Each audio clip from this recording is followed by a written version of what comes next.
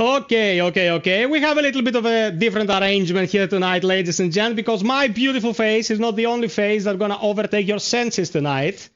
I am sitting beside this wonderful individual here. This is Greg Licke. He's the lead writer for CRONOS, the new dawn, and by extension, I suppose, CRONOS Lazarus.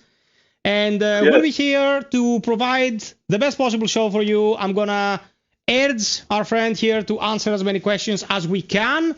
And luckily, he's very, very well spoken and he's very accommodating. With a little bit of pressure and kindness, I'm pretty sure he's gonna answer as many questions as he is allowed to. Because, you know, it's corporate strategy and saving us all the spoilers to have a certain approach to this. We can't just be like, I'm telling you everything willy-nilly because I like you, and then what's the point of playing this thing? Since CRONOS is extremely story-driven. So, Greg, take the mic for a sec. Introduce yourself. Let us know what your deal is. Okay. First of all, I'm very glad to be here again. I remember our last situation over here was very pleasant. So I guess this will be pleasant too. And I'm very excited. Hello, everybody. And yeah, let's just have fun. Let's do some CRONOS the New Dawn. And excellent. A bit of CRONOS Lazarus.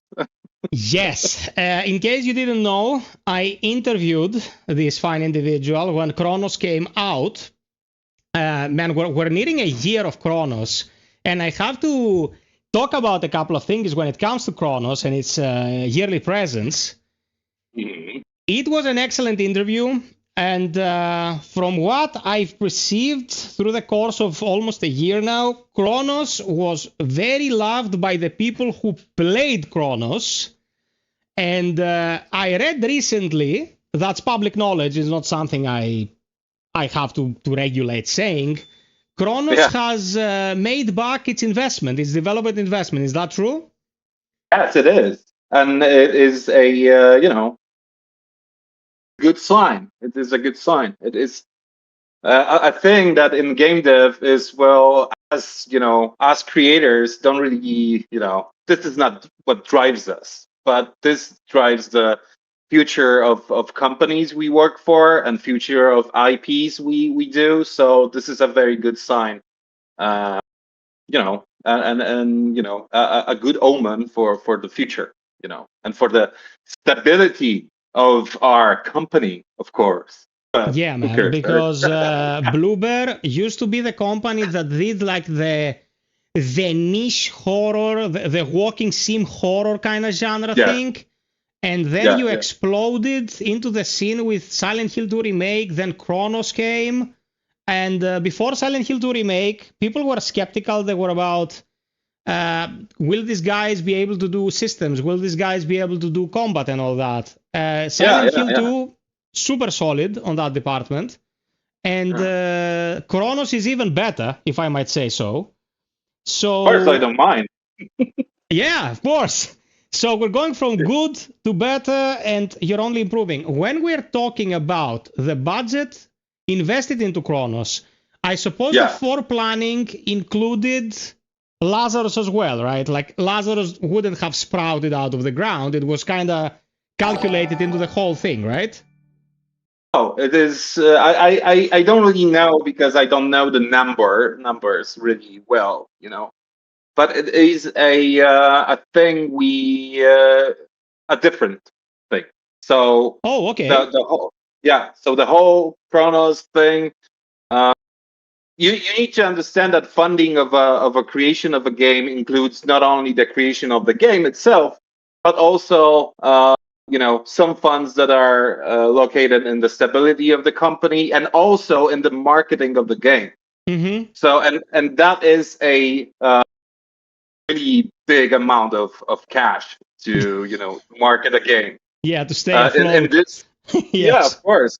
Like before, and because like we were the publishers of CRONOS, we needed to kind of to do a lot in this department because it was a new IP, a IP that we published ourselves, So this was kind of a big thing, and it was also heavy on the budget thing and all that. Because when it came to Silent Hill 2, it was Konami who was publishing the game. So Yeah.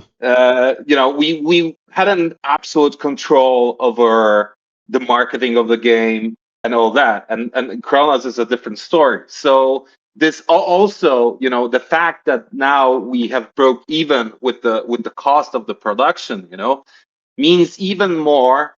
And when a game says, guys, like when we broke even with Silent Hill 2, it was a different situation. This is a little bit a different, climate here.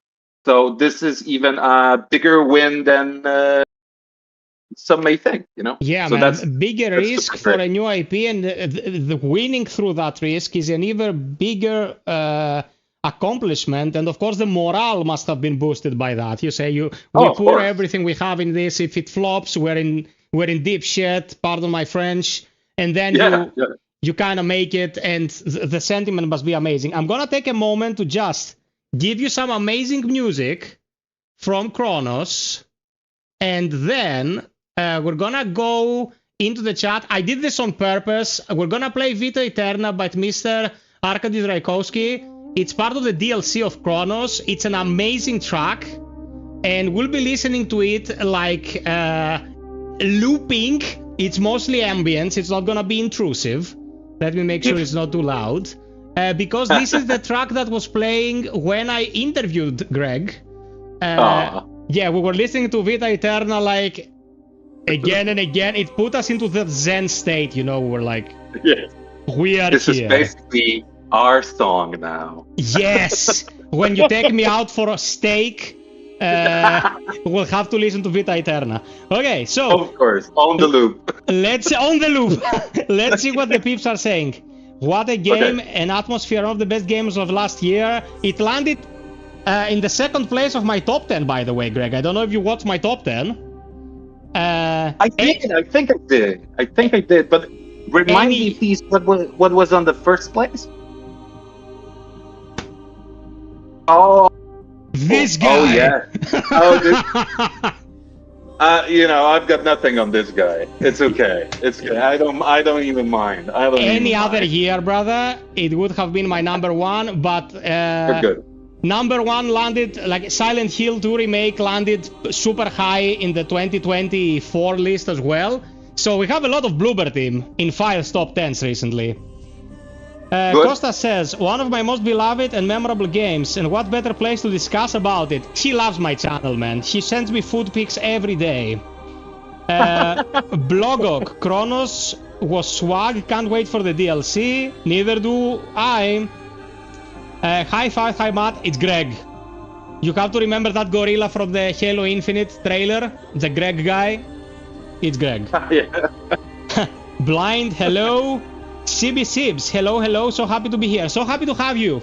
I don't know if you've been here before, I can't rightly remember, but welcome guys. I'm so glad to see people hold interest in CRONOS. Love CRONOS, I had a blast playing it.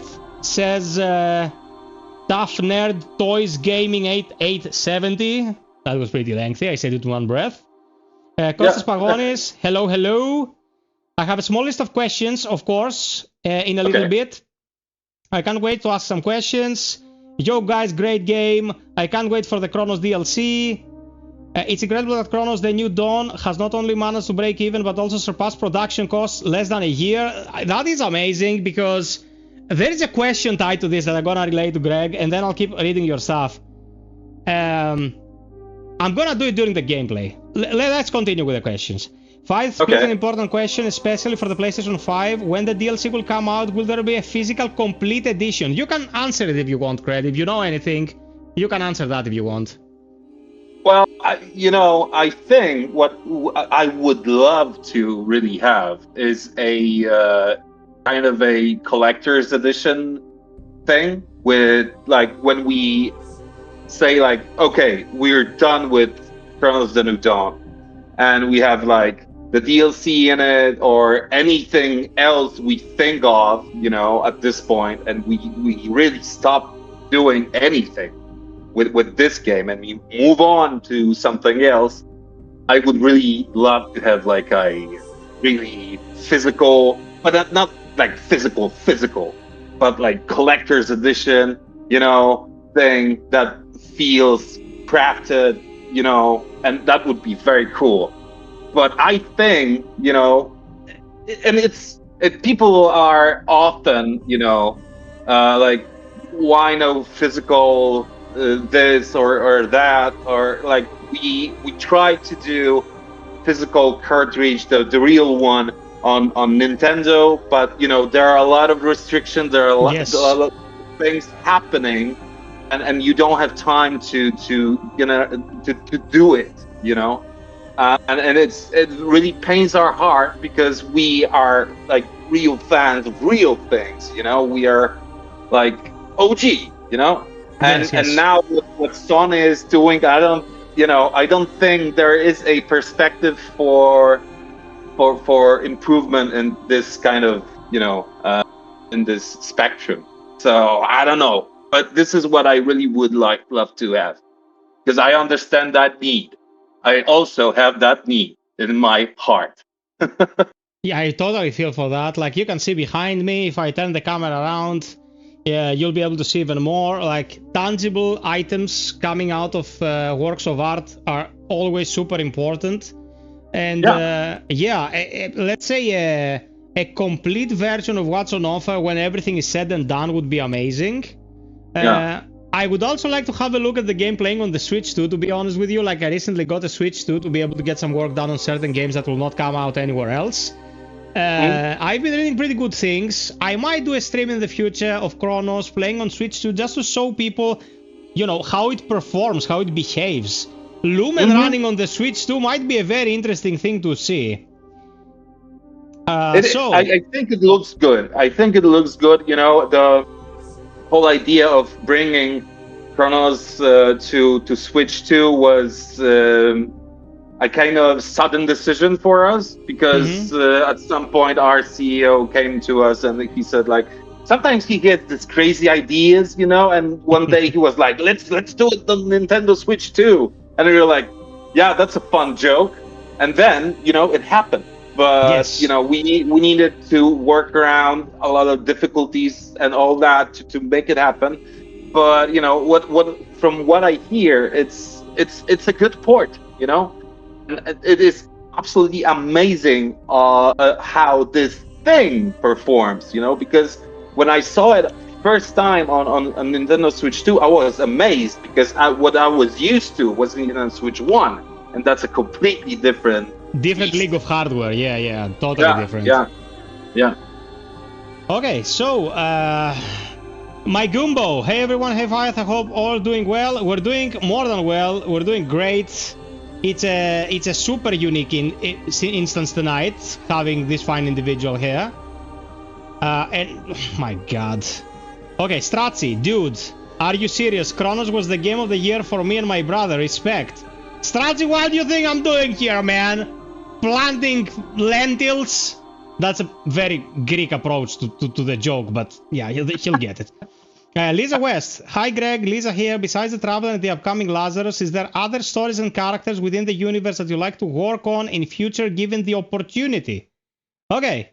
Let's talk a bit about that. Do you think there will be more DLC coming to CRONOS? Is there the probability, let's say, because I won't go into details we shouldn't be discussing. Is there a probability for something like that? Or maybe the probability for a sequel, a complete sequel? Do you think that's something that's feasible in the future? Or for the time being, like, the whole focus is Lazarus and no discussions have gone beyond that?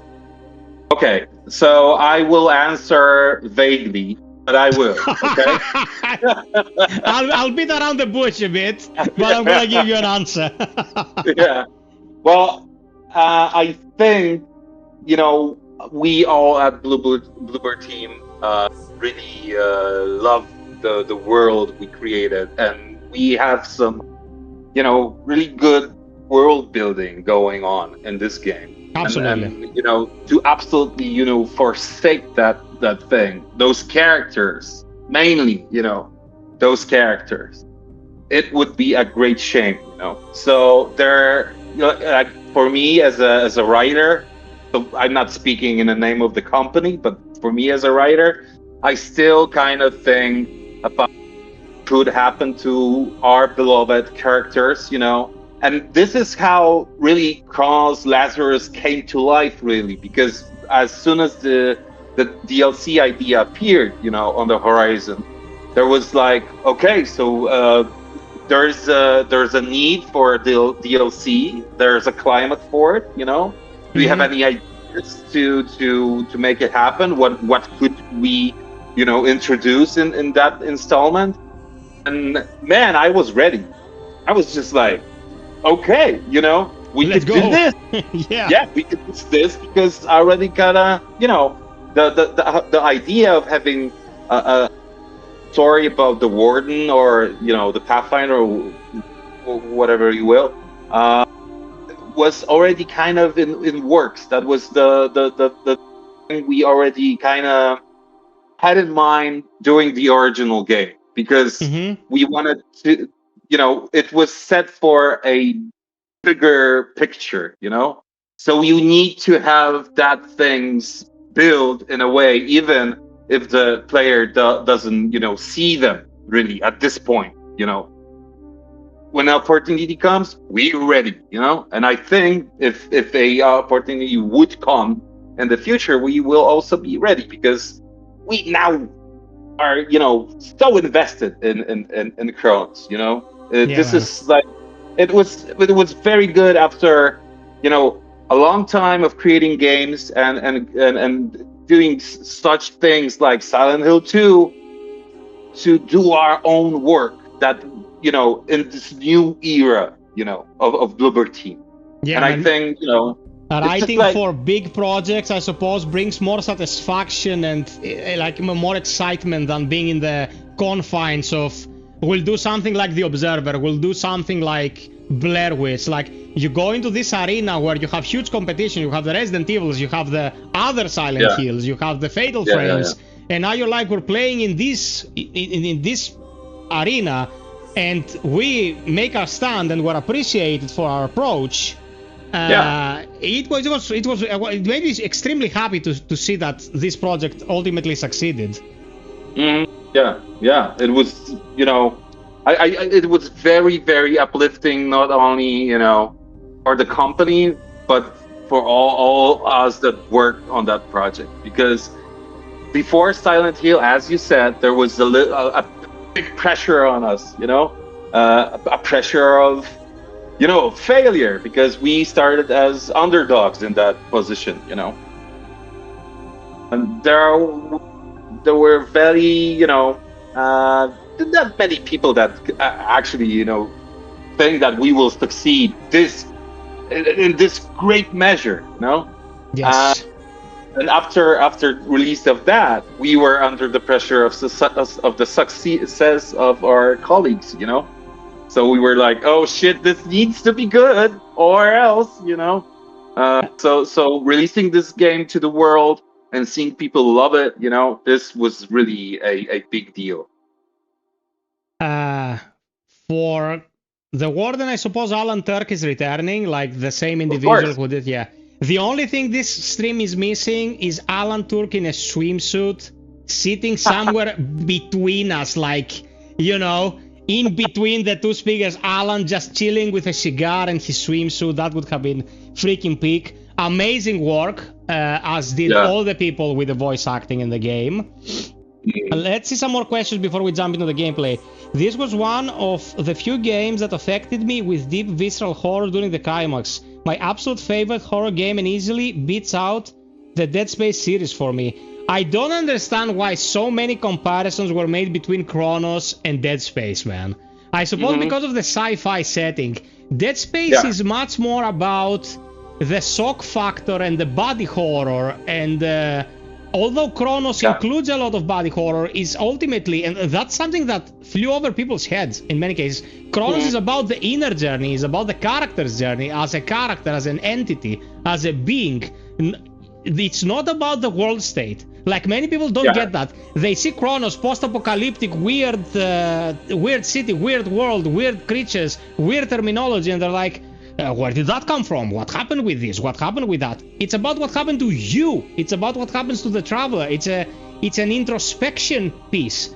And Dead Space is nothing like that, man. Dead Space is like, survive, destroy the marker, get the fuck out of here. It's a yeah, man, it's a far more like, I'm not gonna say simplistic, it's a more pedestrian approach. It's about the events on the spot. You know what I mean? Yeah.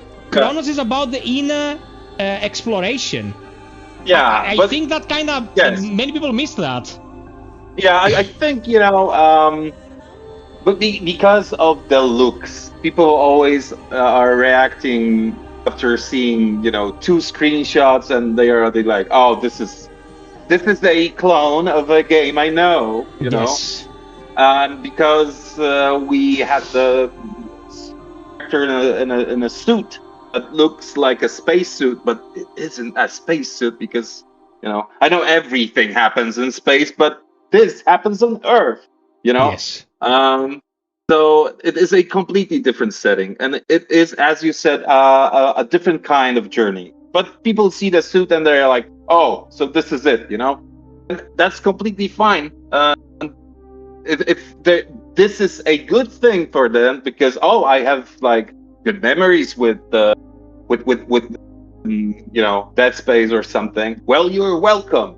No worries. Cool, great. But you know, nobody is sane in the mind after playing CRONOS and finishing it, I think, would say like, this is a you know, a thing that should be compared in a way.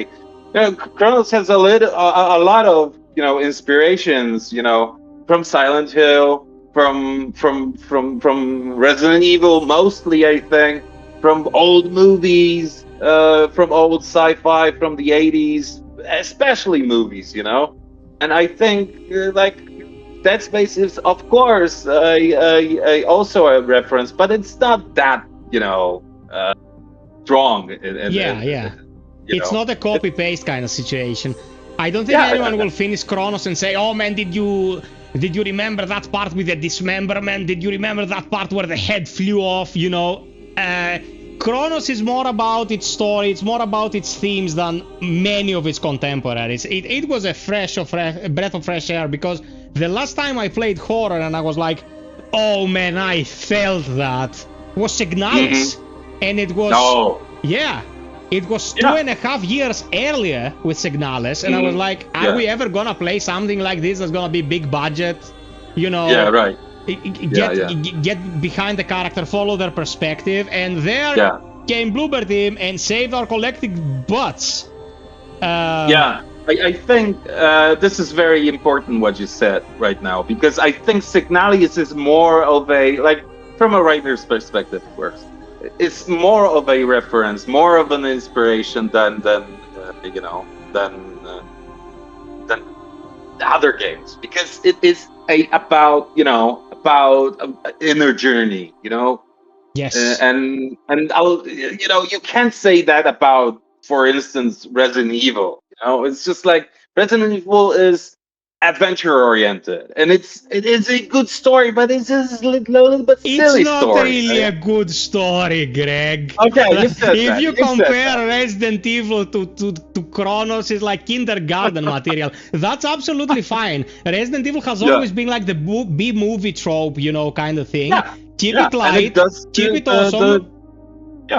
And it does great what it does. But CRONOS is more, you know, I don't want to use big words, but we want it to go cosmic, but like not cosmic like in space, but philosophical, you know, to have the sense of the cosmic dread, the cosmic horror thing, you know, and to be different also from our Silent Hill 2 years back, you know, because we didn't want it to, or year back, I don't know, I don't remember.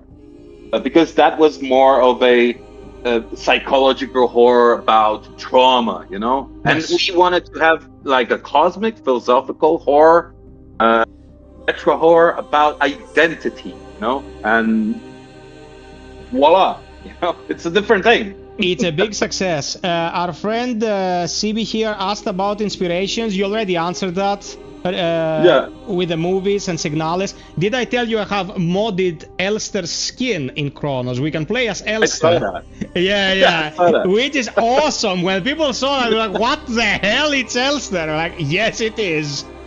Yeah. Was the phone Absolutely call love that. Okay, here's a question. Was the phone call we hear between the Pathfinder and Veronica a hint to the tracker in the base game? Is it a bit spoilery to talk about such things?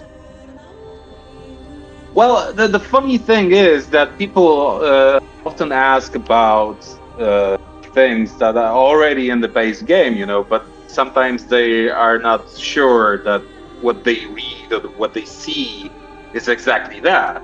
But it is like there was something that told Gordon that shit, the collective might be, you know, after me, after what I did because I stopped the vocation and all that.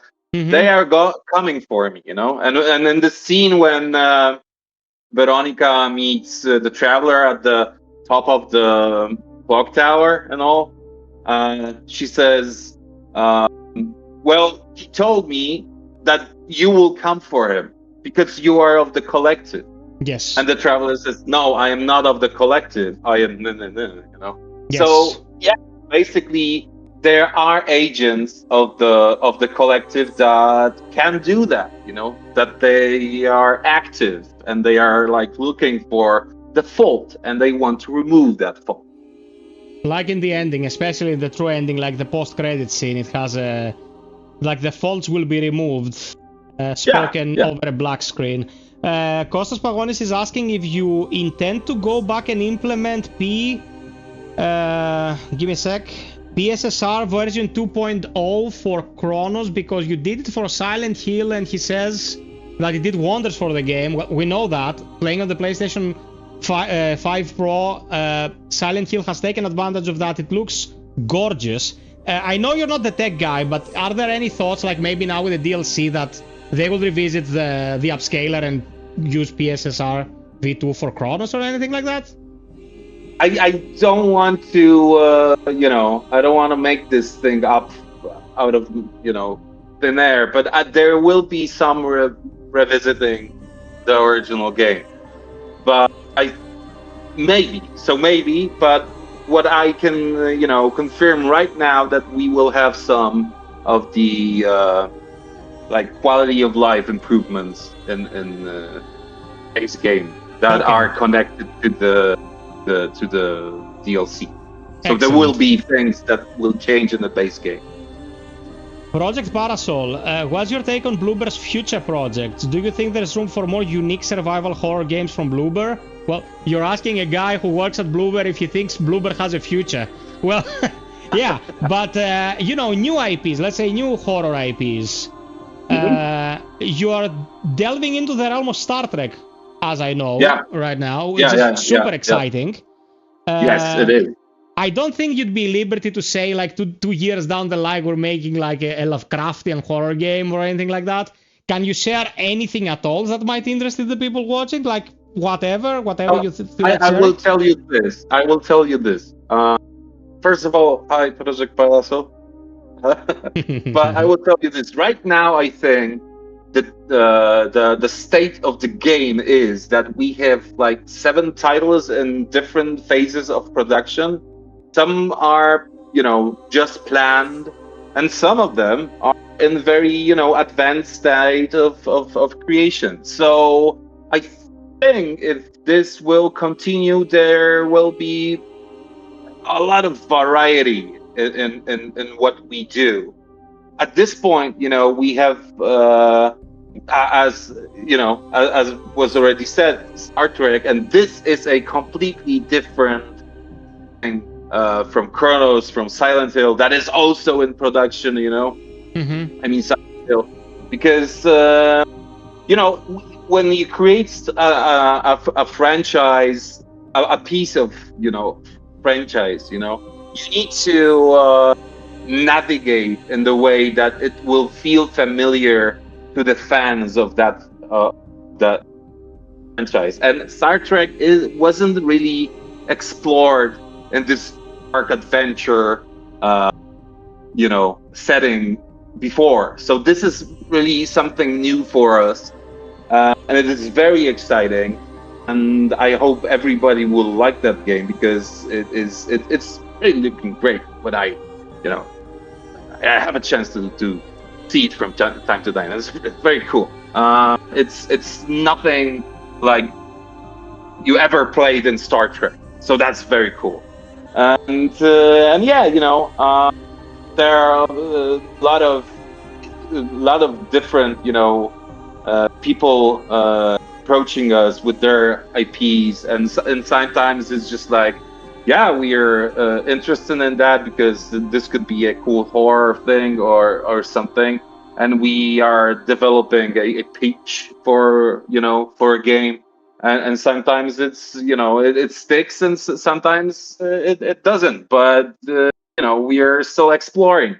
So maybe there will be new IPs, or will be IPs that very well, but maybe there will be remakes or reboots or whatever you ever want. But at this point there are 7 projects in production. They're big, they're small, it differs, but there are a lot of them. So if this this kind of stays that way, I think there will be really fun things to explore in Bluebird Team. So it's 7 projects, man. Like, you don't need to say anything else. If you have 7 projects running, we'll be eating good. Whatever and everything that Bluebird makes, we'll find a home on this channel, guys. Like, I will stream it, I will show it to people, and I have all the faith in the world in this studio. Yeah. Question for Greg: what piece of feedback from the community surprised the team the most, and has any of it influenced the direction of the upcoming DLC or even future games? Okay. Yeah, sure. There's we are very keen on listening to everything that the community talks about, and really, we are on Discord, we are on Reddit, we are on Facebook, we are even on Instagram or Twitter or whatever the hell is called now. But we are listening, and I think that the part of that process, the fruit of this is like, we have listened before, and people were like, dude, this is too hard. We need a yes. a more casual I approach. wanted to ask about you once we go into the gameplay, like the difficult situation. Keep talking. I don't want to stop your stride, and then we're gonna talk about it a bit. And we kind of did it because we felt that, well, this people are engaged in the stories that we want to tell. So we wanted to give them this possibility, and also, I because I already had like an idea about the story for CRONOS Lazarus. I knew that what we want to explore is the part of the story that is seen through the eyes of the warden, right? But you still need to. You don't get to do whatever you like, You still need to have some response, some resonance from the community, and then the people were kind of, sure that what would be great, was to be the Pathfinder for a while, to be the warden, Mm-hmm. When I saw that people want that, I was like, yes, because if you want that, I can do this, and I don't need to push this idea to the higher ups to kind of to realize this, to make this happen. It was already there. Sometimes I'm just like, oh, you know what? Just listen to the people, and and then tell me I'm wrong. And it's just like helps. You help me, I help you. Man, so many layers to game development. Like, you are the writer guy. You're the guy who brought the characters to life with your colleagues, of course. I don't want to, take the spotlight of course. from anyone else. And like, you have to go through a layer of management, and that layer has to go to another layer of management. Whilst if the players are like bombarding your social media and saying the origins of this character, let us know the origins of this character, let us know what happens, you just go to, you go directly to the man or the woman and you say like, they want to know this, if we're gonna do DLC, we can do this, it makes total sense and people will like it. It makes the whole process so much more streamlined. I can only imagine what kind of a mess of a situation would be to like go through your day-to-day and thinking how you're gonna pitch something within the company itself, where everyone, has the best interests of the company in mind. You want to make a good game at the end of the day. So, listening to the feedback definitely plays a huge role. CB says, I admit my common sales pitch for CRONOS is imagine Orwell's 1984 and Dead Space. Deceiver says that comparing the two games is actually a compliment to both. Absolutely, I love Dead Space. Are there any books, short stories, or poems that help you inspire CRONOS? I noticed you offer reference movies, television shows, and other videos. I'll post it together with Lisa's. That says, is CRONOS story something you wrote recently, or you had it sitting around for quite some time? Oh, right. This is a good question. Well, what I actually was reading throughout, putting CRONOS together was Philip K. Dick's books. Like the guy who wrote Blade Runner, but he also did this wonderful other books, that are not so popular because, Blade Runner was made into a movie, and it's not very, similar to the book. The book is it's a kind of a different beast, and it's very exciting. He's got this approach of sci-fi tech future societies meet spirituality and philosophy and religion and drugs and all that, and that was very, very inspiring, because CRONOS is ultimately, as we said, it is a sci-fi thing, but at its heart is really a very personal story. It is a story about identity and all that, and Philip K. Dick has all this in his books, and it is very interesting how he navigates through those themes. So I highly recommend that author. And also this is my obligation as a Polish person. I also a big inspiration was Stanisław Lem, who is the father of sci-fi in Poland. He was writing books in the 50s, and he has this really retro approach, retro vibe to kind of futuristic prognosis of the future, and it was very kind of helpful in how we think about our technology in this retro setting. And also, there's another game. There's a game, and it's called Invincible. Also created by a Polish studio, and it is a adaptation of one of his books. So I highly recommend that. So that was the two authors, and they knew each other. There's like very inspiring story between two of those guys. So see through that. It will, blow your minds up. I streamed the Invincible when it came out. I remember. I streamed it for a bit. Yeah.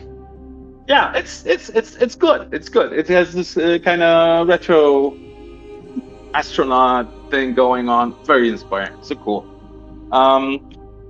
And what was the other later part of the question? Sorry. If you had the story sitting around for a while, or if it was something that you wrote for the needs of the game. Yes, it was really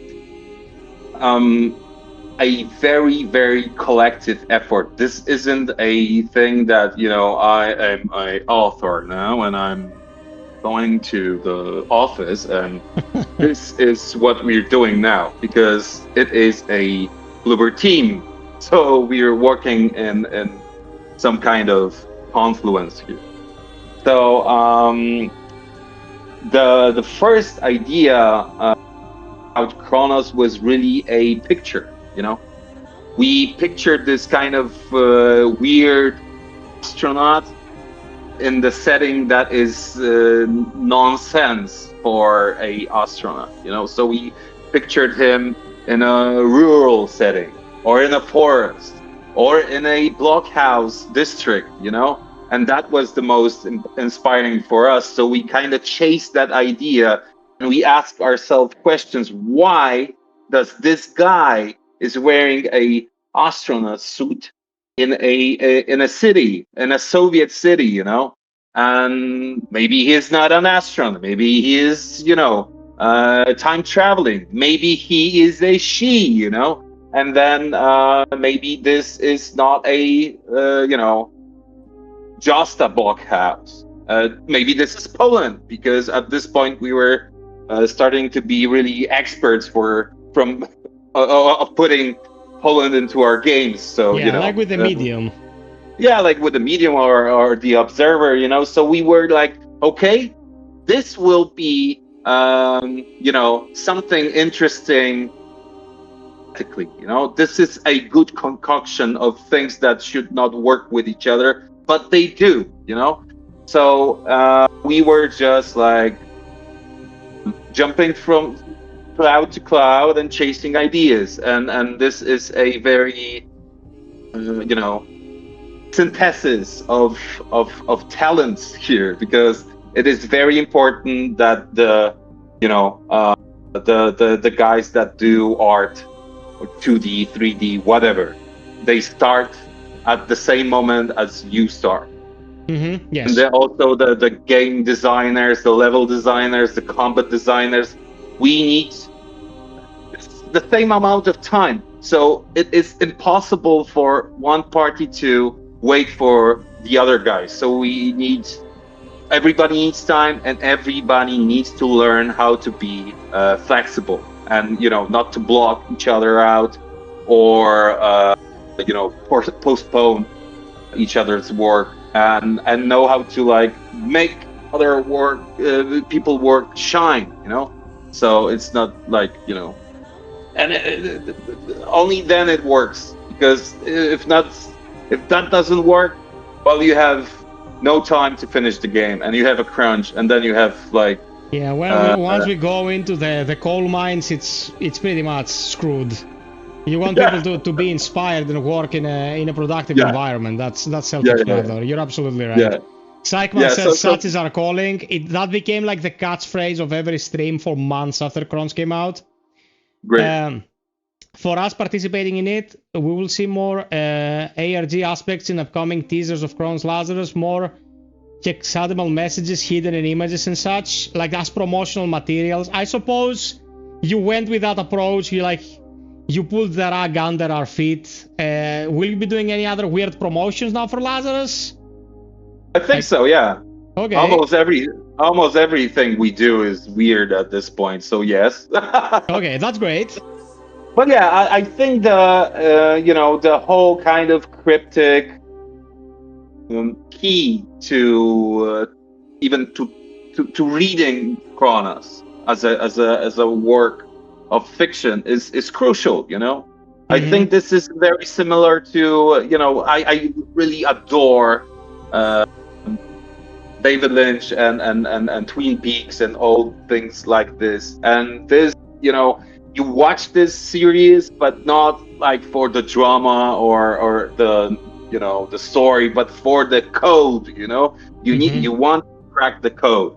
I think what made those classics like Silent Hill famous or such big as they are now was the approach of keeping things hidden, because you want that in a horror thing. You want to obscure the truth, and you want the players to dig. And it really is, it warms my heart that, when people are on Reddit or on Discord, they kind of, they theorize about things. And most of them are doing a great job, so out on the money.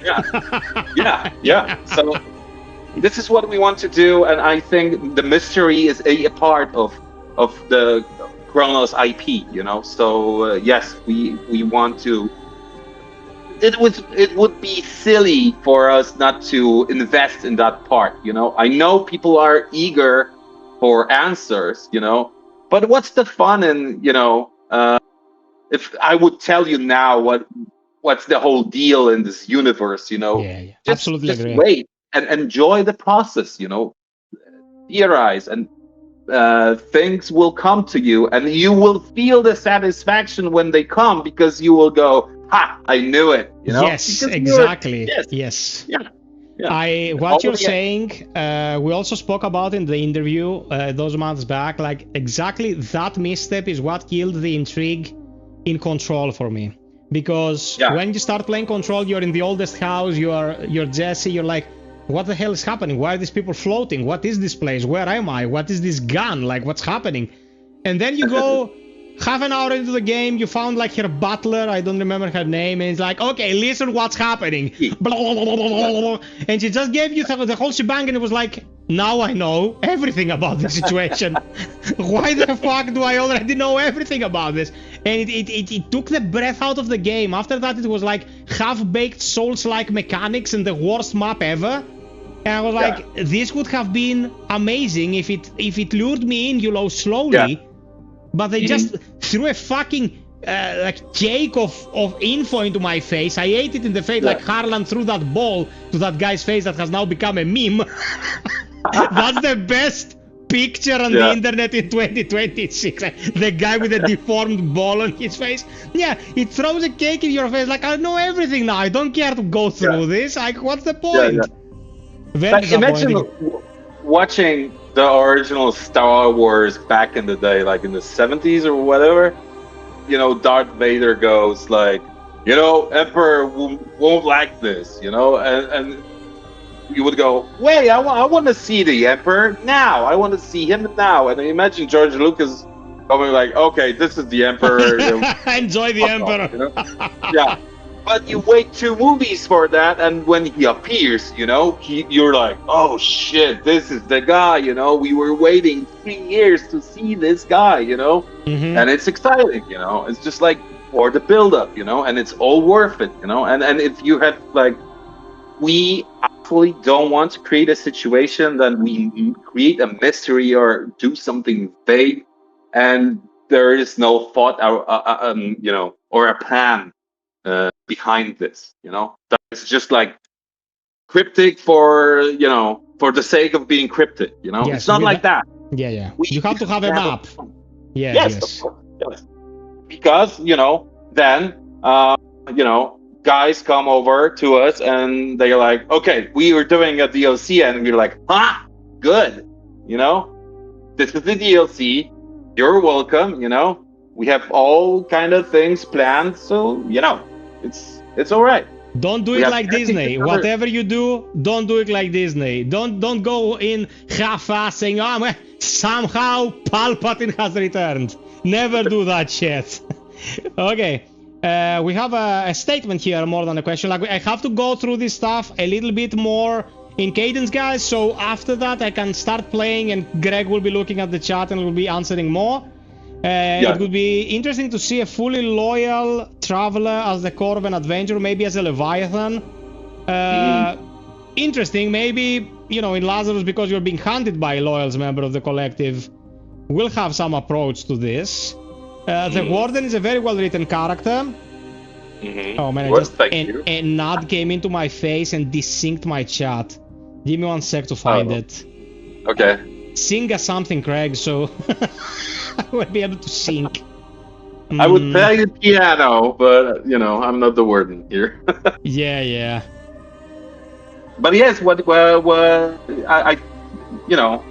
this is excellent. What people are here like for. It's just like I want to see a traveler that is like super loyal, and we're like, yeah, sure. I think this is exactly what the tracker is. You can see an envoy of the collective that is really keen on. Yeah, 100% there. Yeah, with a deep state. Yeah. Syke says, very well written character. I can't wait to play like him. As do I, brother. You know it. What made you decide to go full action instead of survival mode? I think Live is referring to Lazarus because I think CRONOS is the closest thing to a big budget survival horror game we've seen since the remake of Resident Evil 2. Resident Evil 3 doesn't even count. It's a piece of shit. I'm not counting it in the ranks of games that should be discussed. But the only 100% pure survival horror game we've seen in this format is Resident Evil 2 Remake. And CRONOS, like with the exception of a little bit of RNG when it comes to breaking boxes or like something that would drop over a defeated enemy, it's very survival focused. Now, I suppose what you've said about the DLC is like it's gonna be more action oriented. Yes, but don't picture a kind of a situation when we go from the CRONOS, gameplay to a completely different dimension of gaming, because we needed to have things fitting, so we needed to change some things because when you're playing as a traveler, you are not as powerful as the Pathfinder, so we needed to kind of add some things for the story to work, so maybe this could also affect gameplay in another way. So there was kind of a lot of work here to stay, kind of loyal to our DNA, because you can't do a Quake arena out of CRONOS. Basically, run and gun. Yeah. So you basically work with what you have, and you can tweak it, this way or the other. But you can remake the whole thing to be like absolutely action based. It's still good old CRONOS, but with some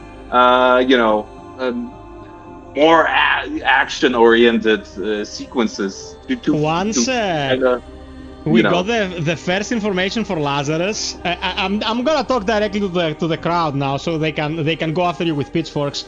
When we got information that they were making DLC, I went to Greg and I was like, I buttered him up, I whispered sweet nothings in his ear, and I was like, "Are you making a roguelike mode?" And he was like, "It's even better." I'm like, "Tell me, I'm not gonna tell anyone." And he presents me with an emoji with a zipped lip, like. My lips are sealed, and I'm like, "Come on, fucker! You know I'm good for it. I'm not gonna tell anyone." I was, of course, not gonna say anything, but it was very frugal with the information. He's like, "You'll know when it's time to know." And then when it came word of an expansion of DLC, I was like, "This is indeed better." But you added skins, you added the difficulty setting, you did rebalancing. Now you're bringing an expansion. Well put together roguelite stuff in a game with such a robust combat system would be awesome. Like recently, a very small studio, the developers of AI Limit, I don't know if you know that game, it's an action RPG. They released a DLC that was just a roguelite, and they did such a fine job. You can easily put like 40 to 50 hours in there just going after the roguelite elements. So a roguelite in CRONOS, man. Oh my god, it would have been amazing. It would have been amazing. Relay that information, Greg, please do it for me. Okay, I will. I'll send you some Greek heroes in deep freeze so you can you can enjoy it. Manthos is the developer of another game, Asthenia. He's here. He says, "Hello, awesome. CRONOS rocks." Indeed it does. Tater said, "Satsis are calling." Always great to hear from Greg. Had to hop in. Thank you so much for the vote of confidence that I wouldn't turn into this interview / stream into a freaking mess. Thank you. Mr. G, let our work continue. Greg and FiOth says Syke. Syke is a huge fan. I think Syke has a life-size doll of the Traveler in his room or something. Me too. That's cool. Of course, we all do. Is the Yeah, creation well, of the lore in a note in the game or a voice log more interesting? Let's read this again. Is the creation of the lore in a note in the game or a voice log more interesting? I think what he's trying to say is like, is it more interesting to put down text or to create a voice log? Okay, so I think there isn't a very good or decisive answer for this, because I think what the readables do and what the like recordings in a game do is a different kind of breed of conveying information. Because if you want to you find a diary of a girl who died in the apocalypse, or she was in a hospital or something, it is just something about reading this very personal piece of of text, and you're one-on-one with this kind of medium. So it changes the emotions, and it changes the atmosphere for it, and it changes also things you can kind of code in those things. And we talked before about keeping things like hidden or something. So people go through those notes and are like, wait, is this a clue, or something? Yes. And this, I think, serves a different purpose. But when you're doing a recording and you collect all those recordings, I think this is a very high dopamine thing for the player to do, because you're collecting the story. You can go around and listen to those stories, and you're like, oh, I've got all 5 of those. I've got all of those Dr. Zibert recordings now, and I know the whole story, and I know even the one that was hidden over there in the secret room and all that. So I think it serves a different thing, because also the absolute greatness that is added to this is the voiceover, the power of voiceover, Yes. And if the actor is doing his job good, he can take you to the places and feel very personal. You can imagine Dr. Zibert recording this in his office or something, being tired after work in the hospital, being helpless in the hospital. It conveys different emotions. And when we create narration, the more mediums you use to convey emotions, I think it's just like, it makes the palette of those ways to convey the narrative just more wonderful, and the whole experience becomes full, so I don't know. I me myself, I love voiceovers and all that, but I also just like, I like to write things, so I don't have my favorite. I know that every piece of information serves a different purpose. I will do a throwback to 2 classic examples of both of these mediums. One is the Itchy Tasty Keeper's Note from Resident Evil 1 back in 1996, where he's getting zombified, and at the end is like Itchy Tasty, and he's pretty much gone full zombie mode.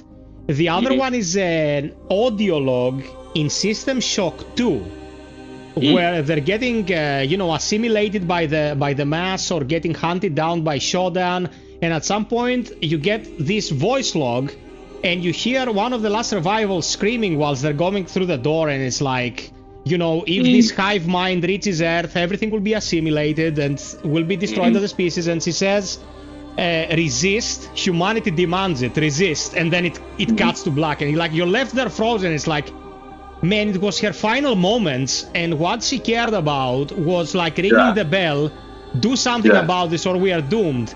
And in CRONOS, I love one of the previous traveler's logs that you find, and she's like, my equipment has been damaged beyond the scope of my ability to repair it. All I can do now is pave the way. I'm like, man, they knew they were stranded, doomed.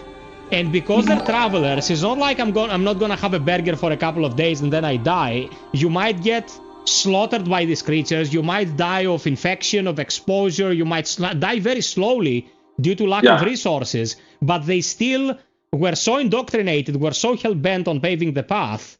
It was all they would think. Like, this is like a second layer thinking that the player has to do on their own to appreciate what's been done in the universe of the game.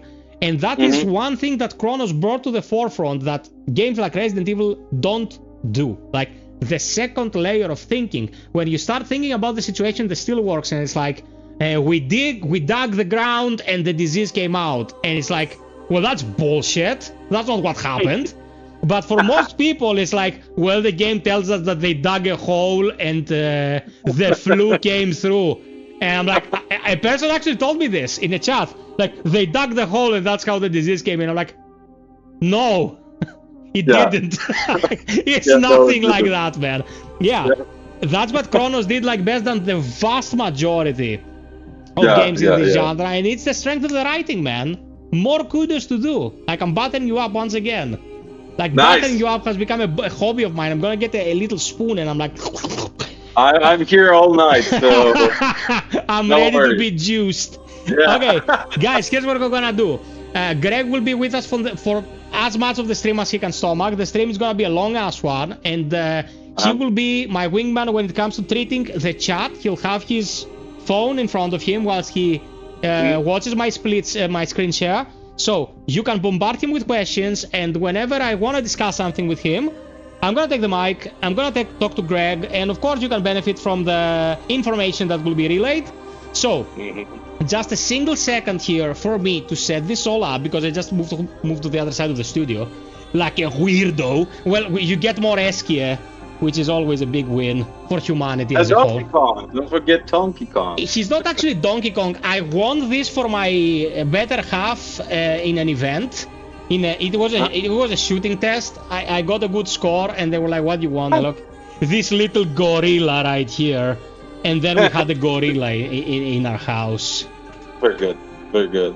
Okay, so now you're looking at my Steam, if I'm not mistaken. Not yet. I'm still the couch, the casting couch here. Oh no, I can see it on a different screen on my phone. You can see it on what you're seeing right now, right here, is Discord. Like, I created a little Inception effect now for you. You're looking with the screen within the screen within the screen, like roast your brain. We're cutting this camera. And now you can see this. I'm gonna share screen with Greg. So Greg just needs to have this. Greg, you can turn off your camera and just go in with your pants now. Like, you won't be shown to the people anymore. It's pants time, baby. Oh yeah. Okay, now we have. This is only long how I can go in my pants. It's just like it's not like you were wearing any pants all this time. You're never gonna convince me. I'm pretty sure you were butt naked. Okay. We never traveled to the past in the church. Where was the rift there? Okay, you know what? Greg can take it from here with the questions. I'm just gonna wear my glasses, jump into the game. People, thank you so much. So many new people here. I'm glad you came in and subscribed to be able to chat with us. I appreciate it very much. I've streamed CRONOS probably more than any other human being on the planet. I streamed like 40 to 50 hours of CRONOS already. I intend to do the same with Lazarus. You know, drop us a like, join our socials so we can keep in touch, and let's play some CRONOS, because We definitely listened to a lot of CRONOS. I hope it wasn't very loud. And now I'm gonna lower this dust a tad because the game audio is gonna rupture eardrums. And yeah, Craig can keep talking. Okay, so the question is, we never traveled to the past in the church. What was the rift there? Well, thing is that when you enter the zone of the church, there is this entity you will fight at the end of the way there. So basically, this entity, basically Eliza, right? Sister Eliza can affect your perception of things. She can also affect your readings and all that. So this was all kind of a thing to lure travelers in. She was kind of emanating this vibes that could be read as a time rift thing there. So that was a trap, really. Okay, that's very interesting. That's a very interesting tidbit. Okay. Like Eliza is a little bit different from all the other creatures you see in the future, right? Because she is kind of a entity that was about to, change, but she stepped back in the latest part of the process, so she remained kind of sentient, not like the other orphans, right? That's what Psychman just wrote something about this. I believe Dr. Zibbert said like a virus from another timeline would make sense after you see the true ending. Now, Papa Greg and I have discussed this, and I was correct about this. Papa Greg has verified. It was not a virus at all. It's an evolution vector that not all people were born with. So, some evolved, into a higher conscience, the collective, and some became meat blobs. Yeah. Yes. Basically, yeah. Orphans. Yeah, the orphans. And they're called the orphans because they were left behind. They were forgotten by the train of evolution. Which is fucking great. It's just an interesting approach to all this than having like, this is a bug, it will turn you into a meat blob. And another fine example. Oh, Greg, I have a great question for you before we jump into the game. Another fine example of this is 1,000 Times Resist. I don't know if you played it, Greg. In 1,000 Times Resist, the virus I never did. Oh man, you should play it. I'm gonna gift it to you, and you'll come back to me in 3 days, and you'll be like, I'm gonna send you 3 traveler plushes for the good you did to me, man. And you love me even more. Yeah, like the virus in some of these games is not a virus at all, It's something totally different that has a very problematic effect on living creatures. Steelworks was incredible musical segments though. Gravity jumping the rift is so sick. It's my favorite moment, Tater. Tater is fucking great. He's fucking on the money here. Hey, Atos, welcome. I love it when that part musically. Fred is like, lol, that bribe. Okay, I have a question for you, Greg. Are we going Iron Rider or are we going with the Elster skin? What do you want me to do? Oh. Wow, there are a lot of them now. Yeah, there's quite a few. Yeah. Which is your favorite?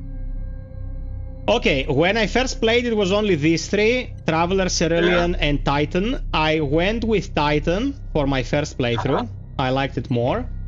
I did a stream with Vanguard. It's good. Chimera, I also did a stream with. It's certainly something, especially those 2 hands on the back, like that was something. Leviathan is the coolest one, man. Leviathan is by far like the coolest one. I think this is. I have a gripe. Like we got the orange pumpkin on PC. PlayStation got the blue pumpkin, and the Switch 2 got the red, and Xbox got the green pumpkin. Dude, it's just pumpkin skins. Let us have all the pumpkins, bruh. Like, why am I stuck with a yellow pumpkin? Like, why? Yeah, you're right. You're right. Okay. Let's go with the Leviathan. Okay, it's my personal favorite, and Perfect. it's still. And I think like I like the Chimera thing, but in some cutscenes when you're like they are very emotional and all that. Yeah, man, you got the dangling meat, bro. Come on. Their meat is dangling in front of us, bruv. You don't want that. Okay, so now we have to talk about this temporal diver, and you already mentioned that people wanted to dive into the story, and that was the idea. But when it comes to the reception of the game, do you feel like temporal diver helped the game reach more people? Not the expectations, like, you know, the brass tacks. Did more people play more CRONOS because easy became a thing? Well, I will start this way, okay? I don't think there was anything wrong with the balance of it. Absolutely, it was great. I think it was just alright. You know, it was good, and you know, it was tested, and I think we delivered in this matter. But people were asking for it, and we were like, okay, we need to do this, but we need to do this right. So it won't be like absolutely just like story mode, like no effort at all, you know. And it's very easy, but it's still, I think, even if it's very easy, it's still balanced.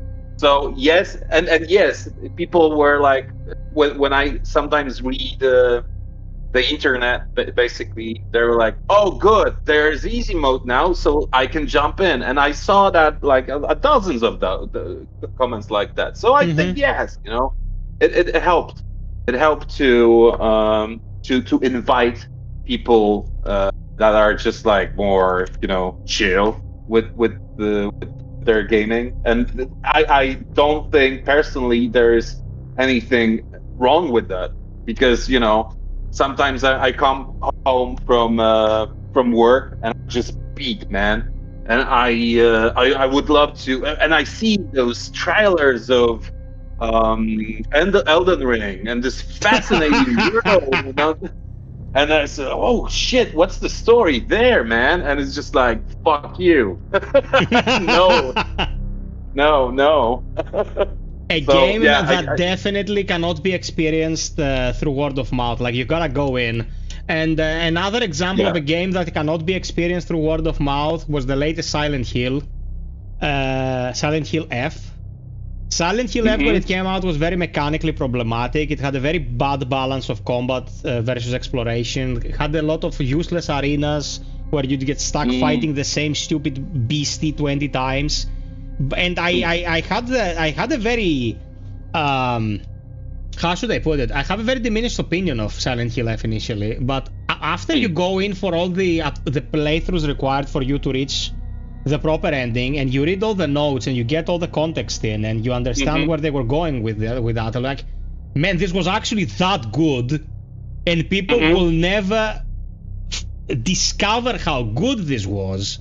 Yes. Because of the weird pacing and the weird things that the game wanted you to, the hoops they wanted you to jump through just to experience it. What I think is that they had like very.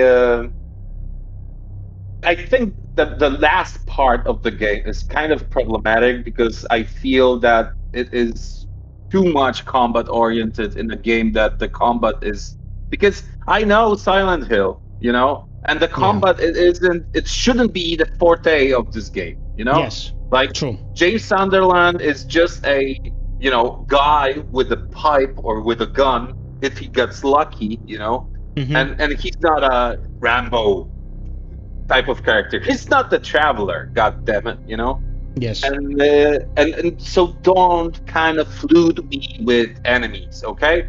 And it will be fine. And I think there wasn't like and I get that it should be a little bit clunky, the combat, and I had no issue with that. It's cool, but there was too many combat situation at the very end. With Yes. I in the moment, what I felt was this should be like a victory road. I'm coming to the end of the story and all that, and I should just, I want to see how this ends now. I don't want any more challenges. But instead of that, I'm getting gangbanged by all these things. Like, yeah, make it stop. Yeah, it's a tad too much. But then again, I'm not doing that game, so this is just my opinion. What I felt at the moment, and what also I think was very bold, but I wouldn't do that. I think was that when you finish the game, you have only one ending, and it's like one ending, and you don't have to. You can't choose. Nothing you do in the game matters to have a different one. It's just what I call a casual, generic kind of a bad ending. And then when you finish the game the second time, and there are other endings. But do I have the urge to the willpower to go again and again? It was a YouTube situation for me. Yes. Sadly, but I enjoyed the writing of the game, because I think it was very sure, and it told a story that is important, and it was not about drama in general. It was about gender and about society, and I think it is a awesome thing that we as horror fans get to experience this kind of stories, because we as a society also need those kind of stories. So that was great. And also the setting, that it was not in Silent Hill like per se, that was great. And then overall I really liked the game, but I have like a couple of issues with it. But this is nothing major. Love the game. From the first time we talked, the fact that it had to premiere in the same month, CRONOS, but one of the things that I came to appreciate very much about Greg from the first talk is that he's a very progressive person, a very open-minded person. And what he just said about we need stories like Silent Hill F's, absolutely true. Like, the amount of negativity that was concentrated on Silent Hill F because people can't fucking dissect what they're hearing or looking at. They just don't understand, but they all have an opinion. Is vomit-inducing, but yeah. Okay, a couple more before we go in. FiOth, I started Thymesia, and I can't describe how excited I am with the game. I told you to play Thymesia. Thymesia, it's awesome. Would love to hear about why you guys decided to finally add quick turn with Lazarus. Quality of life. Yeah. Quality of life, yeah. Okay, so, guys, we're gonna go in Forged in Fire. We're gonna go in hard. Now, if you've been following the channel, I did an entire playthrough of Forged in Fire Deathless back in the day. We never died. I'm a bit rusty. I don't know if I'm gonna make another perfect run, but I don't think I'll be a slouch. If we fuck up horrendously in the very beginning, I will allow myself a couple of checkpoint resets just to start building up the economy, and then I think things will get underway and we're gonna be fine. That's a general issue with education. People can't read anymore. Yeah, that's absolutely true. Psych, I'm gonna do what you're asking. I expect your love tonight. Just letting you know, mofo.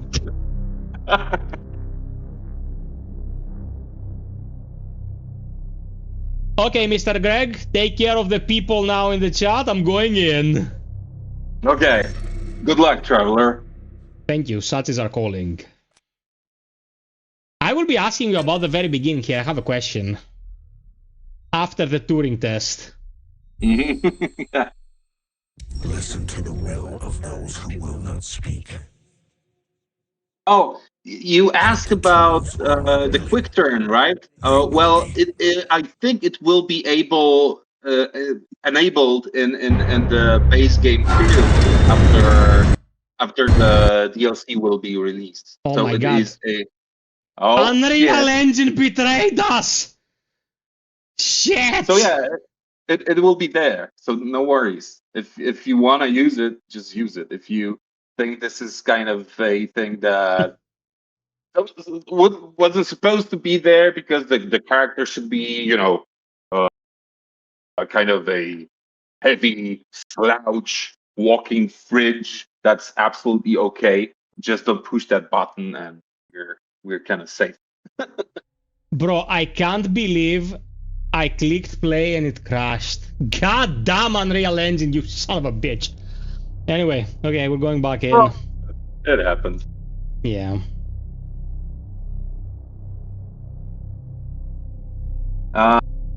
Yes, I'm so excited about the DLC that I haven't seen absolutely anything of it. I want to go fully blind. This is the way to go, I think. Yes. This is how I love absolutely to, watch movies or something, because nowadays you have all those trailers, man, and it's just like the best parts of the movie just slapped into the screen, and it's like, what, 1 minute, and it's just like, okay, cool.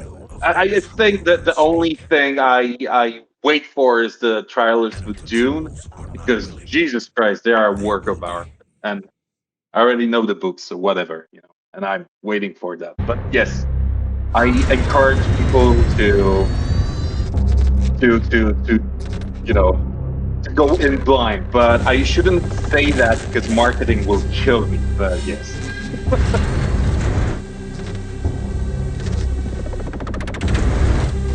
Okay, Unreal Engine has graced us with its love. Now it's working. Let's go. Let's go. Let our work continue. Yes. Oh yes, please do report me. I went rogue just like the Pathfinder. What is my favorite filmmaker, or the one who inspired you the most? Okay, I gotta tell you, man, that I really like David Lynch.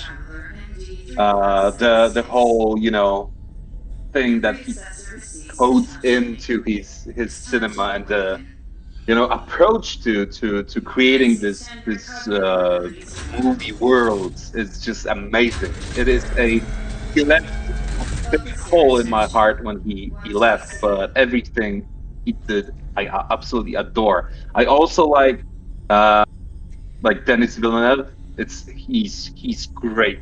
I think, like, from Sicario to Dune, whatever he does, I think he does magnificently. I think he's honestly a little bit better than Christopher Nolan. But also, like, Christopher Nolan is very good, like, plot wise. He's great, And but what was I think, really first inspiration that came to my mind when I was starting to do the script for CRONOS is a very obscure movie, and a very short one. It was a photographic novella, because nothing moves in that movie, and it's about time travel. God damn it! And it's called Right on the money. Yeah, and it's made by Chris Marker, a French guy, and it's made in the I think 60s. So this is absolutely mind bending what he did. Super cool. Watch that movie. It will improve your life. You will be also very interesting at parties. Wait, okay. Fred says Nolan did Equilibrium. Nolan didn't. No. No. It was Equilibrium? No. That was some other guy. Yeah, because my brain was about to explode. I was on a short fuse here. Okay, I'm stealing Greg for a sec. So, is this a Turing test or a litmus test? What kind of test is this in the beginning of CRONOS, Greg? Okay, so basically, this, I think, the greatest inspiration for this thing was basically Blade Runner. So, what happens here is that basically this kind of mechanism is designed to test the loyalty, the absolute loyalty, the calling of the traveler before it is they are released from the spot. But Okay. this thing is rigged by the warden. If you don't mind the spoilers, of course, this thing is rigged because he set a kind of a standard for this, for it to match what he thought Veronica would answer. Oh So my later god. on, Yes. Okay, Yeah. because I had another question after this, and I was like, I'm missing a crucial piece of data. I need confirmation of this. So the pods that drop here en masse were getting Yeah. rigged so the traveler could pinpoint the location of Veronica when the time came. yeah, All the Yeah, rest Uh-huh. ended up on the slab, and he cannibalized them for parts, pretty much. yes, that's true. Yes. That's true. Yes. Yeah. Okay.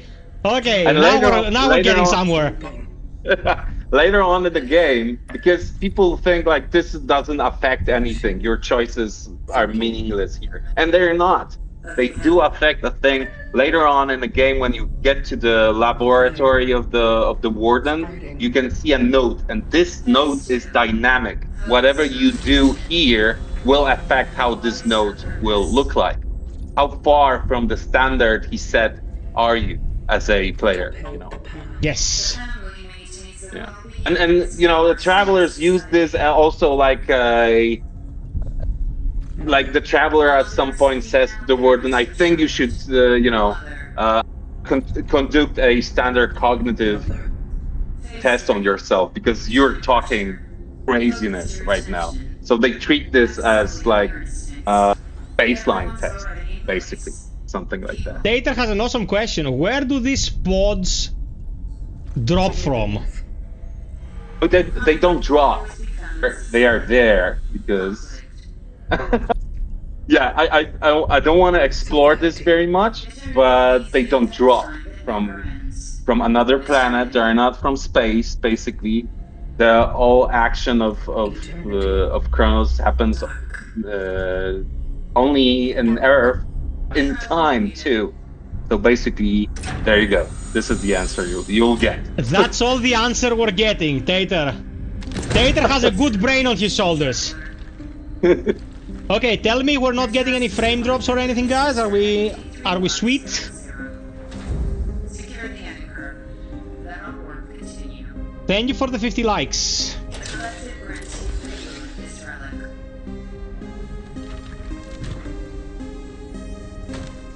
It is a ship with EPH-611. Next time we're getting Arcadius here with us. Man, the fucking music, bro. I'll shit my pants. This music, man. Oh my god. Yeah, he would enjoy this. Yeah. He's a very nice guy. He's a very nice guy.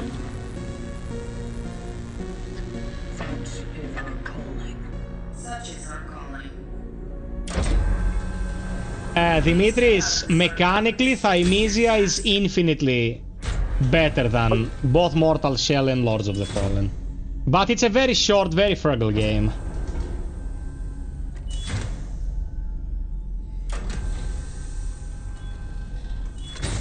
Oh, my little taskling speaks like a human being now.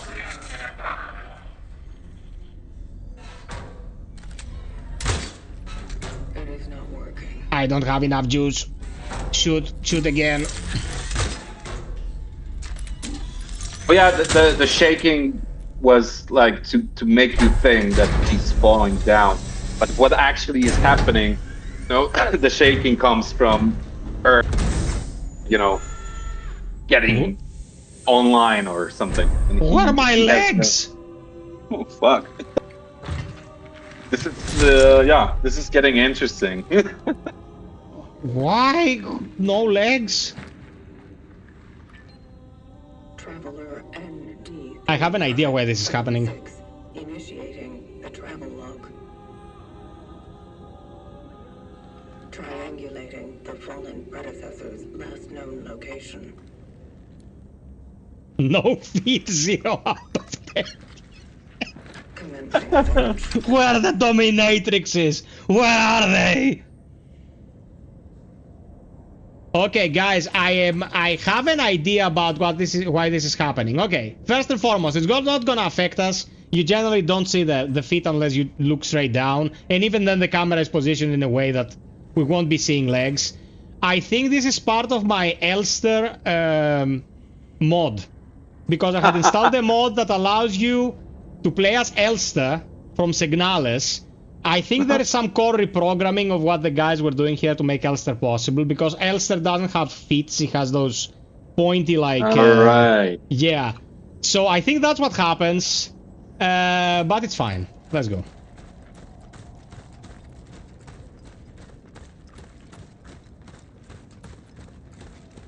I don't know, man, the feet are an important part of the party. Well, you are not wrong. Yeah, it definitely makes sense in this context. I kept the mod because I was like, if Greg wants to run the mod, I'll be ready for his, you know, preference. But it looks like my Gambit deprived us of feet, which is like something that shouldn't be happening. Like, alas, no feet.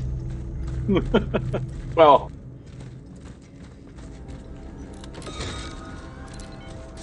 I love this. I love how organically you read these, and then you can just keep going your merry way.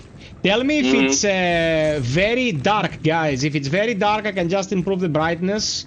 I have it running with HDR, 1440p. You're getting like the best possible picture. But if I can do anything to make it a little bit more watchable, I'll do what I can.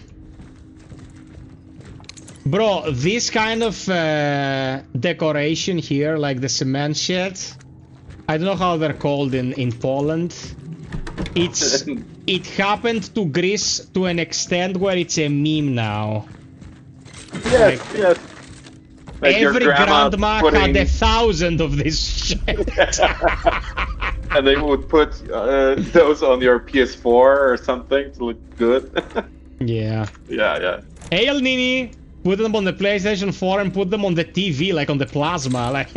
Yeah. El Nini, what's up, my friend? Yeah.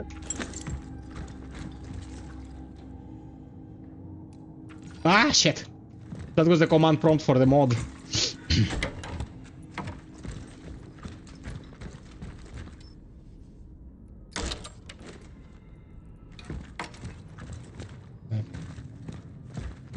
Remind me if I'm wrong, the flashlight is automatic in CRONOS, isn't it? Yes, yes. Yes. You know, we decided for it to be directed by us for the sake of creating horror moments, so it can break at some points or something. And I get that at the very beginning it's hard to see without it. But, when it appears, everything you adjust to it. This is not a great deal. Yeah, man. No. There it is. Oh, there you go. Do you remember this code, Greg? I think it's 3, 4, 6 or 7. 3, 4, 7. No, 3, 4, 9. No, 3. I don't know. I don't remember either. I don't remember. Let's go But get it. It's been a year, but back then when I was testing the game, I think I had like 1,000 hours in it. Yeah. Because I don't really work in the engine, and it was just like doing it on the build, and I had like a ton of hours in it. And back then, I remembered all the things. Prince Also, 367 is the first code. Let's try it. I'm just gonna try it for the memes. Cowboys Okay. 451. Okay. Ah, yeah, 367 it is, but now we got the. God Yeah, damn it. oh yeah. We I got the text. was kind of close. I was kind of. Yeah. Well, you're getting old. Yeah. Yeah. Today, I realized to my dismay that I'm older than Greg. Can you But believe that's- that a guy with this skin is older than Greg? Like, Location dog found. okay, let me... Saving collected data. Oh man, I have a lot of saves. Okay.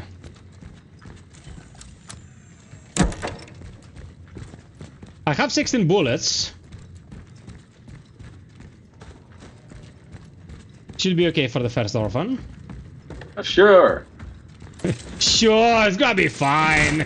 It's gonna chomped. be good. Don't worry. Get chomped, bozo. That is true, Fred. That is true.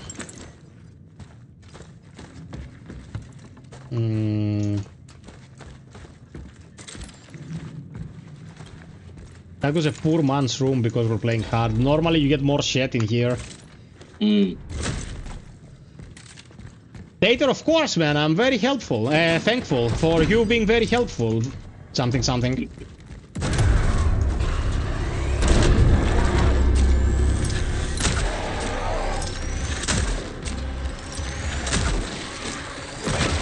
Oh shit. Oh god damn it. Wow. I didn't realize.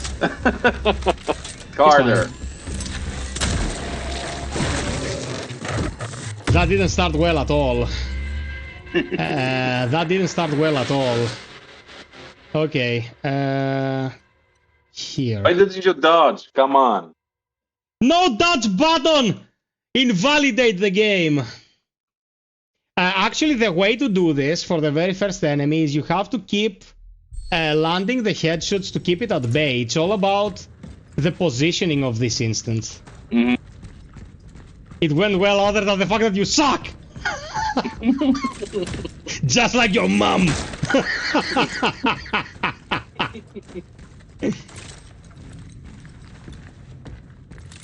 You can punch it, but melee in CRONOS is...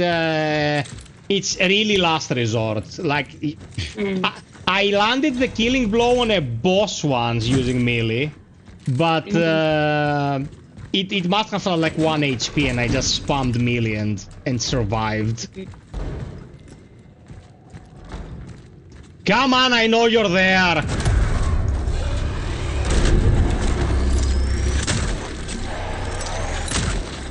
Good.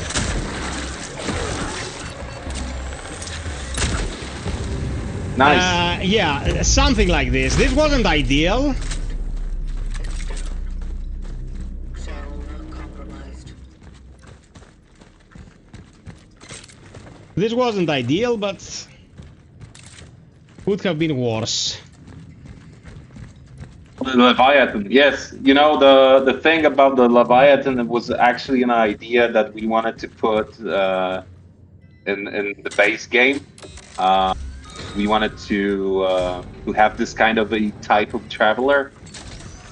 And what the first idea of this guy was that it could be someone like Mr. X in Resident Evil at the very Yes. beginning. So he would walk around like, you know, to hunt you down or something. It was very bulky and all that. But, you know, it wasn't very... It didn't really correlate very well with the idea of combat, so we needed to lose that. I would love to, you know, put that type of traveler somewhere in the future.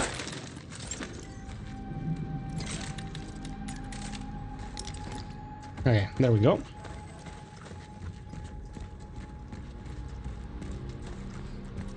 El Nini says blooper tip is awesome. That's why we're here.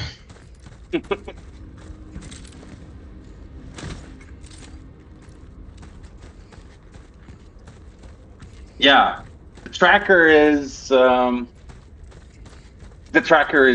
kind of different than it's different than the Pathfinder. It's different than the what the Leviathan was to be. So it is more kind of a agile type of envoy. He is more of a hunter here.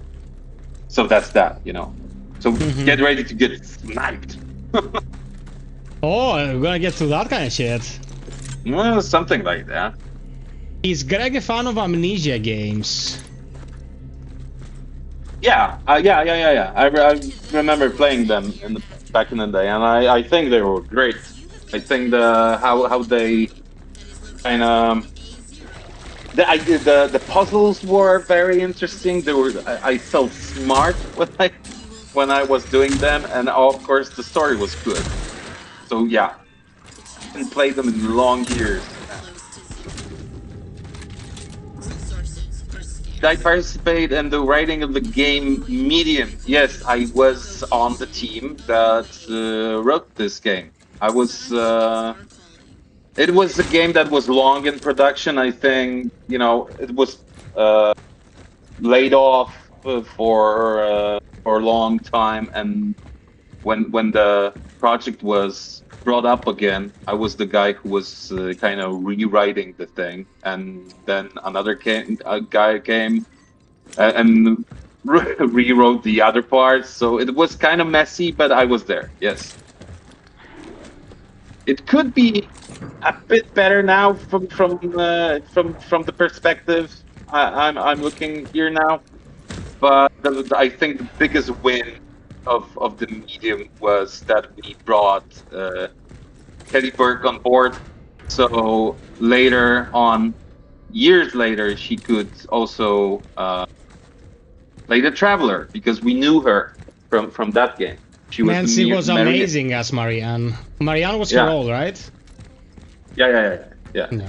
So she was playing Marianne, and then she was playing the Traveler. And what I think was genius, what she did, because the Traveler starts very mechanic and all that, and that's the point we wanted her to be more emotional, broken, and all that. And we knew that Kelly Burke can do this because she did that with Marianne. So yeah.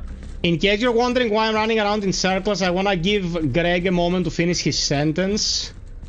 Because we're gonna be tangled in some combat here after that. And also, I would ideally want to avoid healing. But thank you. I'm either fast here or I'll be dead. It's highly recommended to proceed with caution. Such is our calling. I'm gonna give it a go. I'm gonna give it a go. Mm-hmm.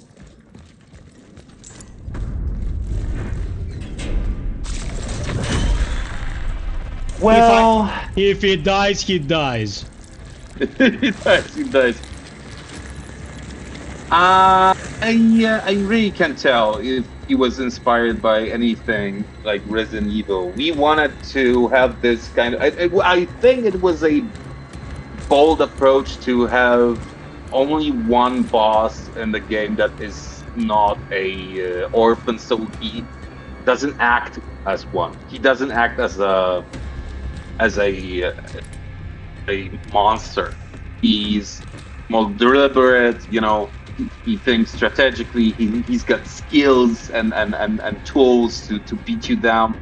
So I guess that was bold, but I don't think he was inspired by anything like from other media like this. The guy who actually designed the boss fight and most of the boss fights in the game. I know, Psych, I know. I just wanted to see how it would behave. Oh my god, you scared me! Hi. You going to bed? So, Yes. One sec, guys, I gotta put the wife to bed. The guy was doing cells before he came, and he was doing also boss fight for Adam Smasher in Cyberpunk. So maybe you can see some pattern in this approach.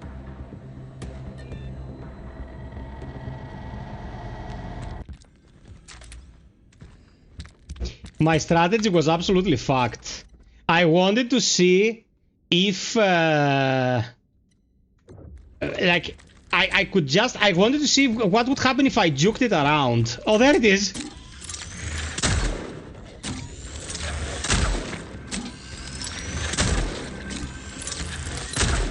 what game would you recommend to ease a newbie into the genre? I think the best way to get in is Resident 2 remake, Resident Evil 2. I think that's the most iconic. He gave up? I still have the combat music.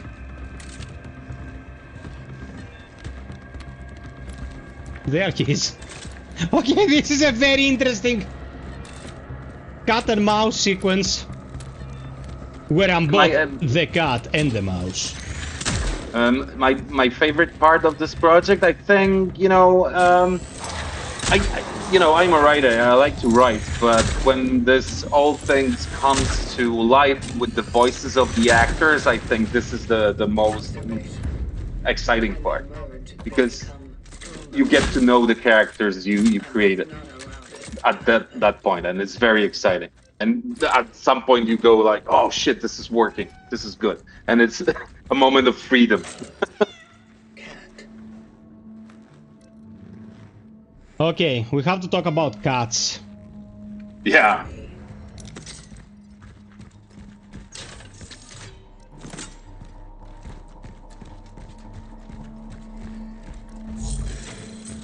Terminal sealed. Access denied. No essences detected. Terminal found. Marking its location for later. My little experiment back there is gonna cost me because I ended up using far more ammo than... But it's gonna be fine, so... Yeah, cats are in Lazarus too. I mean, the warden is a cat person, and it is a big part of his personality, so we couldn't skip on that. And also, it makes... I think this is what really makes CRONOS different from other survival horrors, because nobody does that. I mean, and what the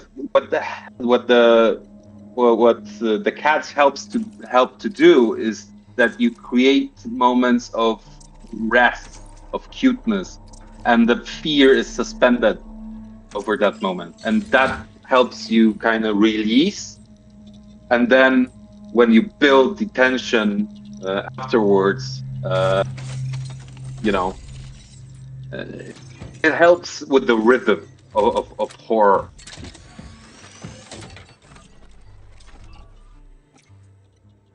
Can't thank you guys enough for adding the cats. Greg and I met because of the cats. Yes, that's true. I made a short where I was dumbstruck by how awesome the first dialogue about the cats was. I think it was Alan who found it. Alan Turk, the warden, the actual warden guy. He found it on Twitter. I don't remember exactly where he found it. Yeah, it was on Twitter. Yeah. And suddenly I see Alan and Greg reposting my cat's reaction, and I'm like, oh, these guys are cool. Yeah.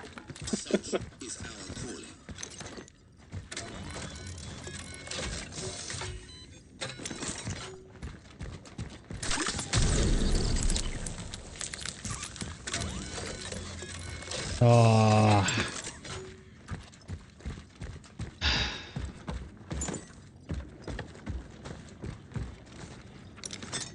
There you go. Yeah, exactly. Also, we have created this kind of... It's a simple system, really. It's not really a system.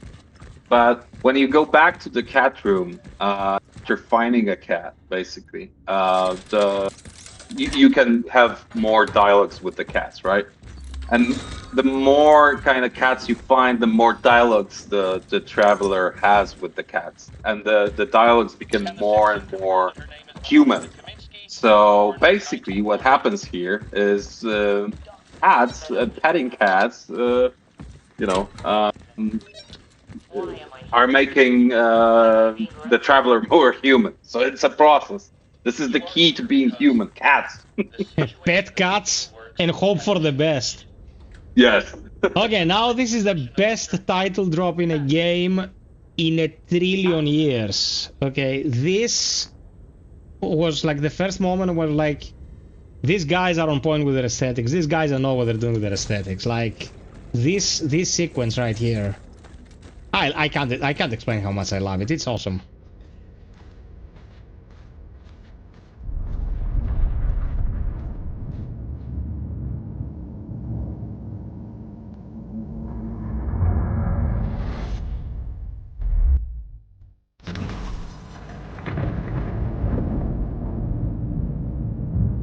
Ooh.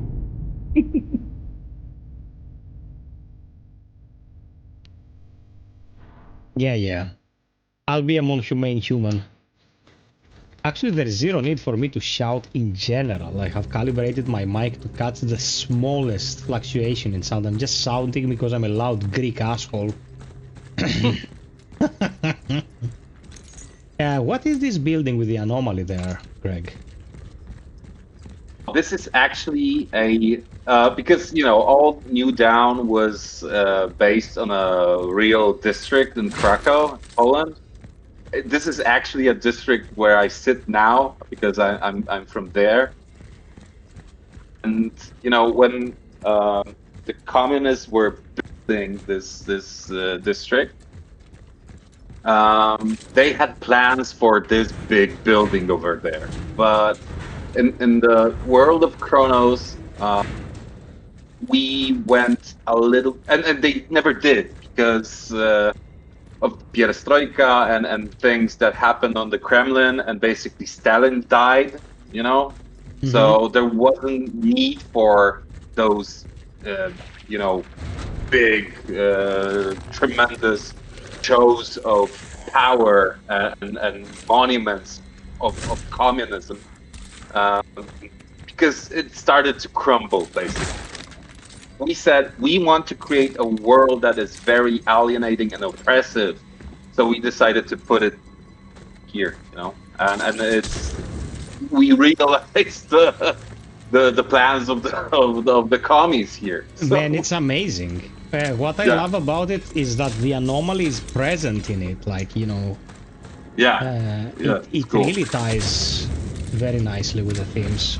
Yeah, and it's kind of a set piece that you see throughout the whole game, basically, and you end up there, So it's like a promise, and it is a definition what CRONOS is. It is a brutalist vision of something that is twisted by the anomaly. So this is like two pillars of the aesthetic of the game.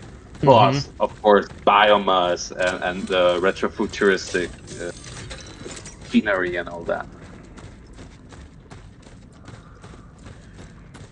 Yeah, you should visit the district, man. It's like we are now working with the guys who are actually having like tours, and they wanted to do a CRONOS themed tour over the district so we can visit all the places that are in the game. So that's very exciting to just like see them back to back with the things that are the game. That's very exciting. One thing I'm gonna say about Poland, because I'm Greek. When Poland started getting into the video game race, I remember CD Projekt Red, when Obama visited you back in the day, the thing they gave the President of the United States as a gift for the visit was the collector's edition of The Witcher 2. I have it on my shelf. Not Obama's, like my own.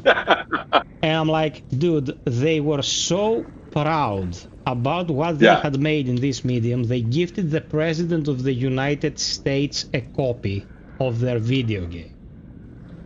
Greece back in the day was pretty much toe-to-toe with Poland when it comes to the gross income of the country. Like, we might have been in a little bit of a better position than the Polish back in the day, because you were right after the Reformation, And now Poland has gone big in technology and stuff like that, and we haven't done jack shit with gaming. Like, Greece is the studios in Greece that struggle to make it into the market are like under budgeted, no national funds for anything like that. Like it's like we don't give a shit about this medium. It's like we're cavemen. I fucking hate it. Give it some time, man. Give it some time. It's at this point, but it is true that there are a lot of gaming industry and gaming firms and offices and companies and in Poland, but I think this can change, because we are now in a kind of a recession, not as as companies from Poland only, but also like the whole industry is in kind of a recession with what's happening. So I guess a lot of companies will, I think, close. Libertine is thankfully in a stable position, but and maybe there will be then the demand in other countries. I'm not sure talking the effort being made. I'm talking about how we weren't incentivized. Like when the economical climate is saying this is not something you should bother with. Go make more cafes next to the beach and shit. Like thinking on very basic terms when it comes to economical growth. It's disappointing. It's just sad for the people who had a vision about this.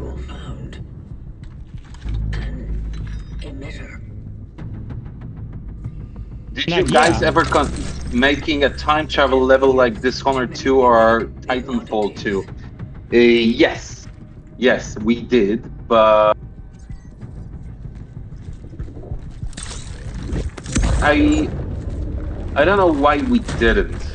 I remember there was concept art for it to be like imagine you're jumping in time, but something goes wrong, and you're like in this in-between world, quantum mania kind of shit, But I think it was because we felt that the game is starting to be too long, so I think we cut it because of that. Oh, that's sad.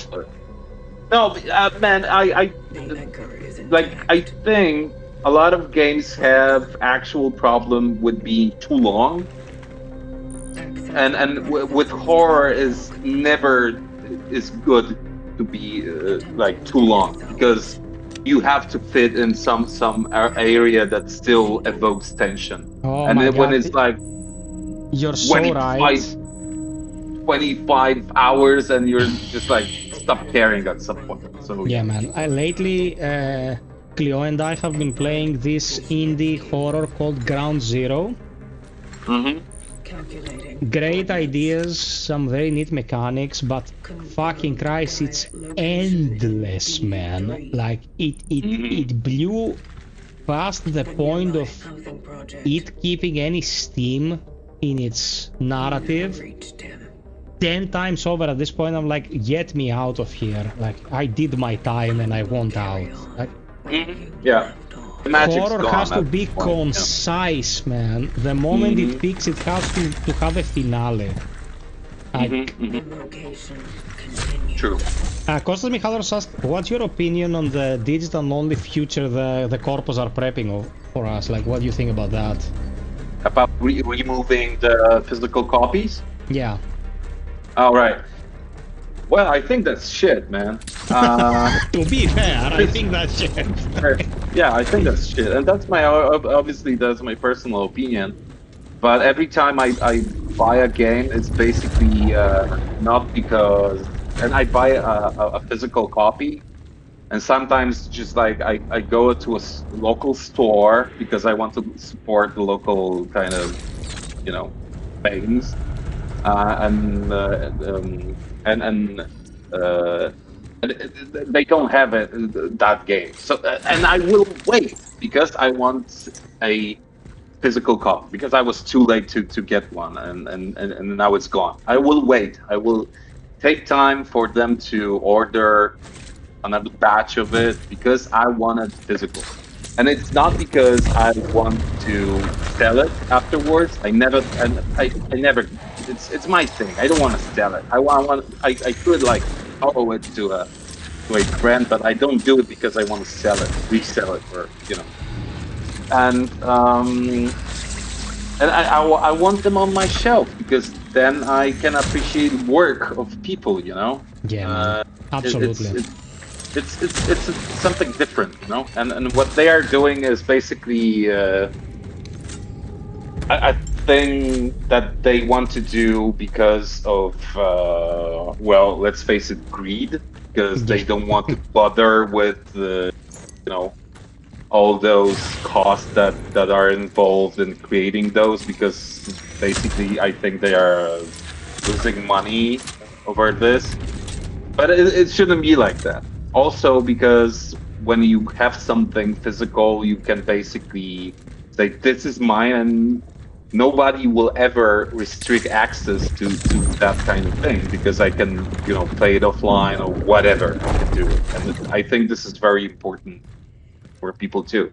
It's so important I for us to help ourselves with this shit. That's what's important, Greg. Like, giving them the grounds to fuck us up like this should never be a thing. Yeah, I basically, I couldn't agree more, man. It's just like, it's bonkers. What the fuck? Like, Jesus Christ! I go out to a music store, I buy a vinyl of a band I like, and I have this till my fucking coffin, Now it's just like, no, you can't have CRONOS. Luckily you can, but you can't have CRONOS on a disc. I'm like, what the fuck?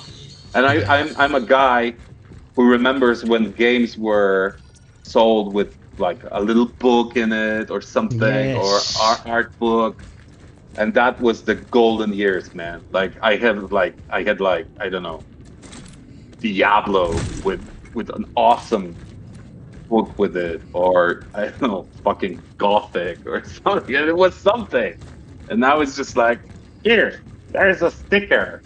Fuck you. And I'm like, a piece of paper. They can wipe their asses with it and then eat it. Yeah. Corpo twats. Yes, basically. Greedy fucking people.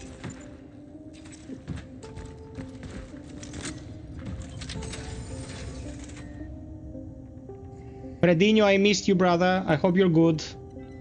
Bye-bye.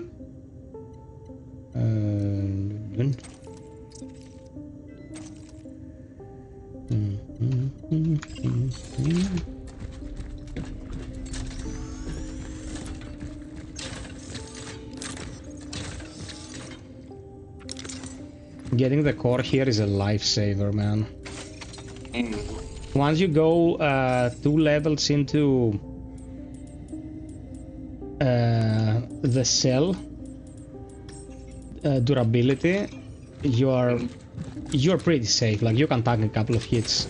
As you saw at the beginning of the stream, at the very beginning on hard, if you go into fresh save, you are one slap away from getting meatballed. I'm used to the kind of the normal mode, the basic mode. So every time I play, I instantly invest in equipment space. Oh, but now I see the need here. Yeah, my idea is don't heal early, just go for the free heals that you get from the upgrades, and start building the economy, because by the time you hit the hospital approach, you will have to start buying ammo on hard, because you don't have enough materials to keep crafting unless you play perfectly. Yeah. So it's very, very important to build the economy, very important. I personally love limited saves in survival horror games. Yes. So I think we, at some very early conceptual phase, we thought about this, but then again, we also had the idea for CRONOS to be a little bit more challenging. So we needed to cut corners to not be too frustrating, Yes. at some point.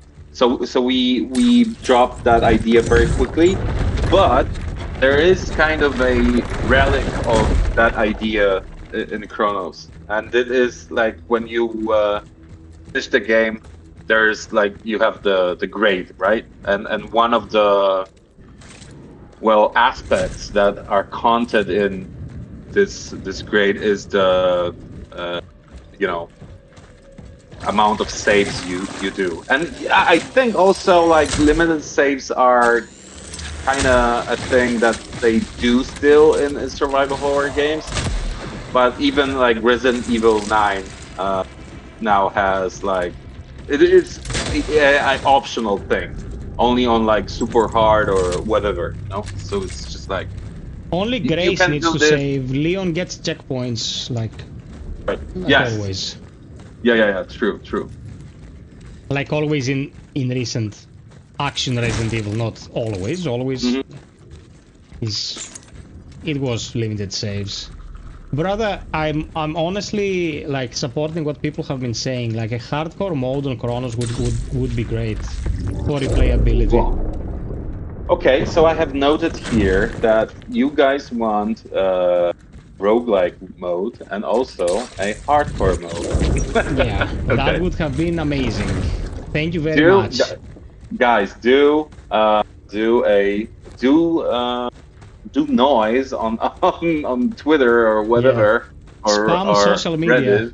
Spam social media of this, and you will move mountains. Did you ever consider a cat ending, like the dog ending in Silent Hill, I suppose? What would be in a cat ending, bro? That'd be great. What would be in a cat ending?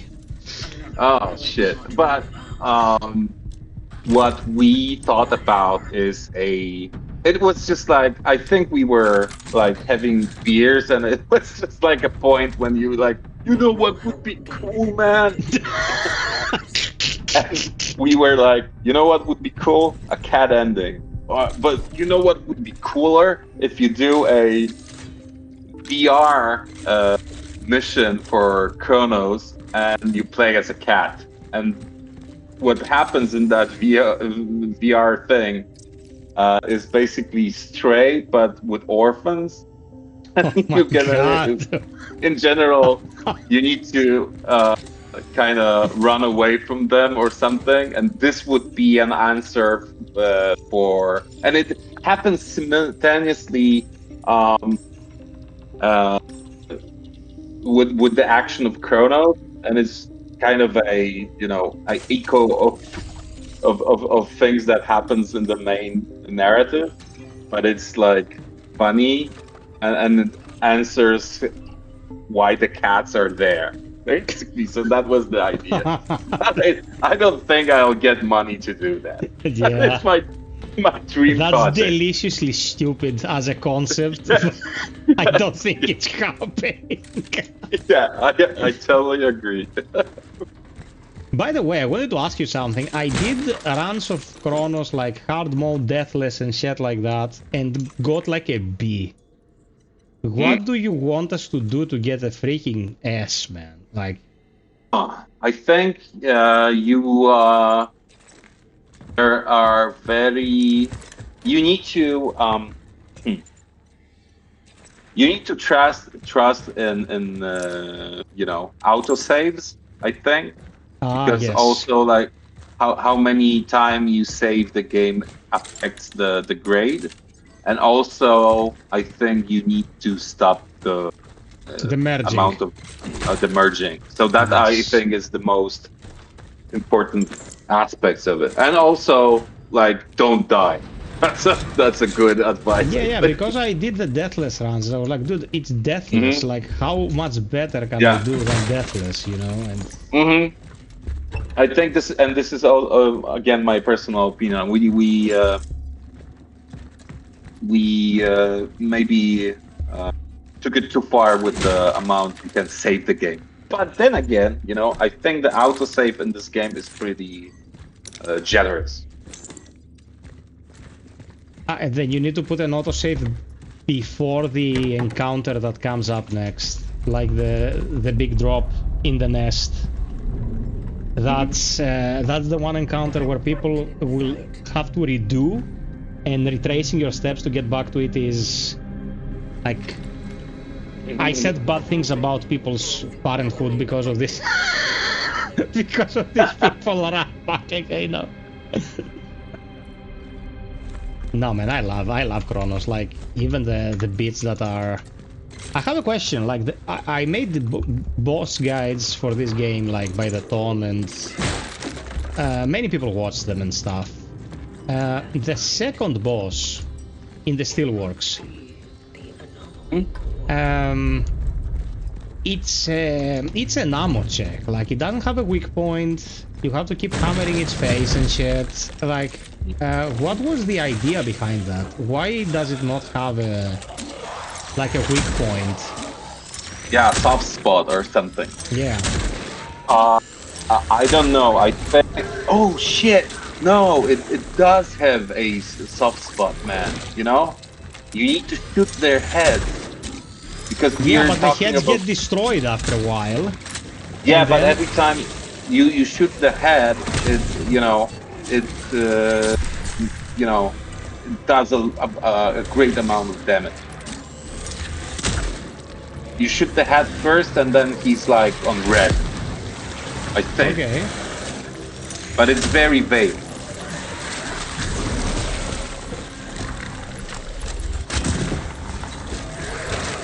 Oh, fuck me.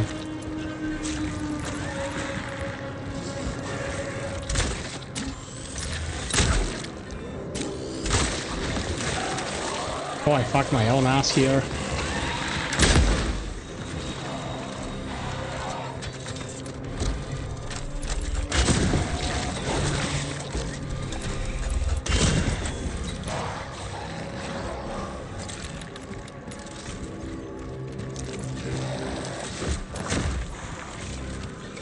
If I survive this, it will be interesting.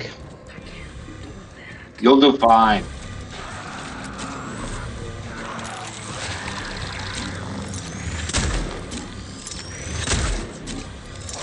Shit.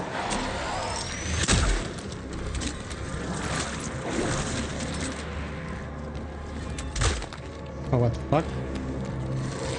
Oh, I'm fucked. I'm fucked. I knew it. I knew it. Jesus. I knew it. I knew it because I didn't have visual on it, and it's fine. Don't let them merge Bozo. Psych 2026, circa 2026. Yeah, I'm a bit rusty. It's fine. Now, this is exactly what I'm talking about. Like, this fight, I'm back at the save point. Before the drop, right up there. Yeah, like you didn't die here a trillion times, you little fartling. That drop there, that gets you into this fight.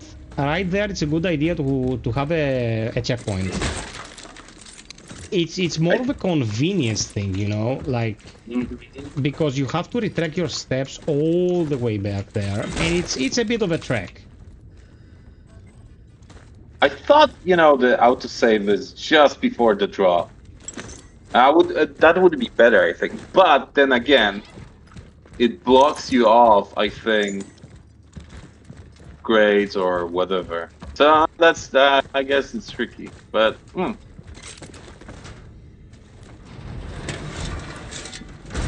it is what it is. Things can get past, Greg. Yeah. Okay. Is this game very long? I don't think it's very long. It is about 14 hours, I think. And if you're like licking every wall because you want to get very much into all the secrets and all that, I think it's max about 20 hours. Nah, man, it's the ideal duration. It's the ideal duration. It's perfect.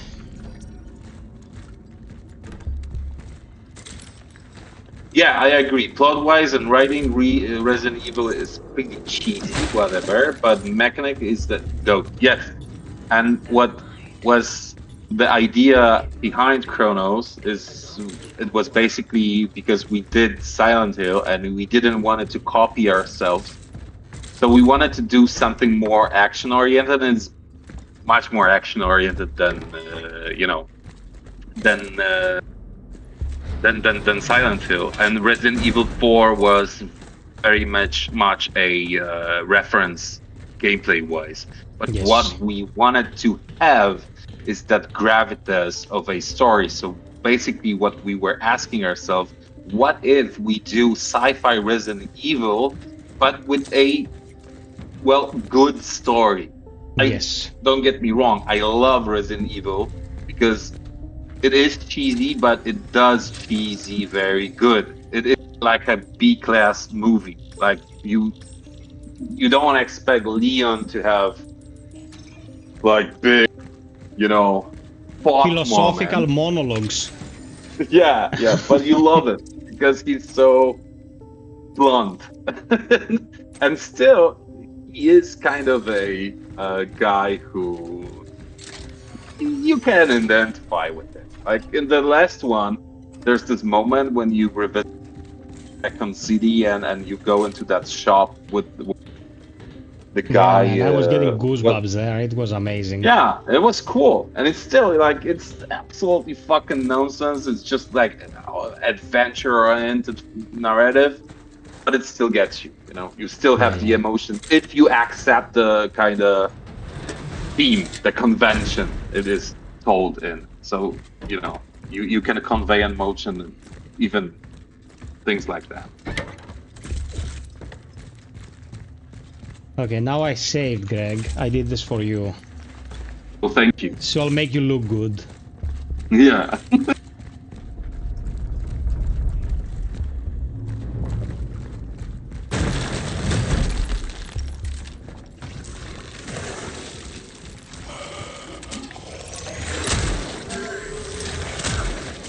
Well, what I felt of the length of Resident Evil 9, it was just like, whenever I got bored of a section, it was just like, it was over. Yeah. So yeah, it was kind of good in that kind of way for me. But it is, it's maybe it differs how you play. But yes, I think like when you're collecting those 3 things to like detonate the gate to reconcile or something like that. Yeah, it drags a bit. Yeah, it drags a bit because I think what they wanted to do at first was like an open kind of world situation there, but they kind of changed their mind on it, and you can feel that there was like a plan for it, but then it was cut, so it's just like a Frankenstein a bit. I don't know. Greg, I did this for you, shitless, baby. Oh, Jesus Christ, thank you. Praise me. See? I brought you luck, man. Yes, true. I'm your happy charm. Man, look at that. Like, first time I executed, I was a bit cold, I was a bit rusty. Second time I executed, they didn't get close. Like, CRONOS is perfectly balanced. Even on hard, it's clean as fuck. People are whining for nothing, man. Yeah. People whine because it's their hobby, dude. Oh, Silver Pines. Yes, I've got this on my list. Yes. Thank you. Yes. You know what, Greg? I'm gonna say it. I'm gonna say it, man. I invite Greg to join us for streams of other games as well. Cool. I can do this. No worries. Because he's a friend by now, we've had a lot of nice conversations. He can just join us to just chill in other streams. Yes. I'm happy to. Oh, Excellent. look, this Orphan has a medium t-shirt with the logo. Really? I thought it was a cop's vest. No, it says medium. Oh, that's interesting. Yeah, and I think there's also a guy with the Observer t-shirt on it, something like that, somewhere.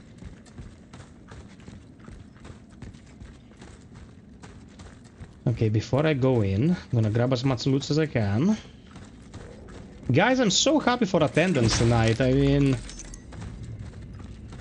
before Lazarus drops, things are silent, you know, because people are waiting for Lazarus. But all things considered, the random Wednesday, thank you for being here. It's pretty neat. And of course, Greg, man, I love you so much. You're awesome. Yeah, you guys are too. You know, when you want someone to give you something, you butter them up and you're like, oh, you're awesome. Do you want to do a stream? Like, your feet don't smell. You're one of those guys. Oh, shit. But, That was good. You're smooth. yeah, imagine saying that to someone, man. Like, they're gonna lose their fucking mind. But once you get that something out of them, you know, Greg's here, we did the interview, it would be like, okay, I got what I wanted. Like, bye-bye. No, man, Yeah. that's horseshit. You gotta be kind to people who are forthcoming, you know what I mean? So that's why I like you so much. You're like, you're a real person, dude. Well, I really much enjoy, you know, talking with you guys because this is like, well, when you do a play in the theater, you know, there's like the moment when a curtain goes down, you know, and you hear the applause and it's just like, okay, good. And with video games, it's just not like that. It's just like people do like being happy in their homes or being frustrated in homes, so you don't have the consolidation moment. So I basically do this because I want to experience what I did through your eyes. Basically, it's not an ego thing, really, but you know, I just want to know what you think, so I can Are do you better. using me, Greg? That's what you're saying? Yes. Are you using me to get the claps? Yes, you're using me. I'm using you. We are kind of, you know, man. style of violence. It's a 69 of usefulness. Yes. No, it's all love. All love. Okay, who wanted a kill with melee? There you have it. There I you just killed an orphan with melee, which is rare. Okay, now I'm in the perfect spot where all my guns are empty. I have no enemies in front of me. Oh, except for these fuckers.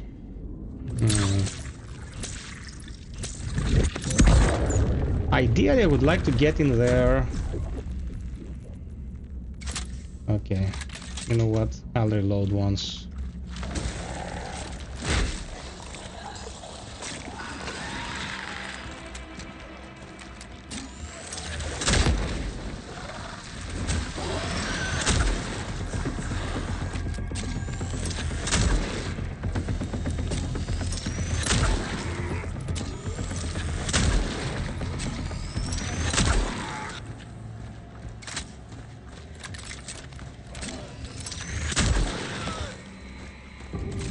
Eat shit.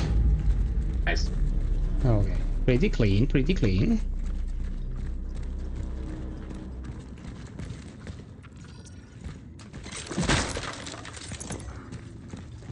Oh man, I wouldn't say I kind of forgot how much I love this game because I never forgot. But replaying it, ah man, it's a balsam for my soul. I love this game. I don't have room for jack shit. Have to come back. Guys, if you have asked something and I didn't reply, it's I've missed it. So be sure to remind me the question or something, and I'll try to answer. Yeah, guys, just retype if something gets lost in transmission, because there's a lot of chat. Like tonight we had over 1,000 chat lines already, and we're not even halfway through the stream. So Yeah. What's my favorite horror game? Shit. the game called shit. Well, yeah, it's I always loved Resident Evil 2. Even when it was not a remake, I think it was OG. But I still remember playing first time Silent Hill 2, and it was just too much for this little boy So it stayed with me. It was just mind-bending then. And when you kind of, played it on a TV, not a computer or a modern TV, but this fucking TV I don't know, that was, with the kinescope, it was just like it looked so creepy. So that was a big thing for me. And in recent days, really, I think Ignalis is an awesome game, So that's a modern classic to me. And it's a little game. It's obscure. It's maybe not so popular, but it should be. Which game was that? I missed the reference. Ignalis. Oh, Signalis. Oh man, you're a man of culture. Very good. Yeah. Of course. Yeah, man. Okay, if the peeps who joined us tonight want me to do a Signalis stream at some point, I'll do a Signalis stream and I'll invite Greg as well. Oh shit, I would love that. I would fucking love that. Yes. Yes, the tongue controls is basically a thing that I just, I have lost the ability to play a game with tongue controls with the modern approach now, because I've got used to like the new modern kind of way of moving around. Yeah. And I think last year I was excited because remaster or HD thing of Dino Crisis dropped, and I was like, oh shit, I need to play this, man. I love this game. And fucking tank controls, and I was like, Jesus Christ, I can't. I hate Dino Crisis. Oh really? Brother, I hate it with a passion. I think it's the most throw dildos to a whiteboard and see what sticks game Capcom ever made. Like, oh my god, I can't stomach it. I can't stomach it. It is a lot of half-done mechanics, especially when it comes to the precision the game allows you when it comes to pretty much everything from your economy to the combat. It's just a fucking mess. I don't know. All the more power to you guys who enjoy it, but no, man, I played it back in the day. I tried it again recently, and whilst you'll play Resident Evil 2 OG any day of the week, and be like, this is precise as fuck, this is great. And then you go to Dino Crisis and it's like a mess. I don't like it.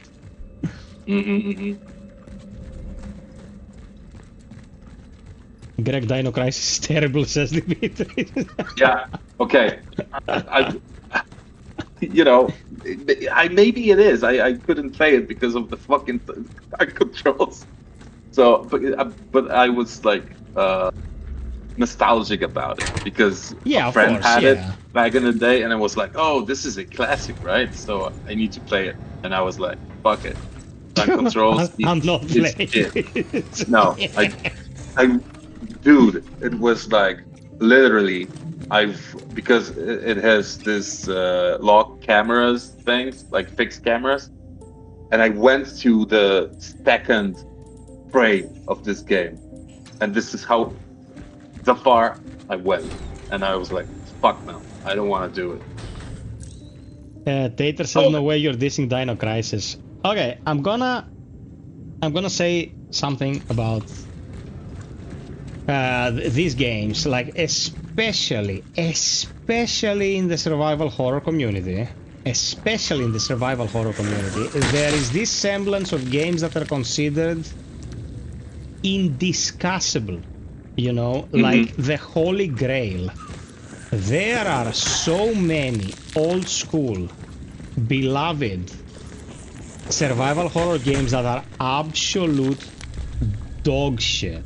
Okay, the issue is that we loved them back in the day. Okay, yeah. In many cases, people only experienced them back in the day, Yeah. And now, in this day and age, we still remember them as being these stellar experiences where they're absolutely horrible. Code Veronica is shit, bro. I'm telling you, Resident Evil 1, even the original, is very good. The remake, it's a timeless classic. Resident Evil 2, stellar. Resident Evil 3 Nemesis, very good. Not every Resident Evil is that good. I played Code Veronica literally 2 weeks ago. 2 weeks ago, I did 65 of the game in one sitting. It's a game that is obnoxiously paced. It can soft lock you 3 times throughout the course of a single playthrough. The sidekick is the most annoying sounding, looking and behaving character in the history of any serious Resident Evil. I'm not gonna talk about Resident Evil Revelations. I'm not gonna bring Jessica into this. Like, okay, we have to draw the line somewhere, but Steve is absolute dog shit. The lack of sensibility when it comes to how they wrote the Ashfords is mind-blowing. Back in the day, because we were still in the caveman era, like, we didn't pay as much attention. But Claire calls us for the cross-dressing freak.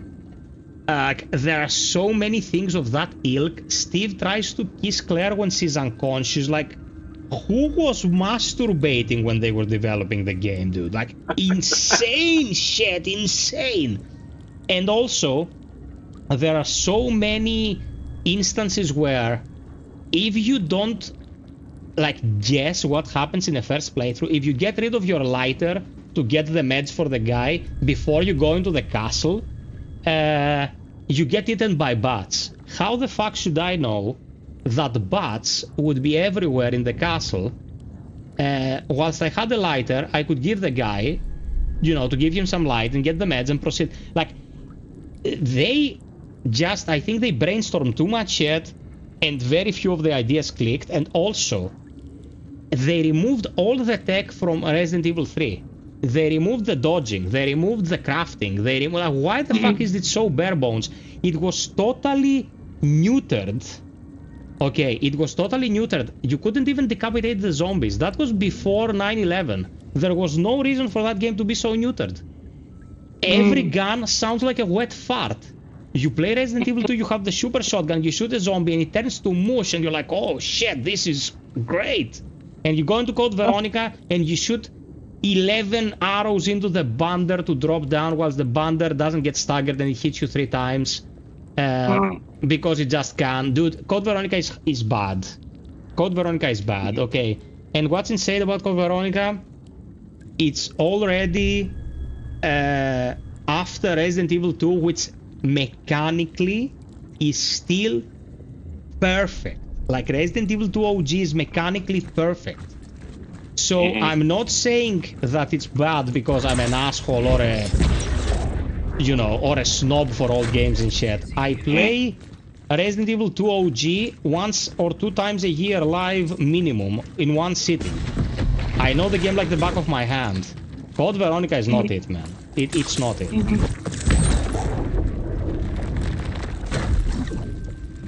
Just to what answer what lingers here. I get that bolt cutters could be. It was a decision to be made, right? But yes, they occupy your space, and this is kind of what the deal was supposed to be them. But I guess this is like frustrating. But I think what it's even like weirder that bolt cutters, like, you are a traveler. You have all this tech, and you still like use bolt cutters. What is this? Just like a laser thing or something? But you know, this is what we did because every horror game has a bolt cutter. So it was. We went purist on that shit. Yes. So that was weird, but it happened. And yes, I played Gear Effect in back in the day, and it was awesome. I think it was just like perfect game for teenager because of the, you know, aesthetics, but it was fun. I guess, yes. I have to tip my hat to Tata because like, you clearly have your reasons. That's fair enough. That's how humans converse, brother. I give you my reasons. We don't have to agree. You might have your own reasons for loving the game. That's absolutely understandable. But you know, there are many misconceptions in gaming. I'm gonna drop a question. and I want Greg to answer, and then I'm gonna explain, according to his answer, why people have certain misconceptions. Also, Kostas Michalaros is an asshole, ban him. I don't want to see him ever again. I wish him diarrhea in August. And thanks, Psychman, for supporting the stream. Thank you for fighting depression since 2023. Supporting the stream helps me do more streams for you, Piperinos. The question. Does Resident Evil 4 OG have tank controls or not? It doesn't, I think. You say it doesn't. Well, it does. Resident Evil 4 OG has tank controls. It plays exactly like the old Resident Evils. Up will always move you up, down will move you down, left will rotate you left, and right will rotate you right. That is because it doesn't have strafing. You cannot do that in Resident Evil 4 OG. Alright. Tank controls is just being forced to do this. That's tank controls. You know? People played Resident Evil 4 OG back in the day and they were like, oh shit! It's not Resident Evil, bro! Like, wow! The only thing that changed with Resident Evil 4 was the camera that was behind Leon instead of... With Code Veronica, the camera was already moving, you know? But the purists were like, oh, my Resident Evil goes... You know? Okay. I knew that there was a change, but the change was the camera, right? Yeah. Not the tank controls. Okay. So, you know, many things that people either were anathematic about or embraced with those games were just misconceptions, and that's blowing my mind, bro. That's blowing my mind. It's like the thing with Silent Hill F that we were discussing. Silent Hill F is against cis relationships and marriage and promotes family rebellion and this. Like, did you fucking see what's been said in that game, you dingus? No. Misconceptions, man. People form opinions over things they don't understand. You know what I mean? Yeah, exactly. It's a very common thing. Yeah.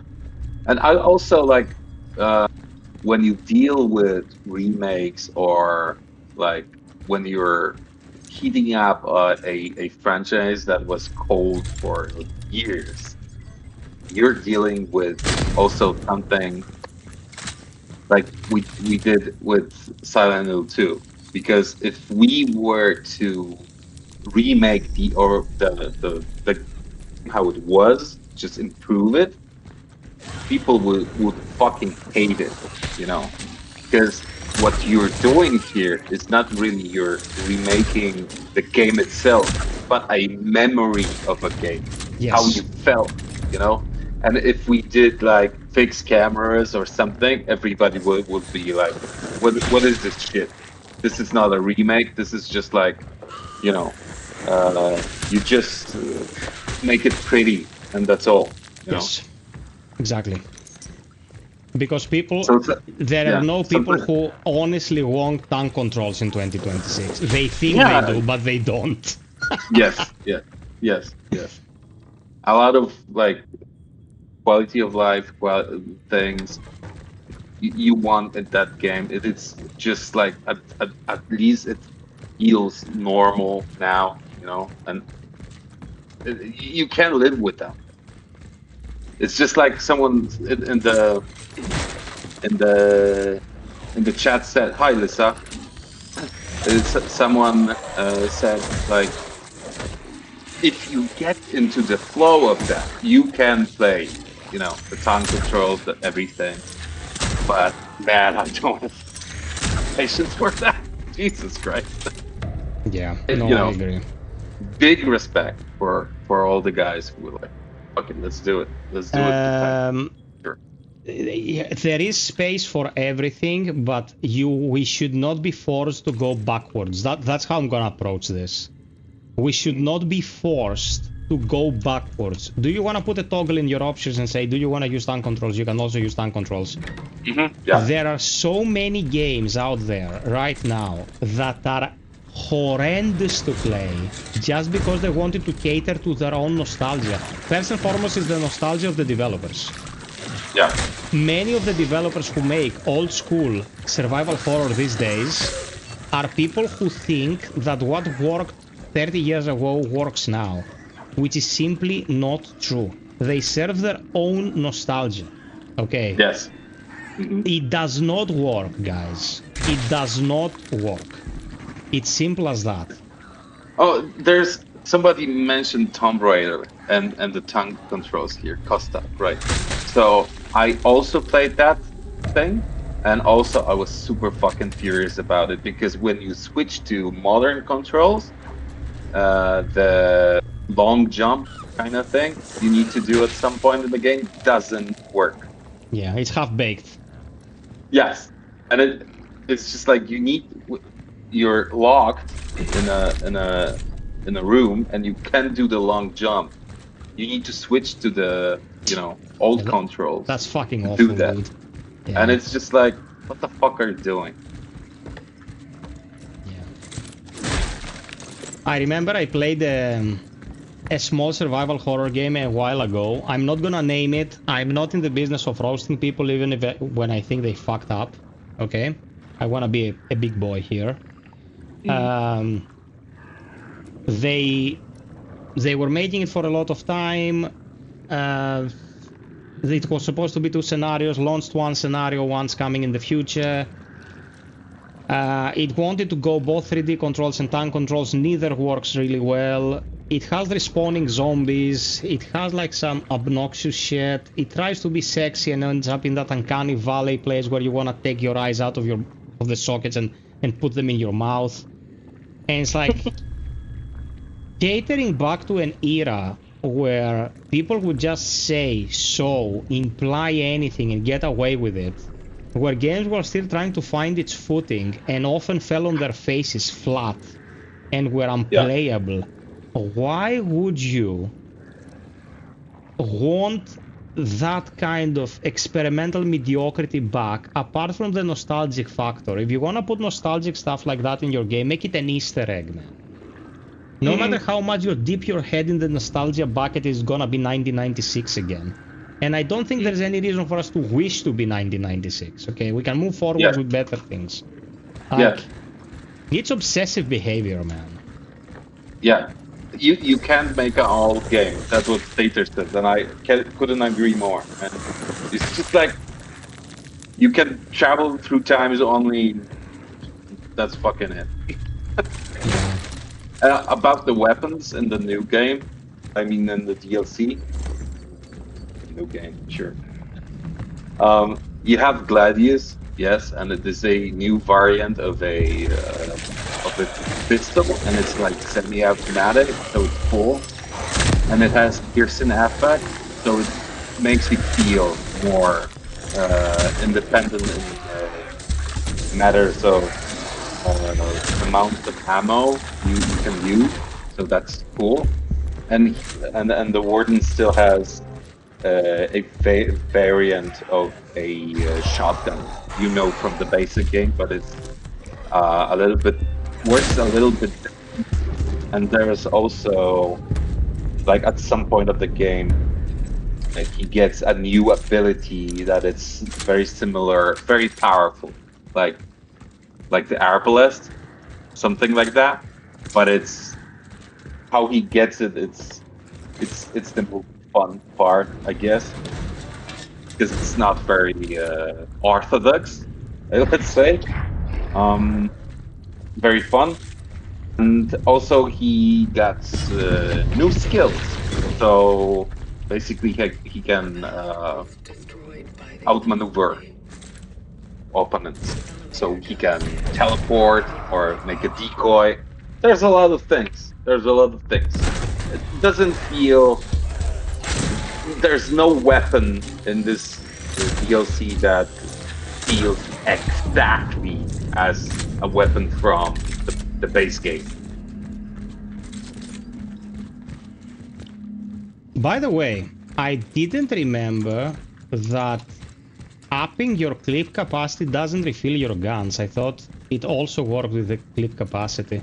And I was running around with 0 bullets to get a free reload, and I got my balls in a basket. But the first person mode weirdly enough to be the best way to play it, and that was a bonus mode. I made no sense. Hollow Body is really good. Hollow Body is really good because it's short and sweet. It has nice commentary to it, and it doesn't overstay its welcome. I wasn't talking about Hollow Body. Hollow Body is a good game, at least in my humble opinion. Yeah, cool. The game I was talking about goes by a different name. I'm gonna leave it at that. Hollow Body was good.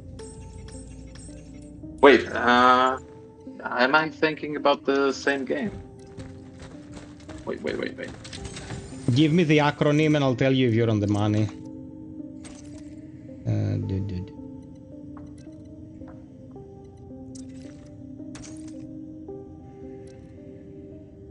Yeah, I like that game. I played it. I wanted to replay it because there's several endings to it, and I think it was nice and vague, very similar to CRONOS in a lot of ways.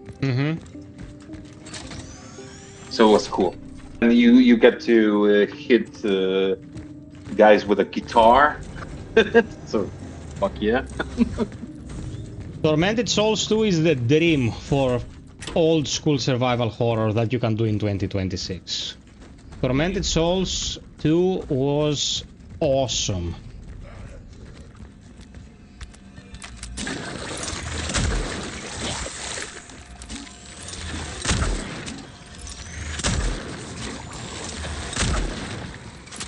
Down you go, bitch.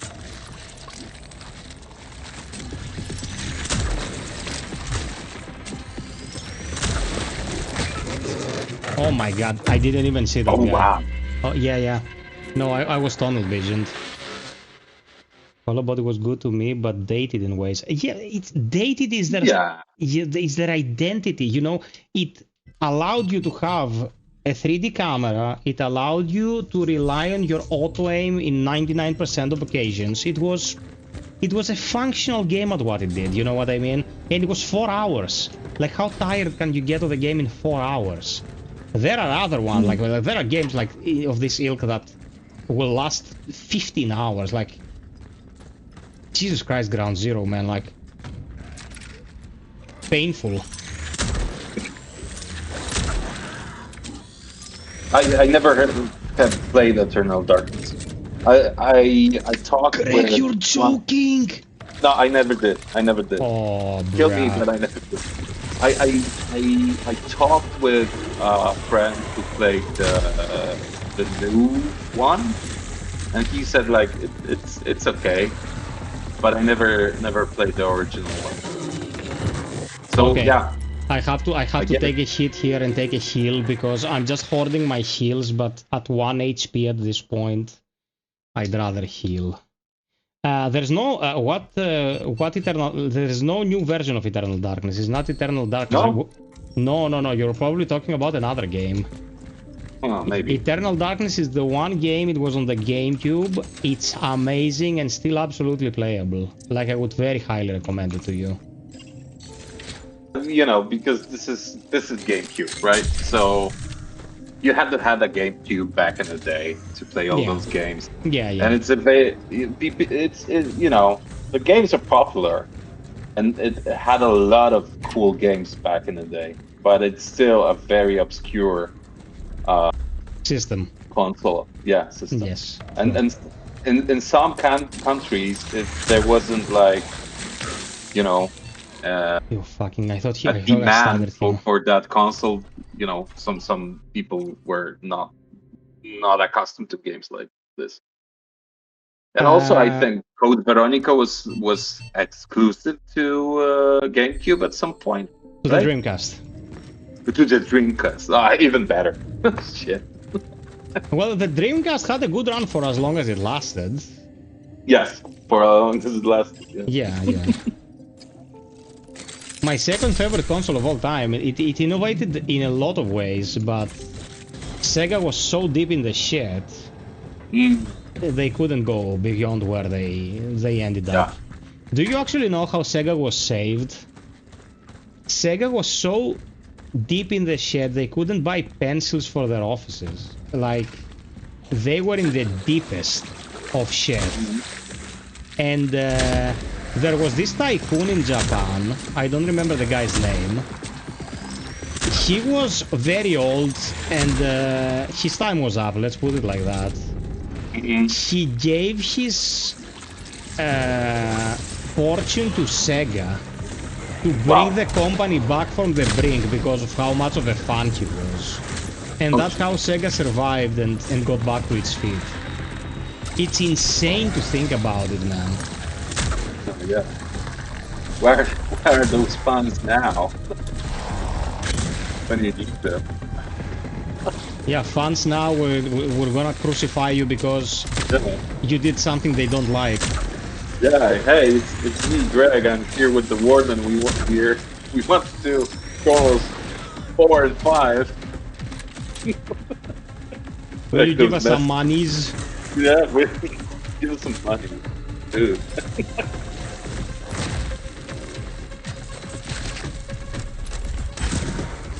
This fight did not go well.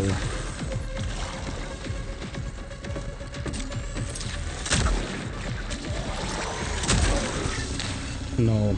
Why am I dealing with why am I finding this difficult now? Whilst it's not, it's very easy. I'll try it again. Most anticipated game for me is Silver Pines. Yeah, Silver Pines is coming to everything. I don't know if it's coming to everything day one, but it's definitely coming to everything.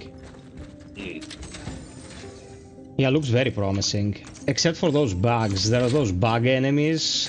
The guy who designed them has to go to jail. Now, that game was made by 5 people. If we pick a random one of those 5 people and send them to jail for life, we have a 20% probability of sending the actual culprit to jail. I think we should take that chance.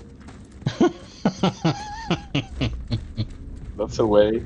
That's a way. That's a way to fight corruption.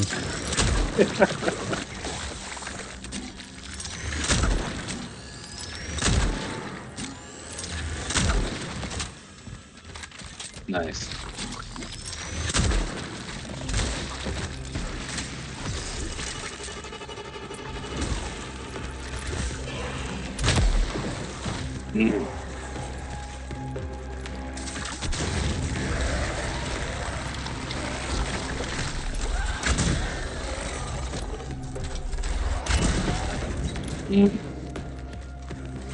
Awesome. Oh no.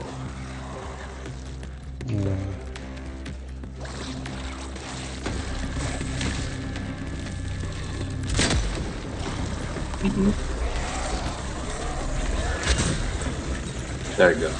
Shit. Oh, fuck.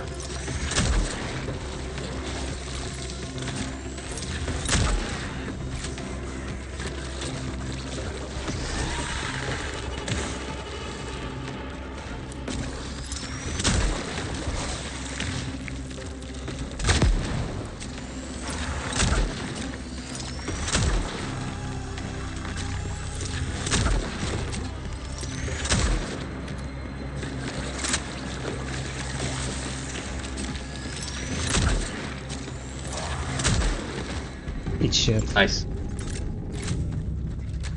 Okay. There you go. There you go. That was hitless again. Resources insufficient. Welcome everyone, guys. Please don't forget to drop us a like so we can get the stream to more people. If you feel like supporting, check the pinned comment. Love you all. So Greg, trust me bro, get your hands on Eternal Darkness copy, wink wink, somehow. And brother, give it a go, it's phenomenal. I have played Total Chaos, was brutal. Total Chaos I played on the hardest difficulty setting my first playthrough. It was brutal and I loved it for it, man. It was brutal. Huh. In that game, you need like records to save on hard, and you can like on hard you can save approximately once every 2 hours. And sometimes you find half a record. Like whoever did that was an asshole. You see the record like as being like half behind of a desk, let's say, you know, like half of it was hidden. And then you go and pick it up and it wasn't hidden behind the desk. It was half a record. You need to find another half and then merge them together with another item and get yourself a save. My god, dude, like, the butt clenching was real in that game. It was real. Nice. It was a Doom 2 mod initially. Everything was doomed on the mod on the Doom 2 engine. And then they transferred it into an actual game. Oh, wow. I think built in Unity. Oh wow. Yeah, those Unity assholes, what they deserved. The backlash was real. Well, no weapon you use in Total Chaos is supposed to be forever. They're a resource. Greg, are you having a good time, my man? Oh yeah, I very much love this part. It's the fight with this guy is awesome. Greg, do you wanna grab a beer, bruh? Sure. Okay, after this fight I'm getting a beer. Great. Okay.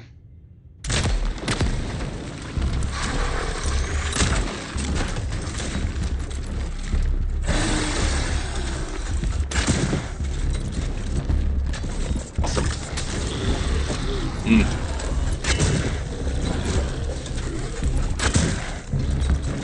Yeah, I think it's a solid introduction of a new enemy.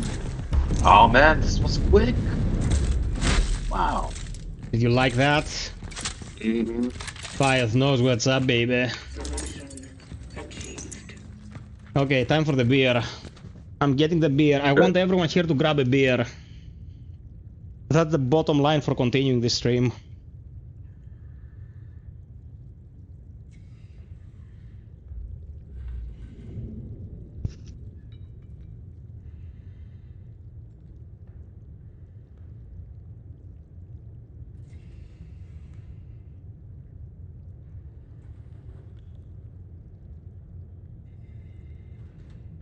Okay, I have a very important question. Do you guys think that every brand of stock beer is Carlsberg? Dude, I have an acquaintance. He's an awesome guy. Whenever I say, I'm gonna grab a beer, what kind of beer did you grab? I got a Kaiser. It's Carlsberg, bro. I'm like, how? Like, every stock beer is Carlsberg. I'm like, that's certainly a theory. He thinks that Carlsberg is like the situation with Pepsi and Coca-Cola, where, like, you know, they're part of the same parent company. Mm-hmm. So every stock beer is like Carlsberg. Well, I don't know. that's maybe true, you know. Well, it could. That's what's crazy. It could be the truth. Yes. Like companies in Poland that produce beer, and at some point there was bought by, you know, Heineken. Yes. And now most of like regular store beer, not like craft beer or something, is just like it tastes totally different than 10 years before, because now everything is Heineken and fuck it. Which fucking sucks. Yes, because it's like piss. Hello, chat. Cheers to you guys. Cheers. So awesome to have you here, Greg. Amazing stream. Thank you so much. Such is our calling. I'm enjoying everything here. I think you enjoyed being able to look at my face more, but you can look at me gaming at my face in a miniature scale, at least. Yes. Fight, how about streaming Metal Gear Solid 1? I believe this game is still very playable. If I stream Metal Gear Solid 1, the only people watching will be you and my mom. I have to explain something, guys. Okay, thank you, Greg. Thank you. I have to explain something, guys. The reach of something on YouTube is not tied to its quality. It's tied to precedence. Does YouTube understand that I'm doing Metal Gear and the guys who should be coming my way are the Metal Gear guys? Yes? It'll serve the stream to the Metal Gear crowd. Have I ever streamed Metal Gear? No. Will YouTube know who to send that stream to? No. We'll be here sucking our thumbs. That's the reality of YouTube. What the what? Procedure successful. Was this supposed to happen? I don't think so. Me neither.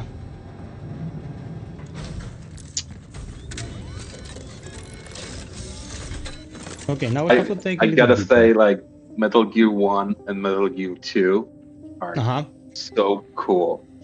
I mean, Yeah, man. those Classic games. Yeah, and how, like, narratives created in those games. I mean, okay, now you have very long cutscenes in those, and maybe are too long, but still, it's fucking Kojima, so who cares? But you can do a lot of freaking, you know, things in that games that sometimes still, like, replaying it after years. Like, you can crouch when you're in a locker, and when you like move your head towards the door and there's a poster of a lady there, you can hear a kiss. So basically, Yeah, all the trolling. There was a lot of trolling. yeah, Jesus fucking Christ. Or if you don't kill a guy in the first arena or something, then, you know, you go under a bridge and he's like taking a piss on you because he's still alive or something. It's just like, what the fuck? Yeah, So, Kojima is an auteur, man. Kojima is a little bit lost up his own ass, but Kobe, thank you so much for the coffee. Who's Kobe? I wanna know who Kobe is so I can say thank you, Kobe. He was really deep into the meta game in his creations, like the little Easter eggs, the little tidbits, the little cross-referencing.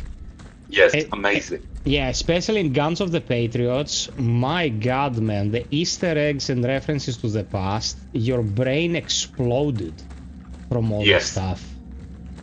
Guns of the Patriots is my favorite Metal Gear Solid game. I think I'm in an extreme minority right now. I think it's somewhere up there with me. So no worries.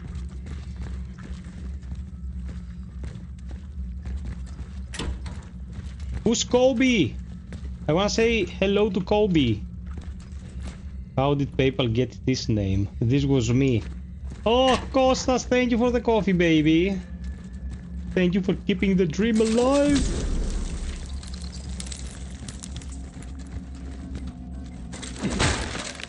I'm carrying so many. Okay, let's make shells.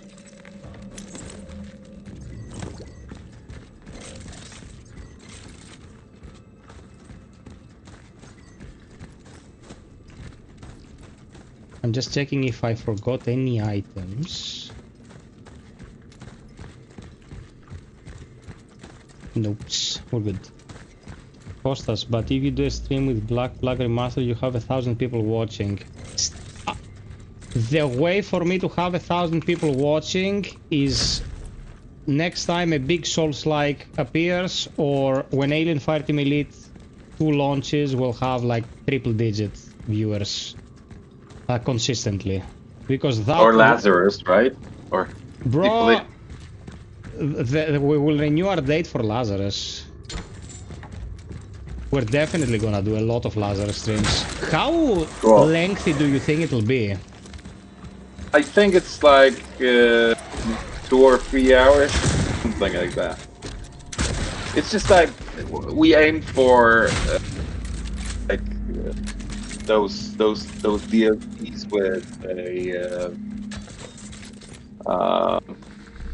of Resident Evil 4 when we play. Shit, what's her name? Miss Wong, basically. Oh, separate ways. Yeah. So it's basically, I think, what, 3 hours, and it's done. So it's very concise, but it's fun. Okay. Yeah, it's we didn't have resources to do a like 8 hours or something like that. Fuck no. It doesn't need to be. Yeah, it doesn't need to be, and it's still like I think the story is enough. Well, thank you for the vote Kind of of- confidence, Dimitris. 1,000 unique viewers, I think, is very feasible. 1,000 concurrent viewers, I think it's not happening. Valor Mortis will not be a big game, guys. We think Valor Mortis and can't wait for it because we like Souls-likes. Valor Mortis is a tiny project. It's from the people who made Ghost Runner. Ghost Runner might sound like a big game if you know what it is, but get out there, ask 10 people, 9 won't know what Ghost Runner is. This market now has insane reach. Thinking that what we think is big is actually big will get you disappointed more often than not.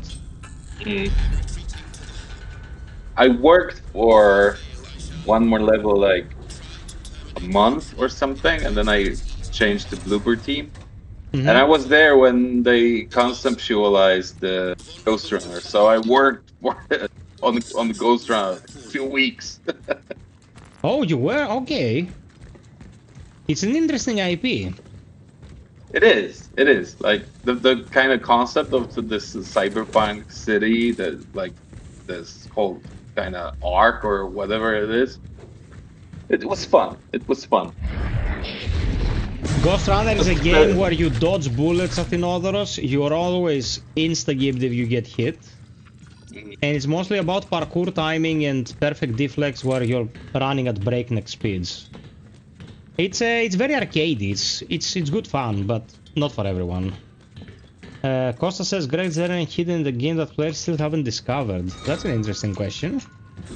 Yes, and I am scanning for the internet for everything. I still think that there are some players that didn't discover the whole thing. So That's I'm very excited for that. Because sometimes, you know, we talked about like Kojima's approach to what he does, basically, story-wise, and sometimes it's just like we wanted to create the kind of situations when you see something only if you did something before or something. Like, Bro, oh my god, I can't believe I'm this stupid. Why did I come in here without a torch? oh wow. Sorry, Greg, sorry. No worries.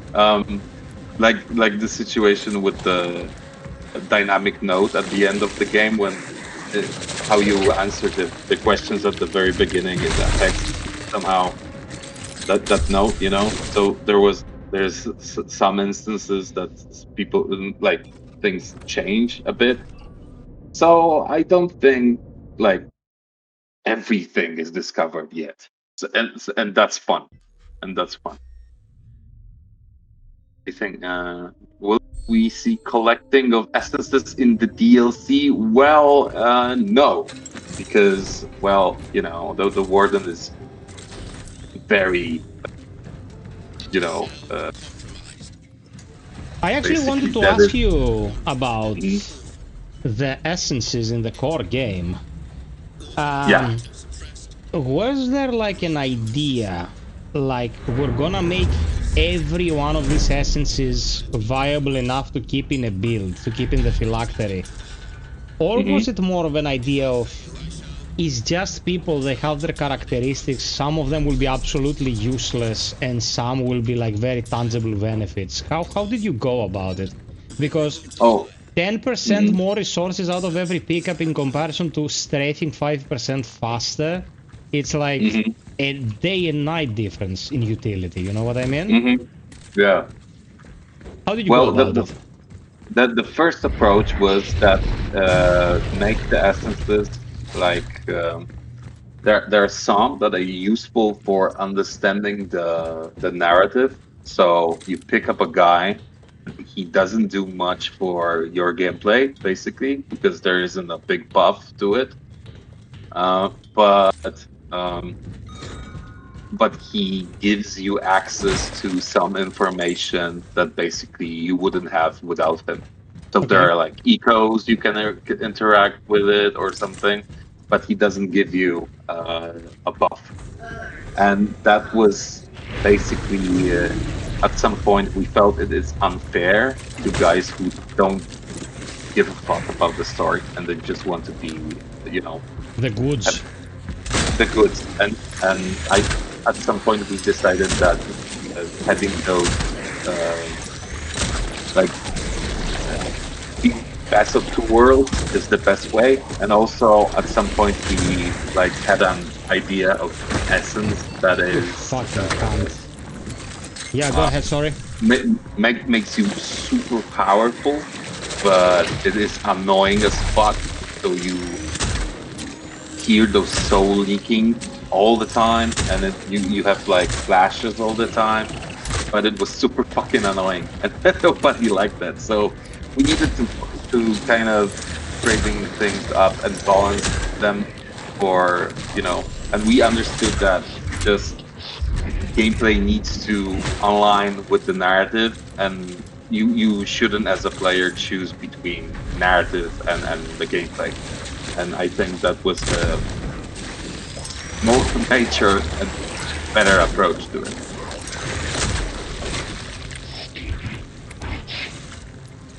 Yeah, there was like crazy ideas, and No, it's like, viable. It makes sense. yeah, and some of the ideas were like still like when you have Angela with you, and you go idle for a while, you hear singing or something, and we wanted to do like her to sing. Go fuck yourself. All the Yeah, fucking go ahead. time. Sorry, sorry. Yeah. That was reflex swearing. Yeah. Go ahead. So at the first, we wanted Angela when she's in your phylactery to sing all the time, like the most of the time, but it was like bad for the atmosphere. Yeah. So we wanted to do crazy things, but then we restrained ourselves basically. You know, I have only one gripe with the whole of the sound production. We discussed it briefly when we were doing All right. the post interview. Like, it's not classy for me to mention it. Like, I don't think it's a very good idea to talk about someone else's effort under a negative light, especially in such a masterpiece of a game. But I think like 95% of what was done here, sound design wise, was like absolutely spot on. Just a repetition can be obnoxious, you know what I mean? Like Yeah. having a character sing to you non-stop for 15 hours. Yeah. It It's can just drive bad. you insane, yeah. Yes. Yeah. So yeah, you have this like crazy idea, and then you go like, "Fuck, you know, this is too much, man. I can't do Yes. it. You know, nobody will bear it." Is who it is? The apartment boss is Edward or Angela's mother? This is Angela's mother. Yes. This is the old lady you will see in a moment behind the door. Man, I have a sin to confess. I think I'm not the only one who has, you know, partaken in the sin, but I'm gonna say it. Yeah. When you were making Silent Hill 2, Yeah. you released a trailer where the main theme of Silent Hill 2 was playing the guitar version, and you were just blasting shit with a shotgun, and it was like very dark and very edgelord. And I Maybe. watched that trailer back in the day, and I'm like, oh my god, they fucked it, bro. What is this?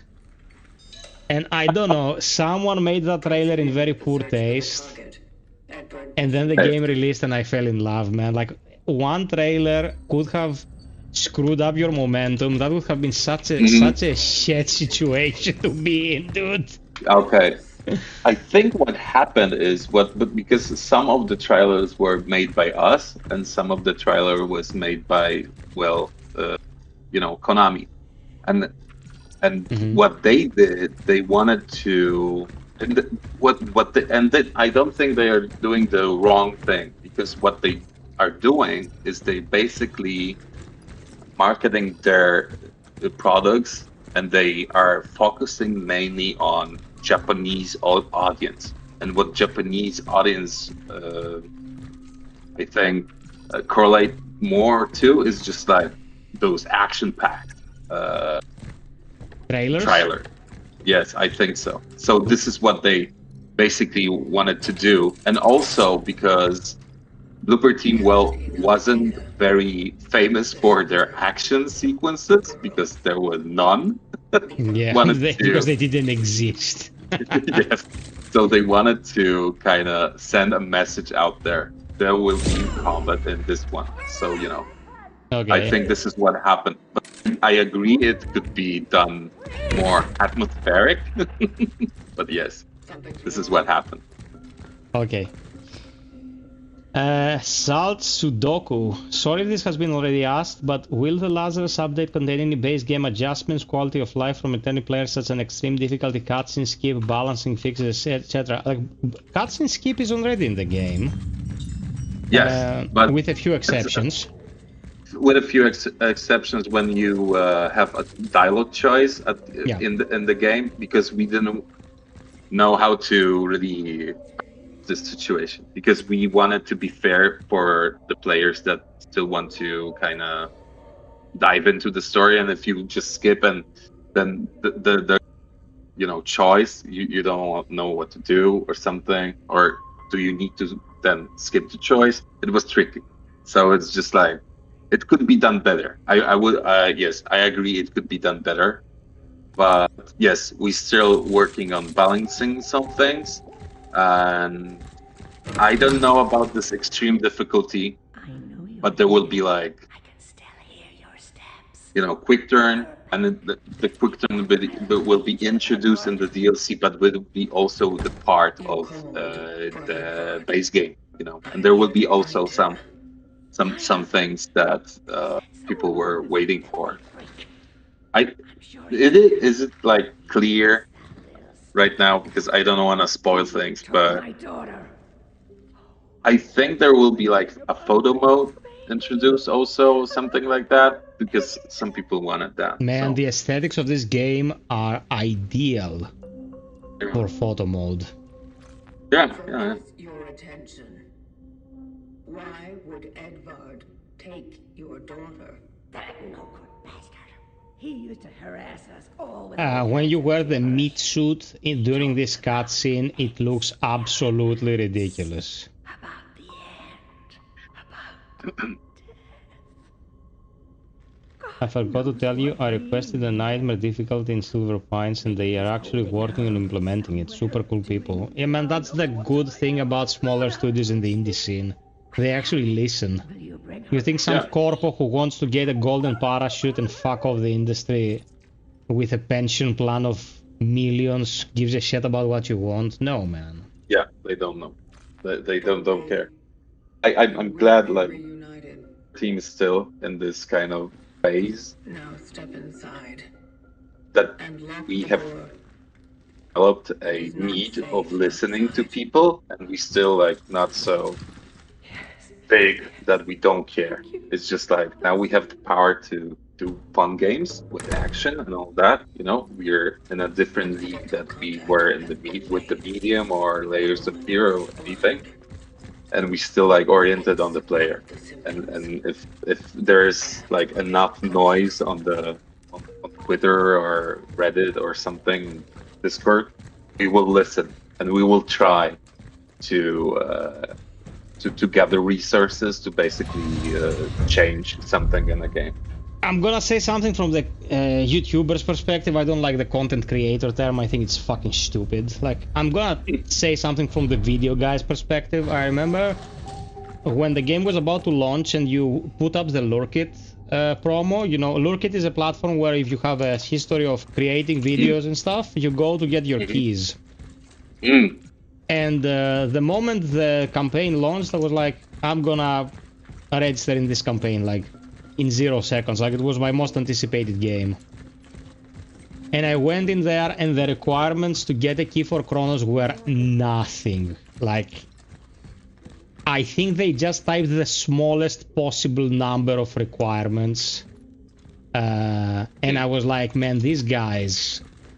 Like, the mentality of, you want to cover our game, get your key, have fun, do the coverage. And I'm like, this is such a decent way to treat people. And then you see games from like who the fuck is that Timmy, and his requirements are like 70 concurrent viewers, 10,000 views for video.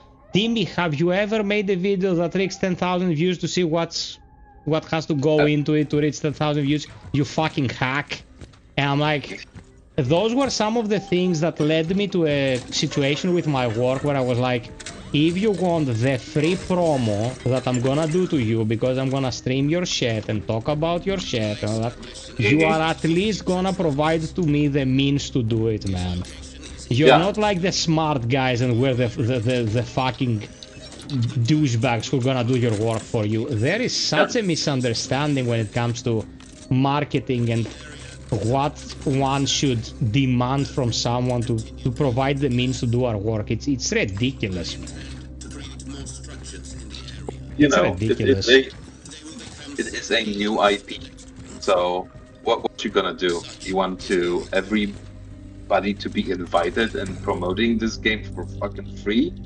Or you wanna lock yourself in a fucking crystal castle and, you know, be pretentious about your product?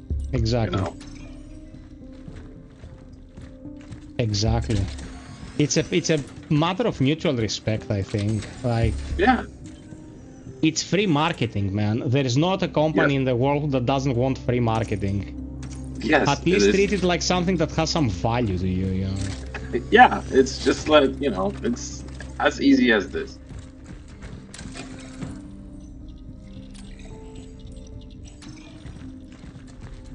Okay, we need the bolt cutters here because there's gonna be a door that gets bolt cut in the basement, and that's about it. Ah, small inventory, Greg. I hate you, man.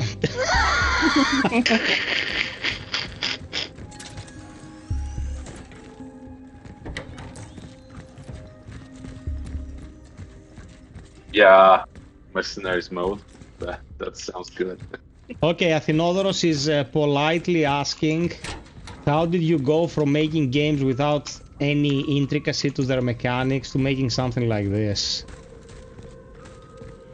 You know what? I think when we were doing the medium, we at some point we gathered resources to do a game like this, and the medium kind of was a test for us to have to be seen by Konami, because we were in talks for Silent Hill, and I guess it was just like they were like, okay, just release this game and we'll see how it goes, you know.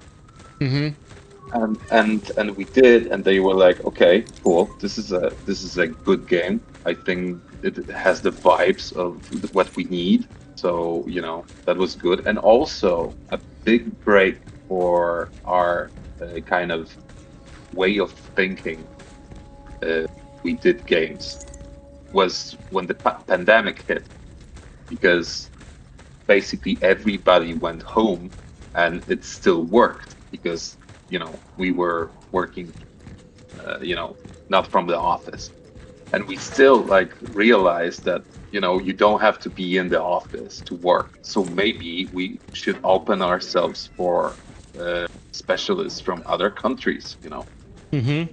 And a lot of like from Iran or Russia guys came, you know, from France, you know. And now Bloober Team is a, you know, I think we have like something that about 250 people on board, and they are from, yeah, and they are like, you know, and some of them, those guys work on Silent Hill 1, and some of the guys are doing, you know, other games, and so we're like split, but we still like, you know, have specialists that are rotating between games, like cinematics or something like that, you know. And basically this opened us for a bigger market of you know, of specialists, so that was very helpful. And of course, you know, with doing a game like Silent Hill, you have funds from the you know, publisher, the Yes. holder of the IP, you know. So you can basically hire people that are specialists in their, you know, in their matter. So that was very helpful. And you know, this just and still we were learning, we were evolving, and we wanted to introduce combat and even in like and even in the medium, but we knew that we can't do it right, so we decided not to do it at all. Thank the maker, bro, because all Yeah. those minimalistic approach games that bring combat into the fold that sucks and no one wants to interact with, it's just torturing your player base, man. Yeah. Even the little bit of stealth that was in the medium, like, scratched it pretty close to becoming annoying, but was really, really like, you know, small sections. I have a question about the medium, if you will humor me. Sure. It ends a little bit abruptly. Yes. Was there any plan to explore more there, or was that always the idea? Yes. Yes. I think there was like we were working towards a sequel, basically. Aha. There was, yeah. And I think a lot of people also reacted to the game very harshly because they said that the ending isn't very satisfactory, but it was leading to something, but that something, you know, never happened. So basically, Oh, that that's was the too bad, problem. man. The medium Yeah. is a good game. I think it's fine. And there's this question like, do I think it would be better with combat? And I think, you know, if I don't, it is a. I think the problem also with the medium was that it was marketed as a survival horror, and it was more of a horror adventure game. Yeah, man. There's no survival horror when you don't have to manage resources. It's a horror Yeah, adventure, yeah. Yeah. So basically, I think if we could, this is a very hypothetical situation, but if we could now the medium, I think it would benefit from it. People would react with more interest. But I think the story did good, so that's that. And if we could, like hypothetically, if we will do a sequel or something like that, which would it be fair to kind of introduce combat at this point? Because you didn't have like it in the first game, so it's very complicated. No, I don't know. Yeah, if you don't build it from the ground up with that mentality, I think it's gonna lead to some weird stuff. Yeah, it's a different game. Maybe it should be like in the universe of the medium, but with I don't know. You know, I don't know. Now I'm picturing Observer with the first person shooting. Yes, it would be fun. But yes, I think at some point also there was a plan for something like that, but still, if you're not ready to do something, don't do it, because, you know, you won't humor people who actually just enjoy, you know, walking scenes, and that's absolutely fine.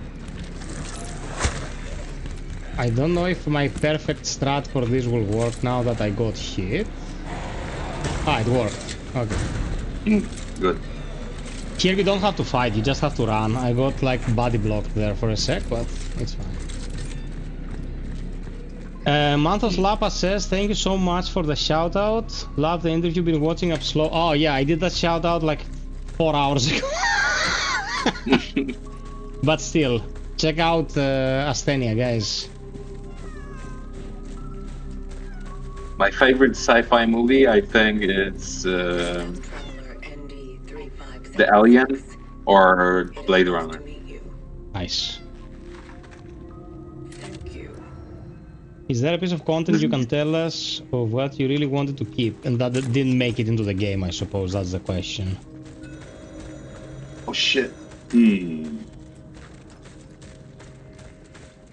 Well, it never happened, but at some point writing the script, I wanted a situation when the traveler actually arrives in the past when she already knows that she was who she was in her past life, let's say, and she enters a apartment that was Veronica's, and she sees all her things, or her photographs, or her notes, and all that. And she realizes that she knows who she was, but she doesn't remember that life. So it's still kind of, locks her in this dilemma that is she really who she is without the memory of being that person. So it was like a Stay away! I- Stay away from me! dilemma of Compose identity yourself. or something. Please don't hurt me. That's interesting. Why did he get Yeah. cut? Well, it was because it should, the structure of the What do you game now, want? and I think it works better when you have this showdown Keeping me. with the What are you warden talking about? very end. At the very end, when you discover the fact that you were Veronica, and he jumps, and you try to You crazy? Do something. just run after him. You chase him, and that's better for the pacing, because imagine that situation should happen after that moment, and that moment should feel more of a fast-paced victory run towards the last boss or something. And if you would add a She can't be saved. very reflective chunk Doesn't matter. when she thinks about things, and it's very deep, it would not be good for the pacing. And if it's not good for the pacing, well, you have your big thoughts, you have your big philosophical moments and all that, and everybody's fucking bored. So Yeah, drop it. man, it gets lost in translation sometimes. That's true. Oh, I know pathology too. It's it's very good. It's very good. Hey, Mark. What's up, my man? This scene, man, so good. Didn't they? This is some kind of experiment, right? This is soulless. What are you doing? Preserving.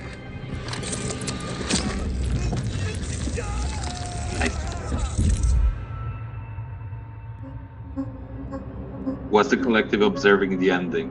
I think there is a hint. Yeah. Well, the collective is always watching. So yes. Exactly.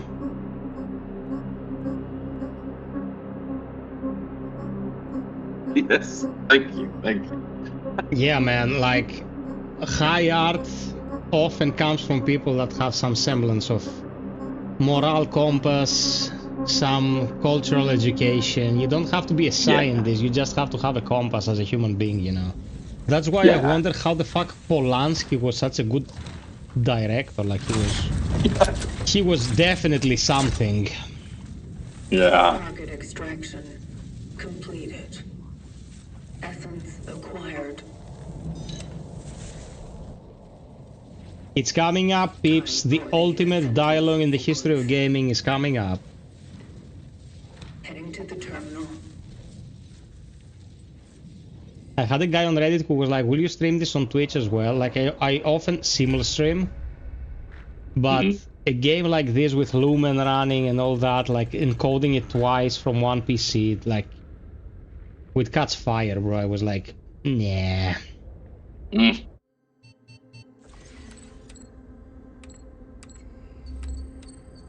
Wisniewski, that's a huge word.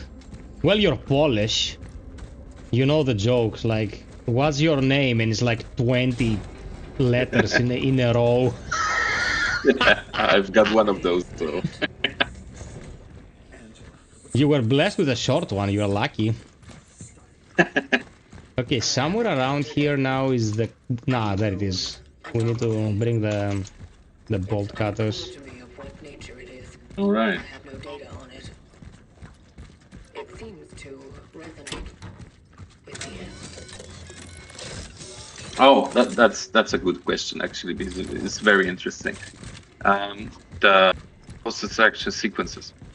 Well, this is a mix of real footage that we had access to from museums of that era, and we mixed those with actually, some of the game footage.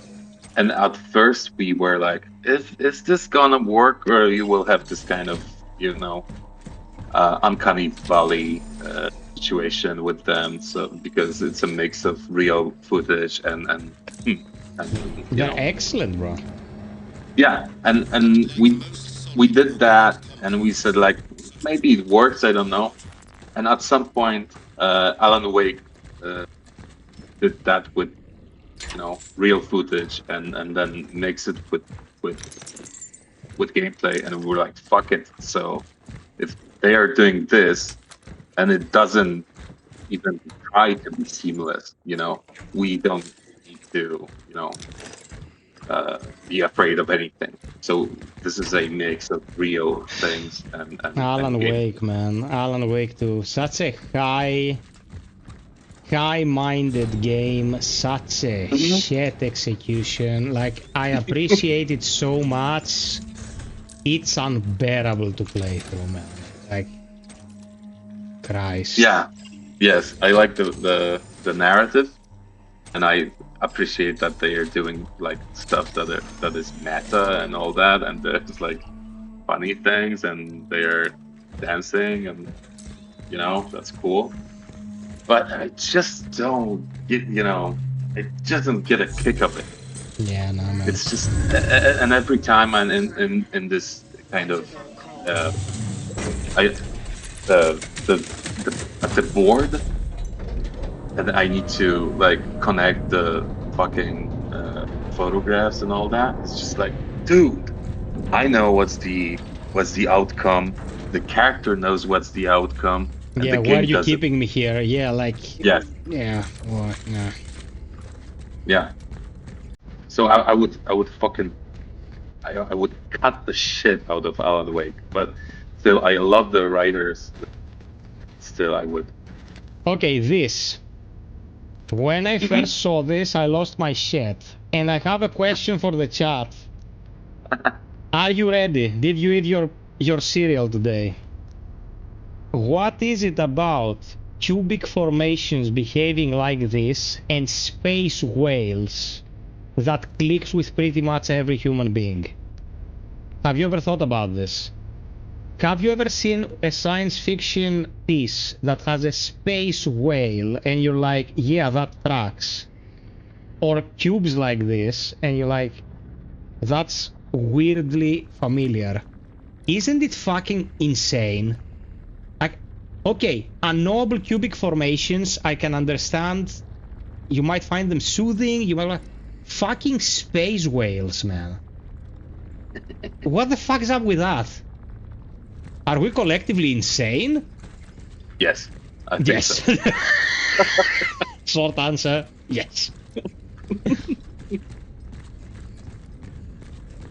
I remember I was watching an anime back in the day. I think it was either Gundam 00 or Gundam Destiny. And they had a space whale skeleton at some point. It was like this skeleton was from a space whale. It doesn't play into the narrative in any other way. It was just there, one mention, and I'm like, help! What's wrong with me? Why does this feel so normal to be here? It was so weird. Okay, now this pod right here. What's its deal? Why is it here? So a lot of collective technology have basically those shapes, and some of them are to conduct energy to other piece of technology, and some of them work like they suck the energy from the anomaly, and they produce power to power up the whole things. others are, you know, rev pods for travelers, and there are different kinds of them, basically. And That's awesome. That what I think for now with the technology of the collective is just like it kind of reproduces on its own, basically, because of the anomaly. Okay. Yeah. Like because of the time flux, new pieces of technology kind of come and go. Yeah. Okay.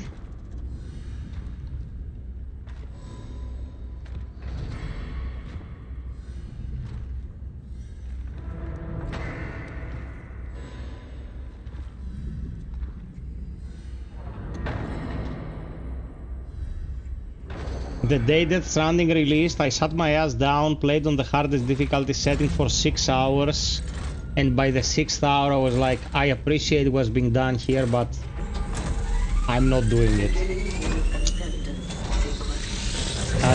I am pretty sure there's something profound in the artistry of that IP, but I never felt like being a FedEx guy, like never. You put me in a survival game, the first swing I take at a tree to get the wood requirements for my hat, blood starts dripping from my nose. I cannot, man. Like, I don't understand how those games became so popular, like the survival genre. How did it become so popular? Who likes cutting trees for hours on end? You know, I have this thing with Death Stranding that I love the aesthetic, or love the world, the idea, the fuckness of it, the wackiness of it, the Kojimas of it, you know, everything I love. But I would this, but with gameplay from Metal Gear Solid, and I'm fucking sold, you know. And like it's fine. Kojima is now, you know, advanced in age and all that, and he wants to do cozy thing and all that, and he decided to do delivering packages, which is very cute and nice. He's an old guy, he likes delivering packages. Yeah, and it's fine, but Jesus fucking Christ, I would love it to be a you know, Metal Gear Solid. Greg, you are my spirit animal, man. If you were a cat, you'd be my favorite orange fat cat. Like, I'd be scratching your belly all day long. Like, in another life, dude, I'll be like scratching your fucking orange belly all day long. No, I totally agree with him, man. And it's not just that, you know, he's old, he wants to do cozy stuff. I think it also ties into the fact that he just wants to do what he wants to do, you know? He's like, I earned this. I've worked my ass in this industry, so I'm gonna do whatever the fuck I feel like, and you're gonna like it, you know. And I'm not saying it is wrong or it is bad or anything, but it is just like not what I exactly wanted, and it somehow also feels good because every time you just get what you want, you're not really touched by the thing. So if it not subverts your, you know, your expectation, it's just like feels a little bit empty, you know. Yes. And you know, so fuck it. Let Kojima do Kojima things, and everything will be still cool. Everything, you know, fine. Don't worry, I can deliver packages. But there's this one moment when I had like fucking 70 of them on me, and I fucking fell to a river, and I was just like, Jesus Christ, I will destroy my TV now. It's just like, he even makes jokes about his own designs. I remember the start of Death Stranding 2, you go down this mountain with a baby on you and you have to like watch your step for 10 minutes straight. And you reach the ground, very graphically impressive. The game has a sublime presentation, very good sound, very good vibration on the DualSense, you know, it's immersive. You enter the bunker, And then Yeah. he looks at a picture that zooms in at the very beginning of the game, and then Sam loses his shit. It's like, no, no, no, no, no, not again. And then it's like a joke, like you don't have to replay the opening. But Kojima knew his opening would be boring as fuck to play, and Yeah. he still did it. Yeah. That's insane. Like, when it I lost think- me, it was like at some point there is a mannequin head that talks to you and he's like, I'm the president of the United States and shit. Yeah.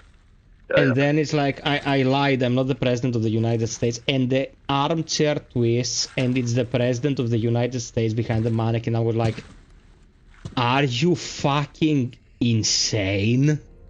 Like, it looked so... Like, it's because he doesn't give a shit. It's because he doesn't speak. Who else would write like Mario and Princess Bitch and wouldn't be sent to the gulag to mine coal forever? Like, only Kojima could do that. Yes. So Yeah, it's like, and- you either roll with what he's doing or you get away, save your soul. Like, there's no middle ground with that. Yes. And I also think that he absolutely does whatever he wants, and he does this, you know, in a great way, in a grand way. And he's got a beautiful imagination.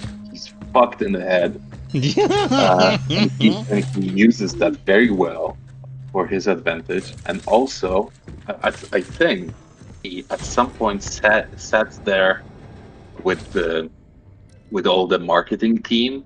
And he's like, okay, so what's wrong with my games? And they like, okay, here's the data. You know, people are frustrated by this, and this. And he's like, okay, this is exactly what I'm gonna do now. He just took the piece of paper with the data, he ripped it in half, and he was like, more cutscenes. Fuck you. Yes. Yes. You're not stopping me, I'm Kojima. I'm Kojimbo. Yes.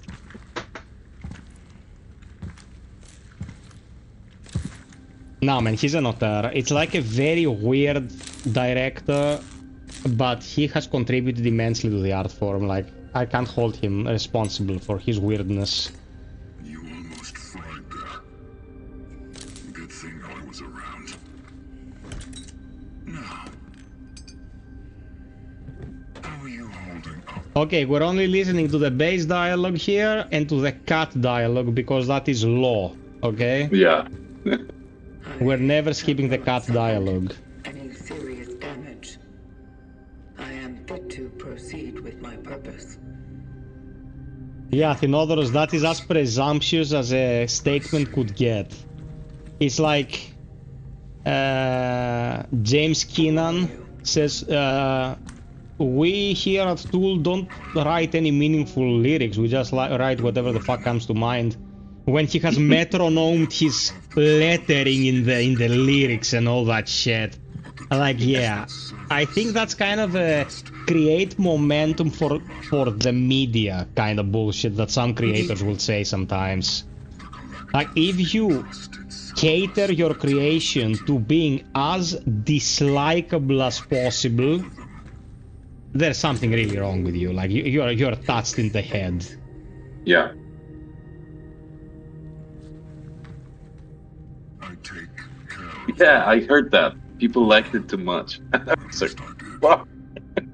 Yeah. Fucking Kojima, bro. I think that's true. I think that's true. travelers' awakenings. Stopped I Oh, really he like was- Tater. Tater, you should stick around, baby. I like you. You're a nice chap. tried to Blog as well. They've been with us from the beginning. We should buy them popcorn. didn't think the collective would send anyone else. Oh yeah, will the new DLC actually produce any skins that could be used like in the main game? Yes, Do you I have would any? love to. something. Yeah, Yeah, that'd be I would great. love to. The ascent Yes. sequence. That'd be great.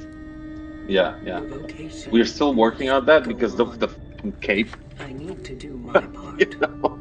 Yes, that's understandable. Where is Alan Turk in his swimsuit when you need him? The essence collective is secured. He's such a lad, man. I like him very much. Mm, But must be restored. so cool. I Yeah, mean, we have. he looks very kind individual. Yeah, he's fun, and very kind, very understanding. It's just like I'm just like you see, you need to say this, and he's like, I don't get any of this, man. This is just gibberish, and I'm like, well, it is sci-fi, and he's like, don't worry, it's like Shakespeare to me. I don't understand Shakespeare either. But yeah, we had a lot of luck with those actors.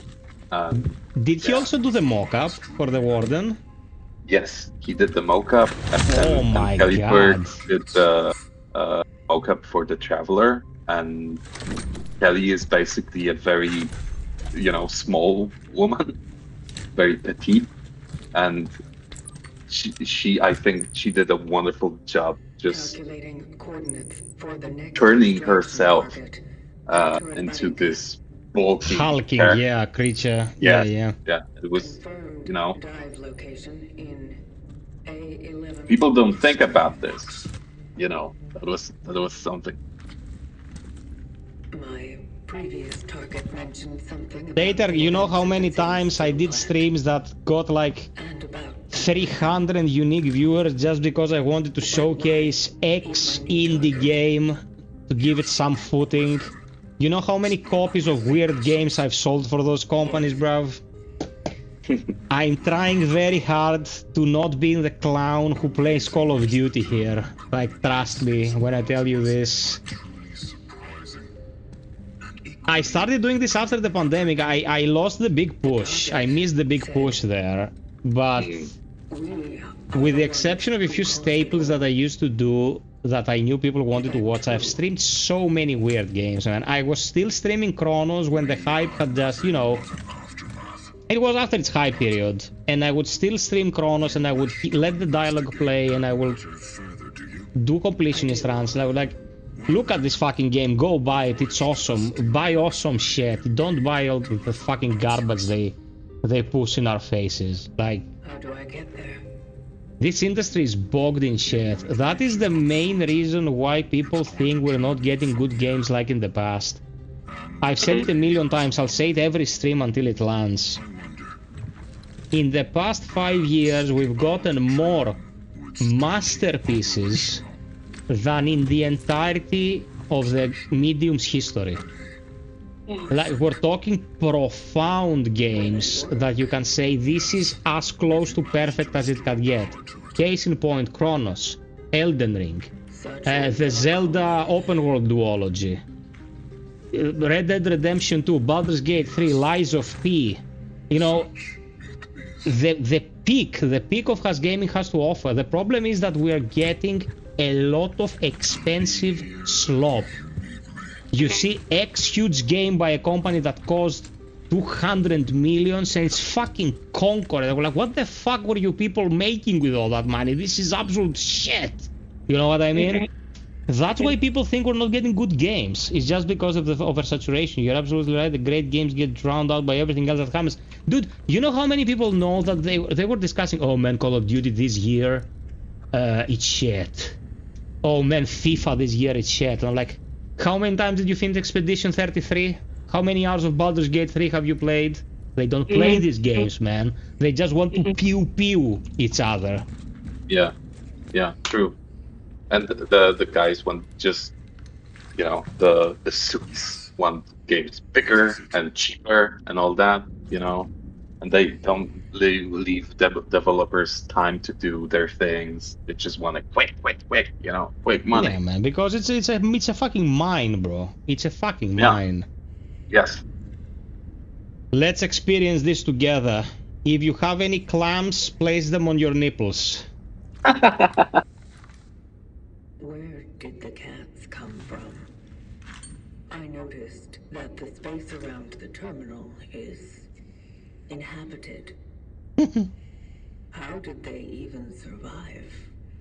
You mean our little famished fluffy friends? My fucking god. Hard to say. They just come, then they leave. That's their nature. And there's no point in fighting it. Aren't you worried that their presence here might cause pollution? Or malfunction? No. They do not destroy. They are clean. Sometimes they just knock things off tables and workbenches, but I don't resent them for that. They just crave a little attention, like we all do. And yet they pretend to be so This is awesome, man. unavailable. It's just A grand game of appearance. You have to know how to win them over. So good. Luckily, I have a lot of canned cat delicacies that survived. Therefore, I am proud that they graciously allow me to care for them. Beautiful creatures. So sublime. Almost perfect.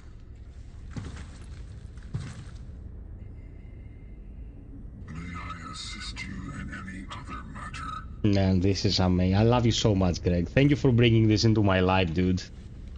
Yeah, it was a pleasure. It was my Kojima moment, you know? Yeah, like the grand game of appearances, like that short, I laughed so much. It was so good, you know. Gordon's epic ass voice discussing the purpose of cats. The purpose of cats is to make butlers of us all. That is it. So good. Well, that's Alan Turkington for you, man. It's just he's just fucking good, you know? Yeah.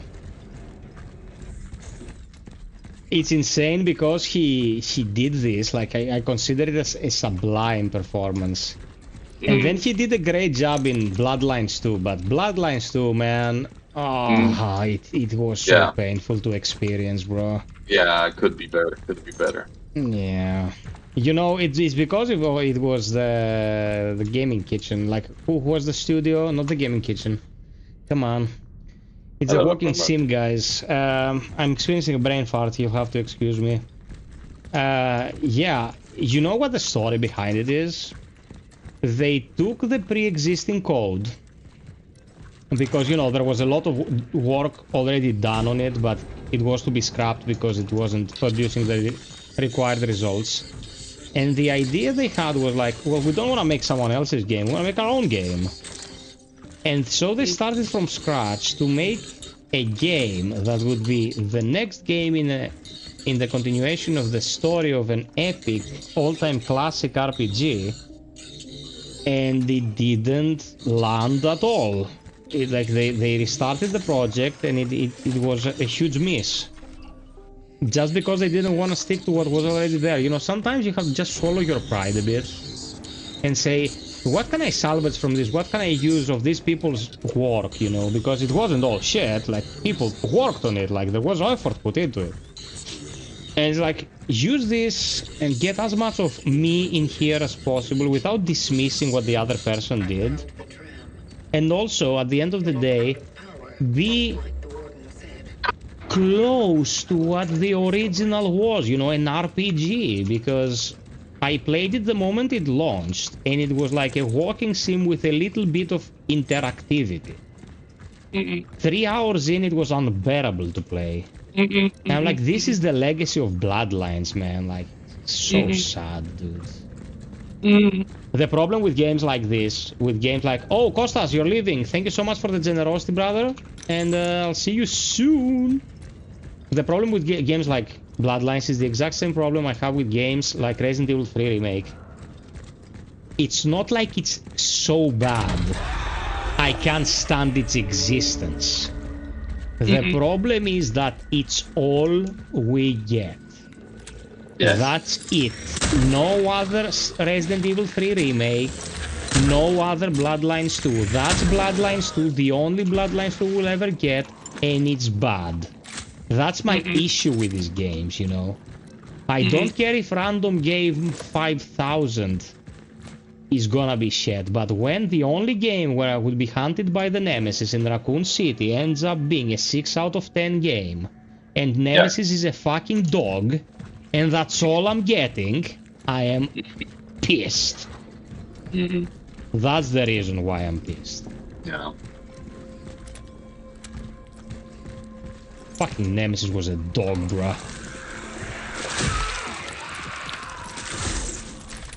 Nice. Good job. I should have been a little bit more careful there. I'm hugging by a thread. I thought that this will kill you, but it didn't. So good. I'm stronger than I look. Yeah.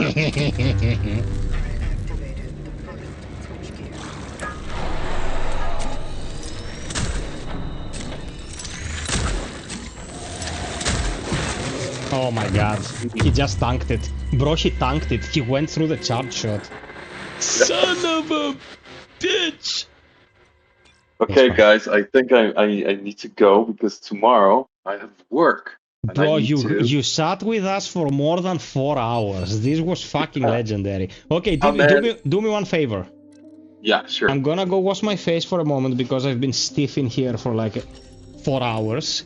Just answer a couple of questions for the peeps and I'll come back and continue playing. Just, you know, hold the fort for a sec.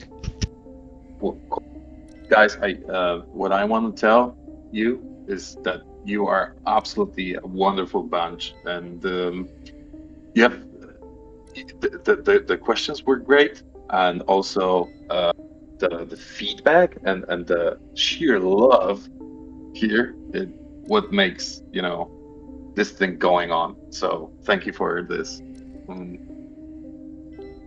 Yeah, thanks. Yeah, it is a pleasure.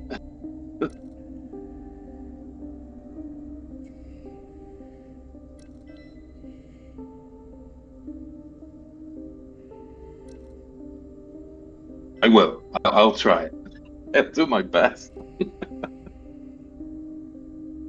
Thank you. Thank you.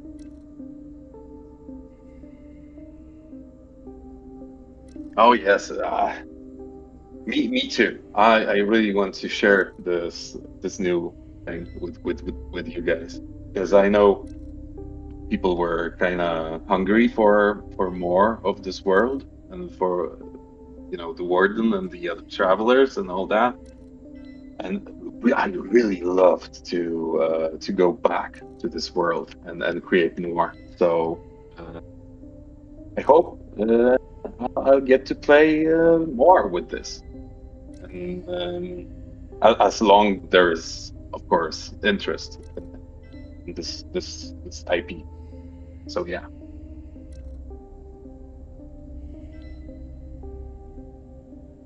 Yeah, I really hope I'll be back here for other streams, just not as a creator, but just for fun and shits and giggles, because this is cool. I never done a stream before, and I was kind of overwhelmed by the thing that I would need to read the chat and all the fucking things, and I was like, shit, I am back. Can I do this? And it was fun. So great. Thank you for this warm welcome. Man, I hope you had a good time. Yes, I did. Instances like this are priceless. And I meant it when I said I'm gonna invite you over. I'm not gonna be intrusive, because I know sometimes, it's the internet and people overstretch their boundaries and overstay their welcome. But I'm gonna invite you to do stuff like, other than CRONOS, of course. When Lazarus comes out, we can do something. Like if it's 3 hours long, we can do some pretty flexible stuff with it. Sure. Not only CRONOS, I can do anything, guys. As long as you burn me, you know. I have to pay him, like I have to do the brags. But I'm super thankful for this. It was awesome. It was a great pleasure, and as I said, this is what makes what these art developers basically going on. Because, fuck, we did this for you people, and you people are full. So let's just hang out together, right? This is a normal thing, a healthy thing. But I think. Yes. Absolutely. Okay. Take care of you and yours, and we'll talk real soon. Sure, sure. Let's hear it for Greg Piperinos, an awesome human being. So glad to have him here. Yeah, thank you guys. Yeah, and see you in the future. Such as our calling. Such is our calling, my man. Cheers. Cheers, bye. It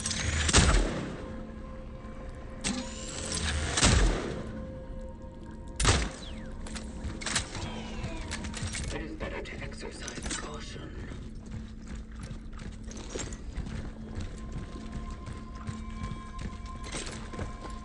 I hope you guys found value in this stream, Piperinos. I hope you stick around.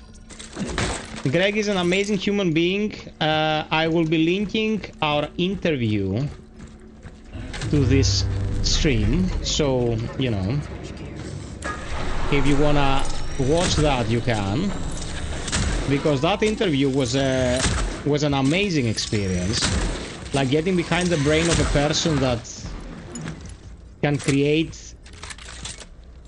something of this caliber is super, super exciting, and how should I put it?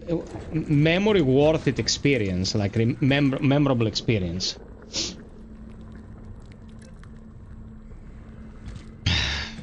Yeah, it was awesome. It was awesome. Very much appreciated.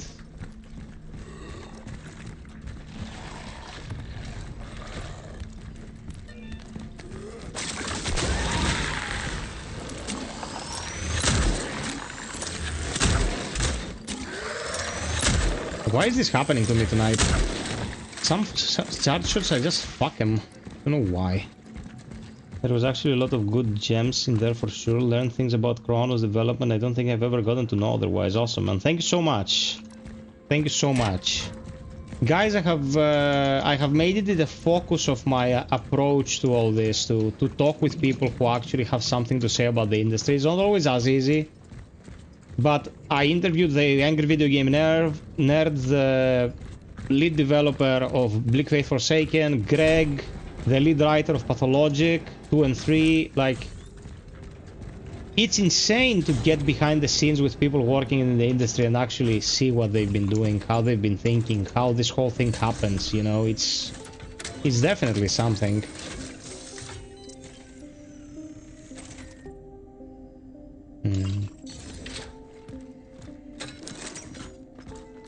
Yeah, that was a great stream. That was a great stream.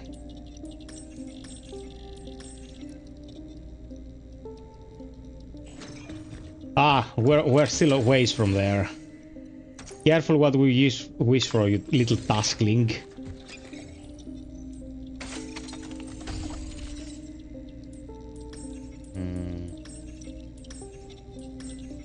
Need to upgrade my shotgun.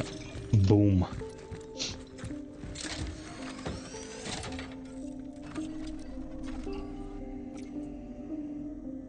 Oh, Athenodoros, by the way.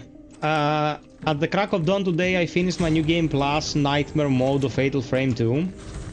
And I got the promise ending, which is the wholesome ending. And I think you should at least watch it online, because it's awesome. You clearly know your shit too. And as another guy whose favorite genre is Souls-likes and survival horrors, I'm new self for sure. Thank you so much, brother. Thank you so much. You seem like a really nice, easy to talk to person, which is a rare commodity.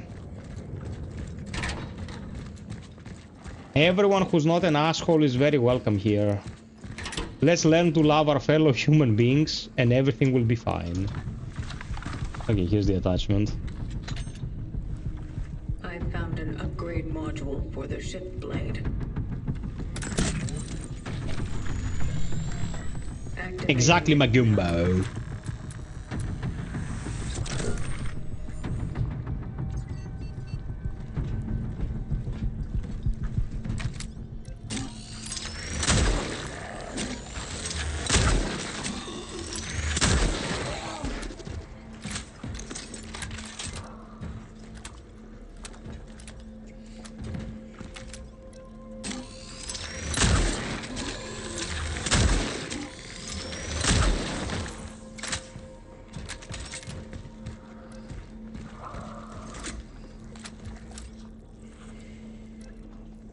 The exit from this place is something. The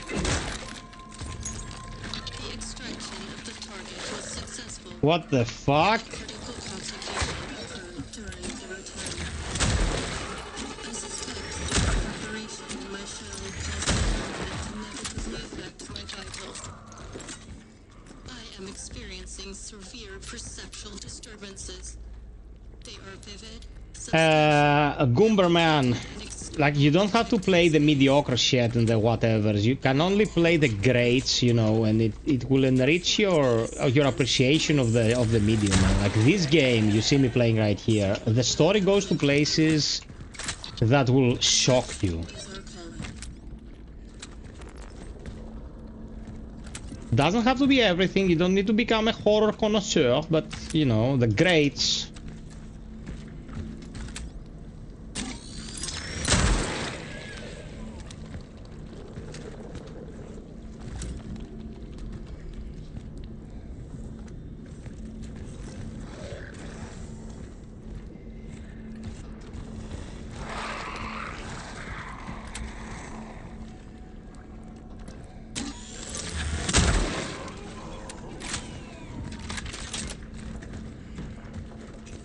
What am I carrying? I'm carrying smalls.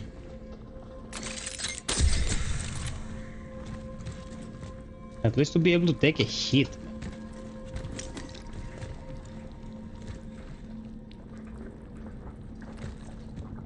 Dude, let's see what ill is, if it'll come out, what it'll be like when it comes out. Like, let's not watch the trailers and be like, this is gonna be the best shit ever.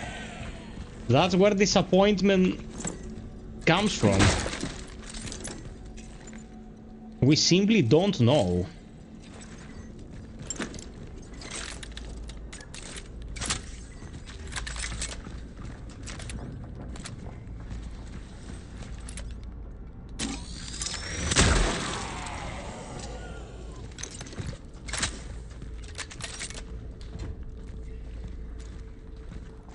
Yeah, let's see what it's gonna be, you know, like...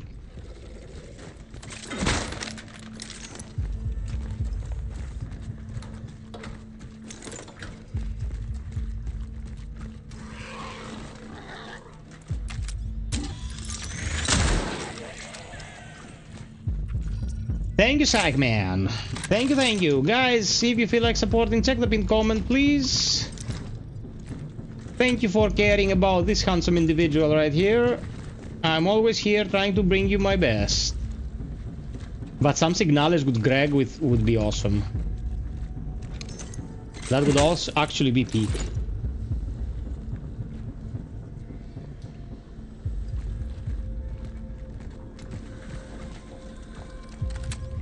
It's also the first time I'm playing CRONOS that I can hear its sound from both my ears. Which, you know, for the average person is like, yeah, man, that's self-explanatory. But if you've gone through the shit that I've been through with that, it's a blessing, bro.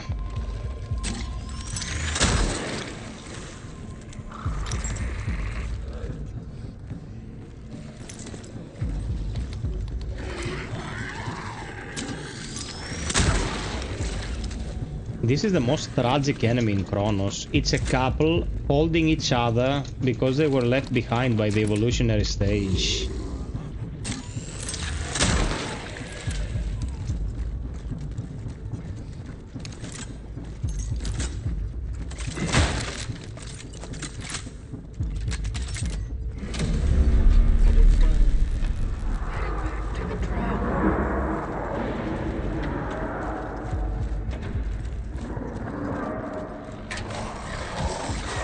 Oh, fuck you.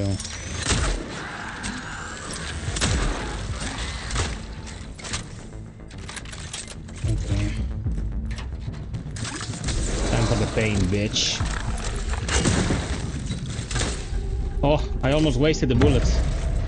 I almost wasted a shell, ended up wasting a bullet. My macro is not so good because I'm rusty, but I think we're doing fine. Now we have to come back down here to open this. Let's memorize the good path.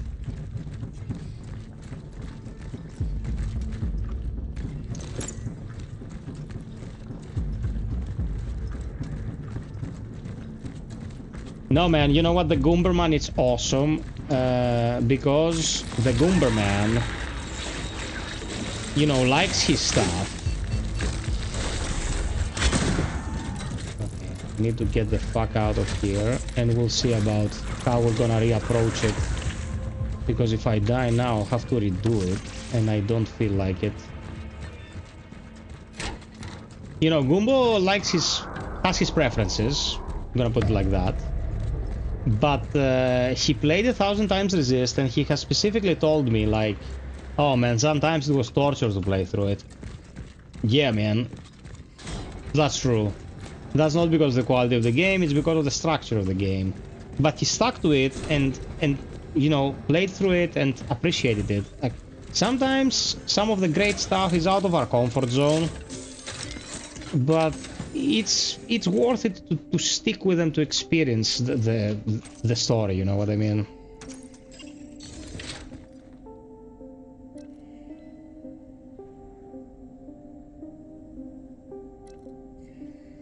Yeah, man, the horror genre akin to Amnesia is a thing that overstayed its welcome immensely. Immensely. It has its audience still, and we have some great examples, but for the most part it's just the same old tired shit it's been for a decade and a half.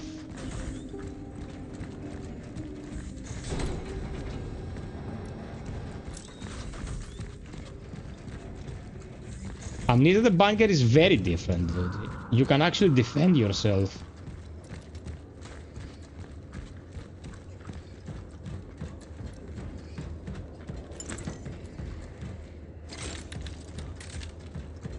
We don't need more bullets. We need this though.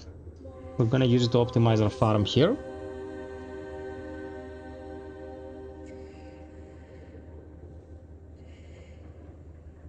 Yeah, man, like 2 nights ago I finished Dispatch, and I need to do another playthrough of Dispatch to see the alternate course of events, but that's gonna happen in a different timeline. Like, Dispatch, man, it was a great experience. I laughed, I felt for the characters, I appreciated many of its aspects.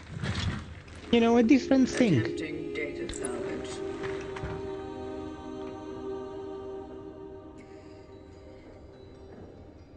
It seems this one's phylactery is intact. And there's still an essence in it. No, I went with the Invisigal. Able to retrieve it. You bet wrong. You owe me a coffee, cunt. Establishing connection with the phylactery.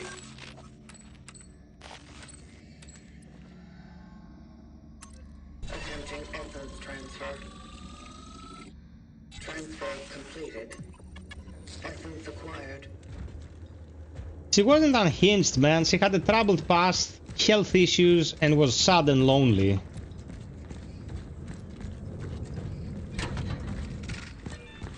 I liked her very much.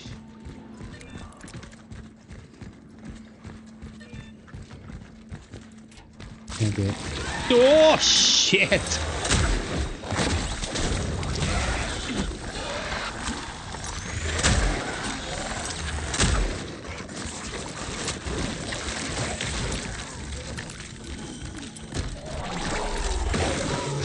I didn't have time to charge my shot. Jesus. Listen to and play Assassin's Creed Blood Flag at the same time. I'm reading that it's a shit remake. Is it true?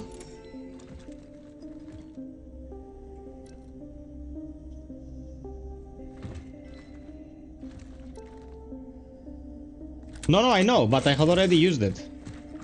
Guys, I'm rusty. I'm a bit rusty. Like, I had my motor approach to all this thing was much more nuanced when I was still playing it consistently. One thing I loved about this patch is how awesome Blonde Blazer was without butts. There was no hidden agenda, there was no assholery being done in the background. She was just an awesome human being trying to help people. I appreciated that about the character. You can't imagine how much. Like, she was amazing.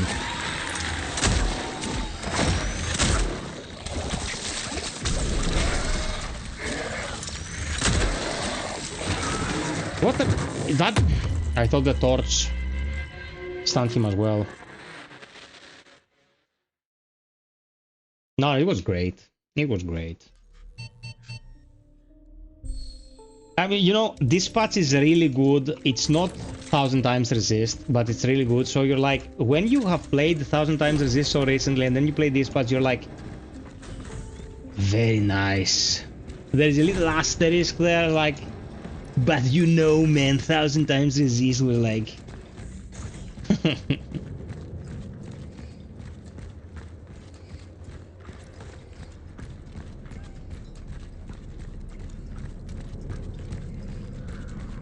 Oh, wait a moment.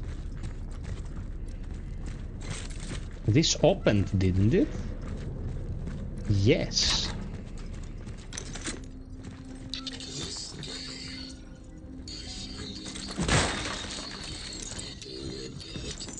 The roasts that the characters threw each other were like chef's kiss, man.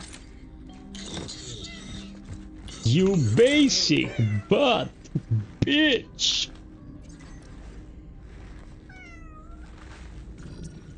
Where are you finding all these items?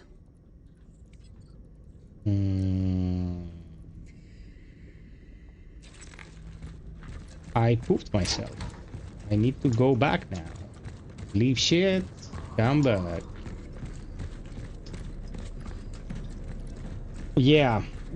But it also is very different according to your romance choices and certain dialogue options and stuff like that. It makes for a very different experience. Establishing connection with the phylactery. Attempting essence transfer. Transfer completed. Essence acquired. Okay, let's put some stuff aside. Look, Vasilis, I haven't played the original, so I can't judge the game. I liked it a lot compared to Shadows, which I didn't like at all. This is very familiar and similar to the old ones. Brother, are you having a good time? Like, I wouldn't recommend giving money to Ubisoft, but to each their own.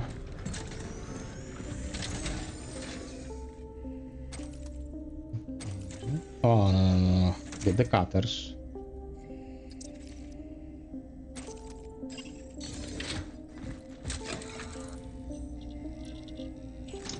This won't do, man. This won't do because I need the cutters. You know what?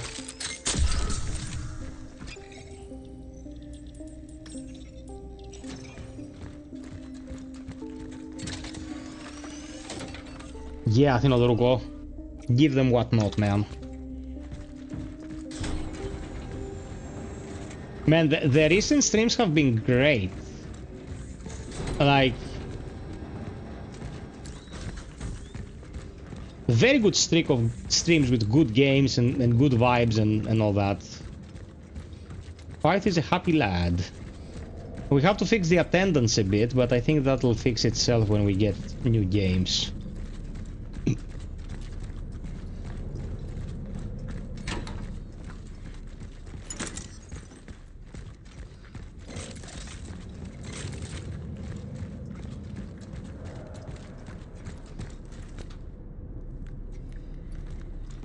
Thank you, my Goombo. Or Eneba. Either of those will help. You are fucking kidding me now.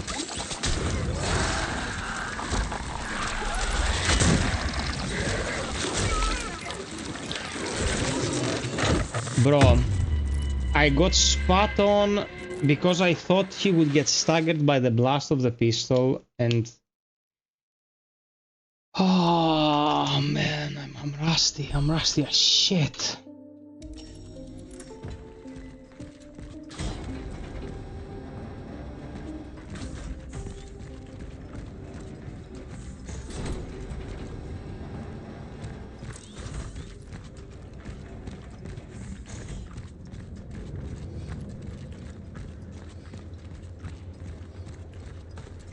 Okay.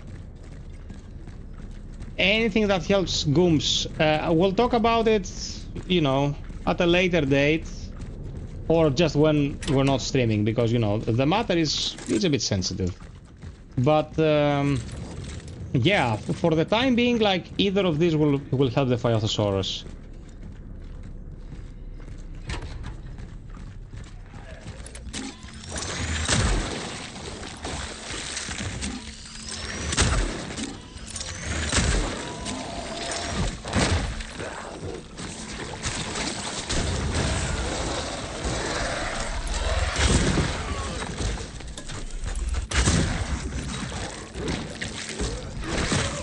You fucking asshole!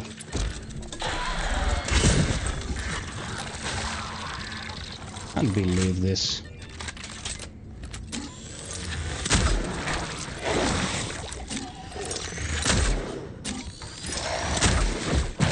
Bro, how did... You know what the problem is? He merged with all the shit in the room that I skipped. He just merged with all the shit in the room that I skipped. And now he's armored and can take 1 trillion hits. How do we deal with this?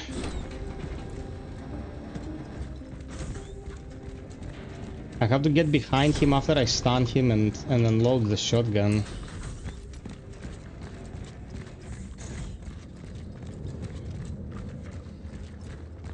'90 level mafia boss. Remind me to get the core afterwards.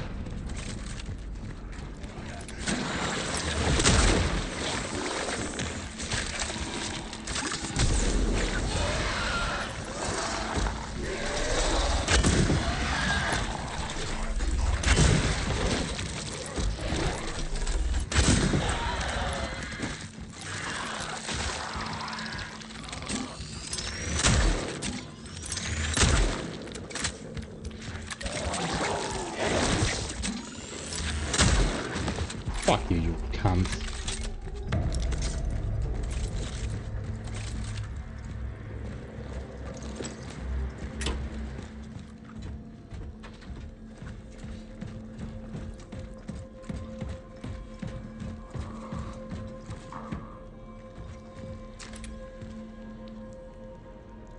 Oh, there's a storm outside? What the hell?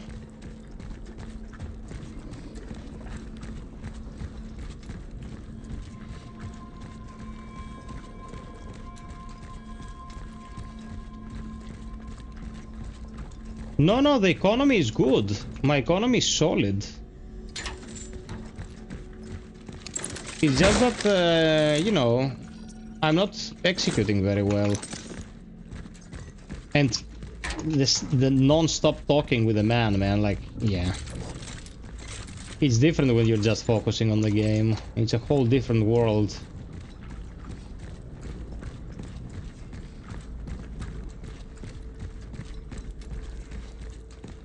Yeah, Resident Evil 2 Hardcore, I'd say, is a little bit more manageable than CRONOS. You get the restriction of saving, but it's a much more predictable game than CRONOS, because CRONOS you have to keep your eyes on the merge.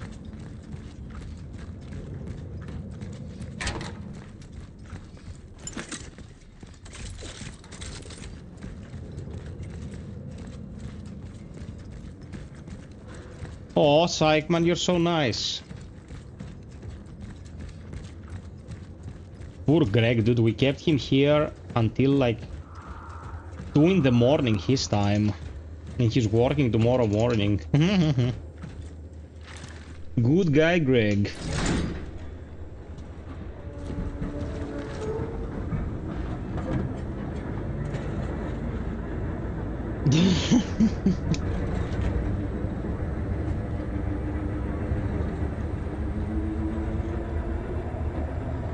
Yeah, he had a good time.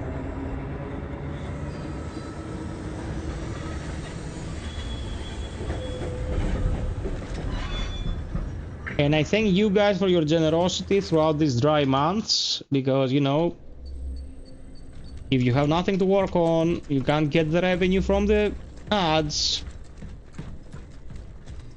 It's definitely a detriment. So your kindness makes this whole thing possible and infinitely less stressful for yours truly.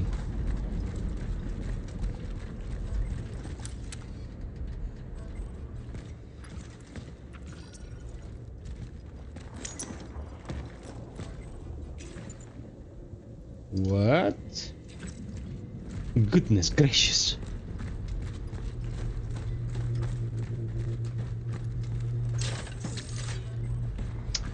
Okay, so let's plan.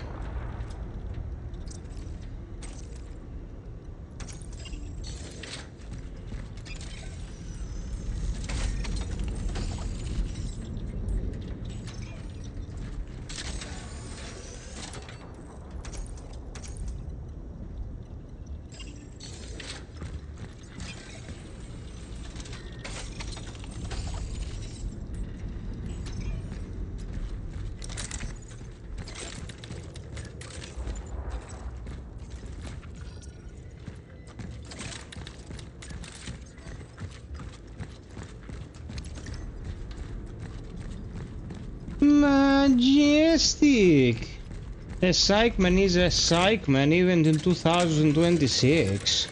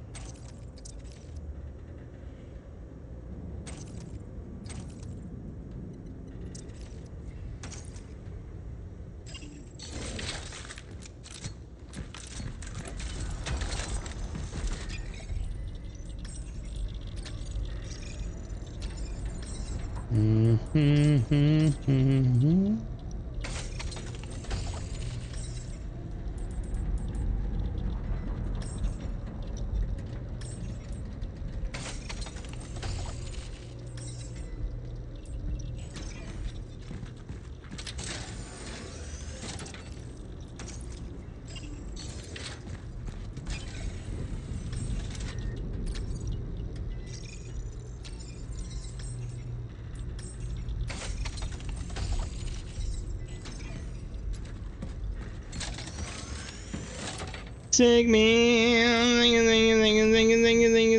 you, sick man. Thank you, my Piperino.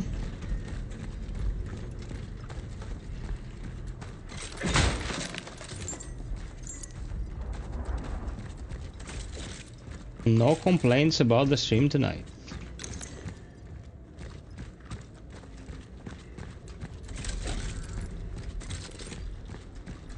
Thank you so much, peeps. Okay, I think this is it.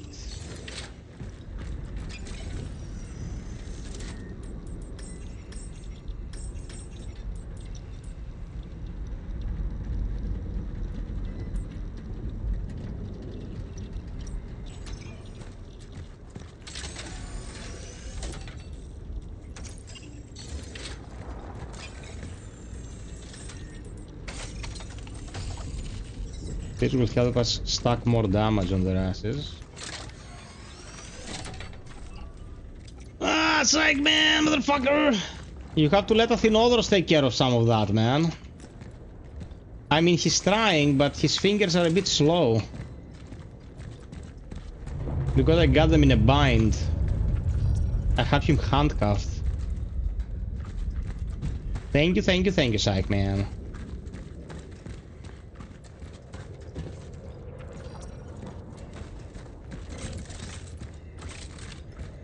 Psych, like, if you really need the help, by the way, I was thinking, I let my poor Psychman down. I can try to get a character there of low level for you to get the blade, but he will have like twice the health and insta-gibbous with every attack. Like, I don't think you wanna try to do that in co-op, to be absolutely honest with you. It's gonna be very cancerous.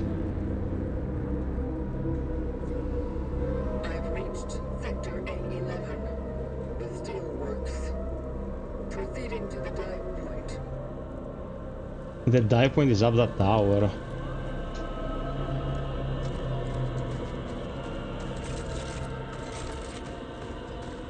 I didn't carry shit. He was a worthy hunter.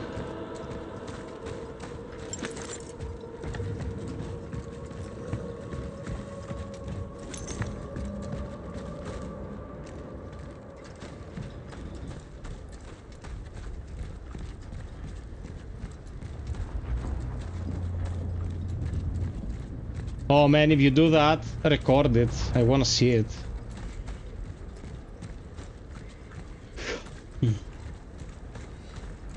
It's not like I don't trust Psyche, you little shit. I just wanna help.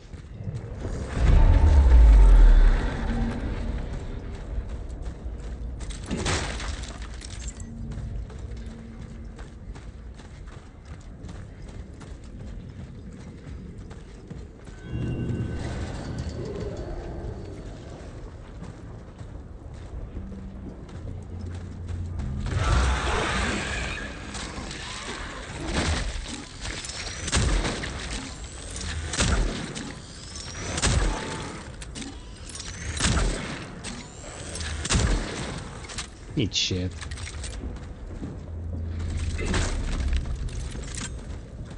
Oh man, come on. 5 bullets for 1 shotgun shell. Buy me a drink.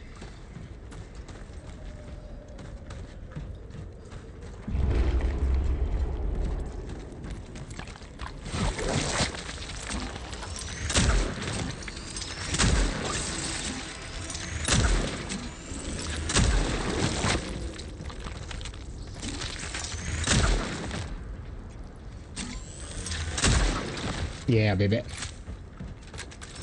That's what I want to see.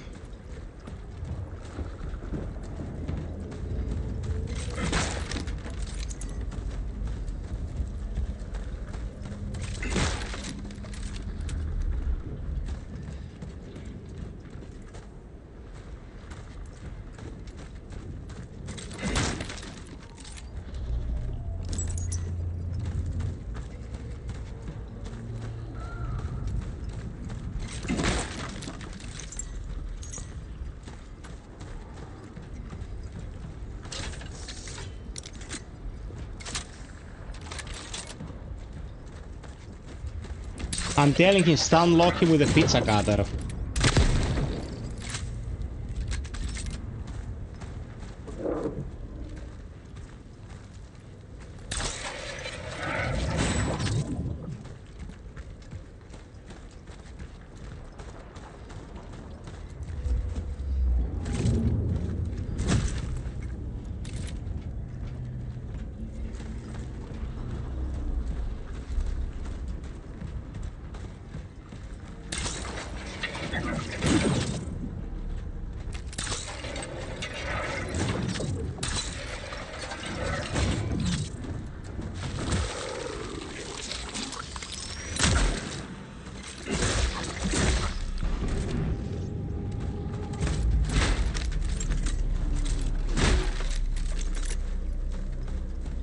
Okay.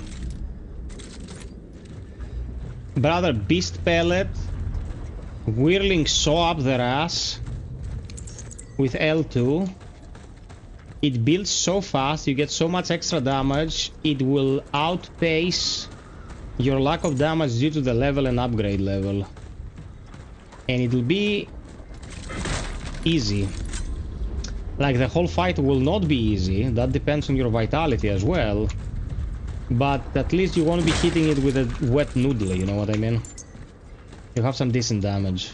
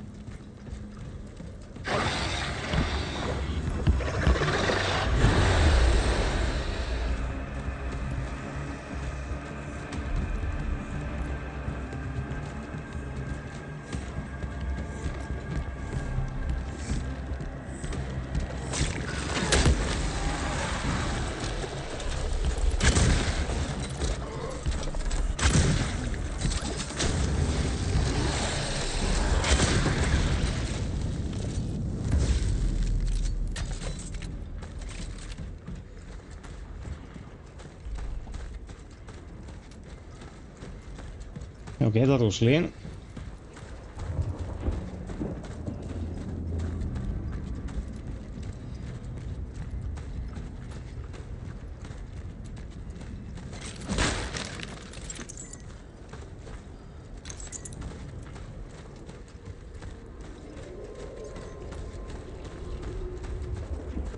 I can handle myself.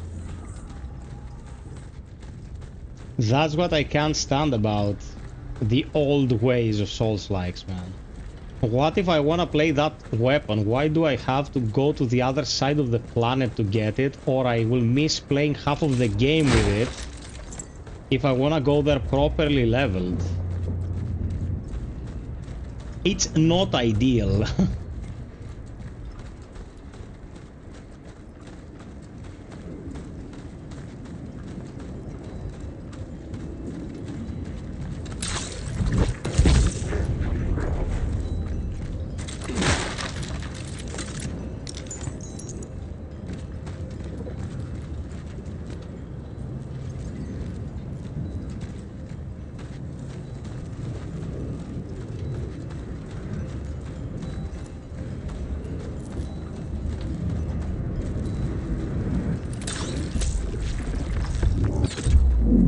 Grant us eyes, grant us eyes. Oh, yeah, I forgot. So, this is one.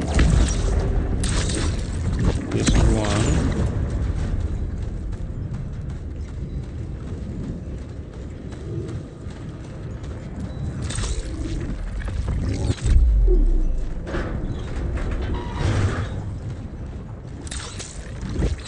Imagine if this puzzle had physics like in Half-Life, like get touched by the wrong pixel and you get turned into roast beef.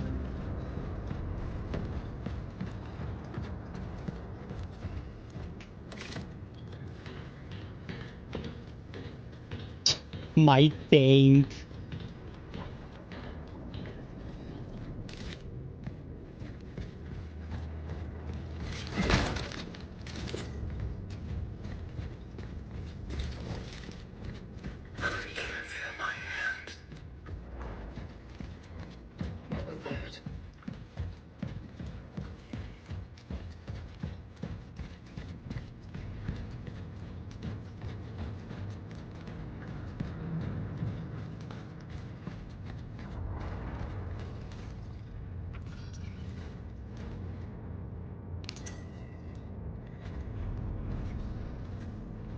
I think that you don't have to preach lies of P to me, man.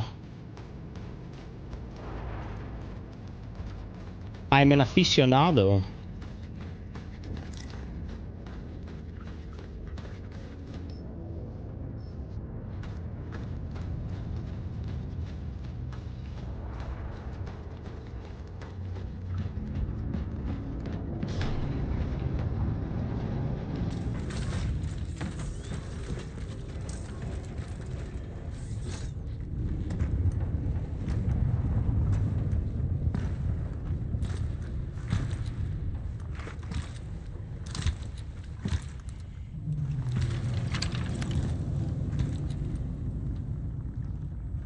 There it is.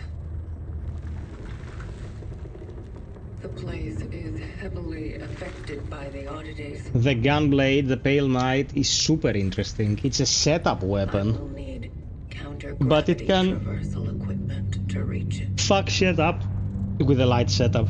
I don't have legs, no.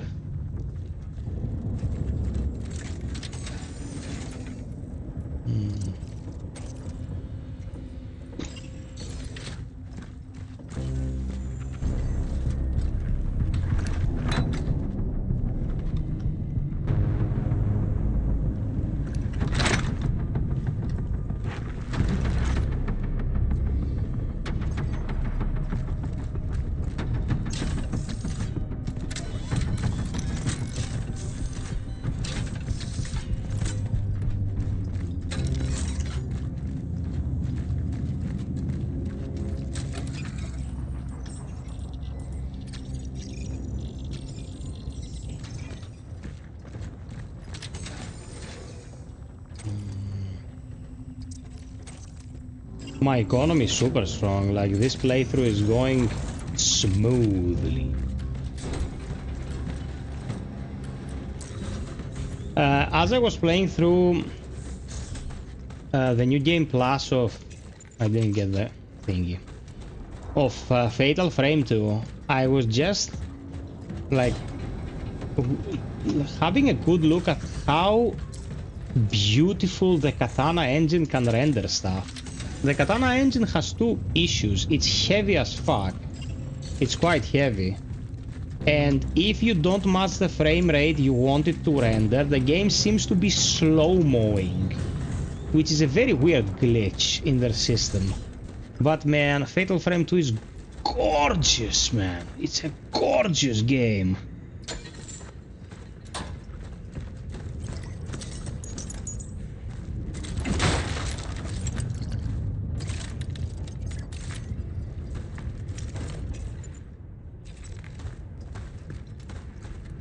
Man, the environments are amazing. The characters are adorable. Like, such a beautiful game, man.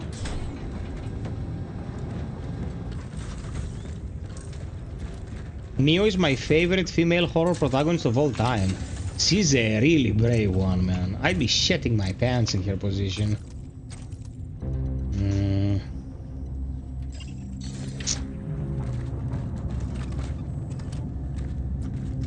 Okay, what can I upgrade?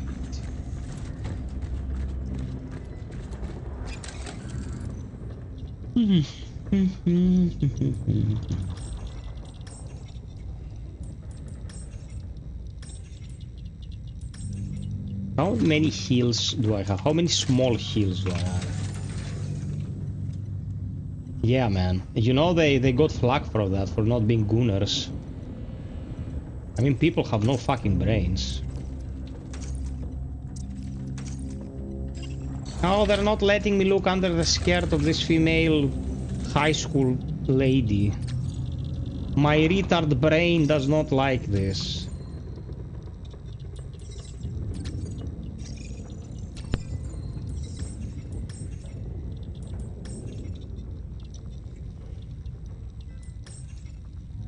Yeah, we need to go for damage.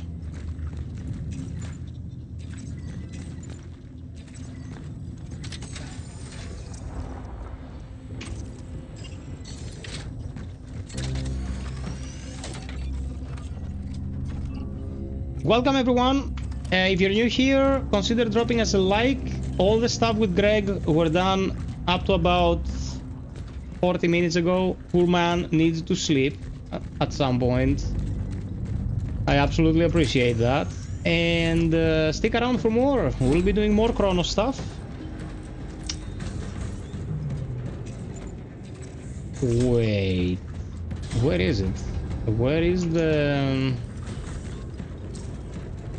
Oh, it's there. There it is. I reached the factory in Sector B1 and located the time rift. It is beyond my reach. I need to equip myself adequately before I can continue. Dreams of cats. There is an outpost set up nearby by those who came here before me. It is located in the main control room. I might be able to find a solution there. Something that will allow me to reach the dive port and proceed with the extraction. Such is our calling.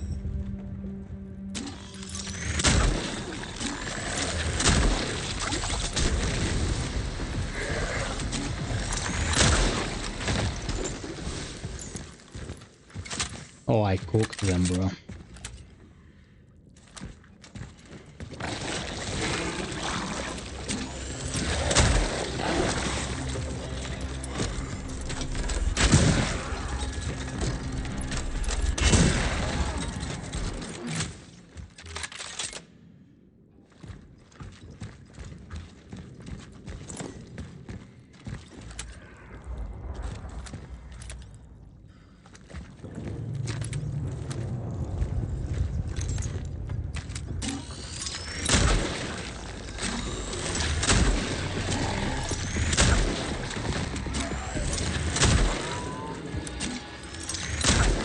Why does he have a bug on his head? God damn it.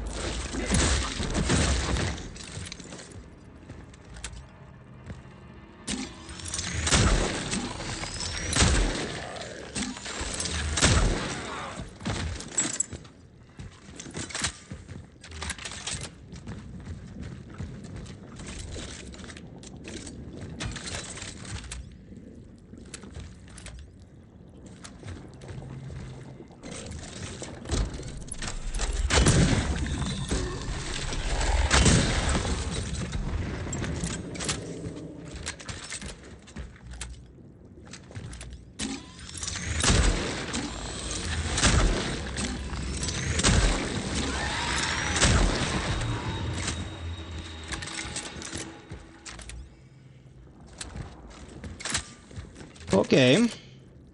Hey Grinchy, any automatic shotgun weapons or just the big iron? It has a lot of guns. Basically, it has two variations of every type that is available.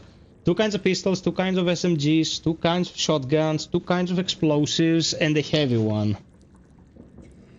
Baby Cream, what's up my man? Seeing this for the first time, is CRONOS a good game?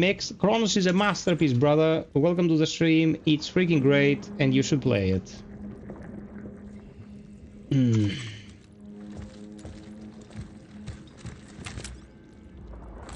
Okay, I don't think that fighting this chonker now is a good idea.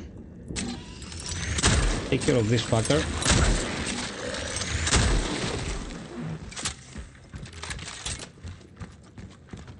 Nice.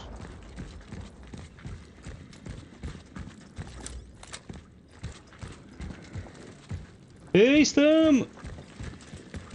Welcome, guys. What are you doing this late, Stam? Don't you have school tomorrow? Dirty feet. Please don't make Rule 34 shit for CRONOS. Please, please, you perverts.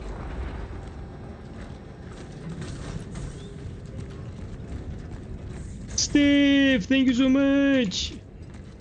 Oh, guys, you're so nice. You made the stream tonight doubly awesome. Thank you, thank you, thank you. I love you all very, very much.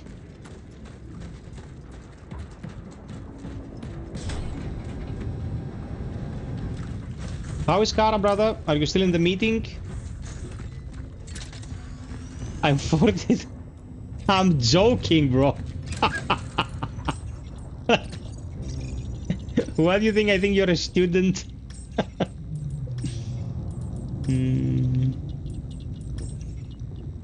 There you are.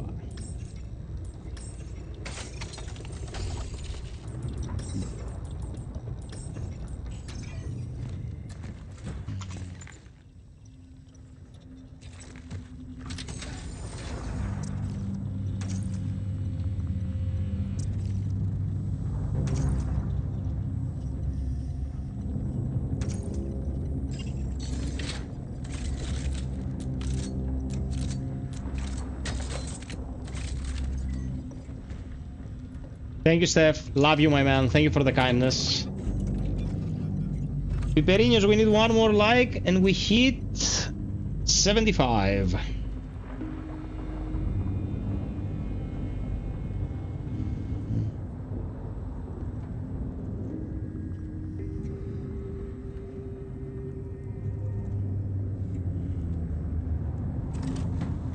Let's keep going.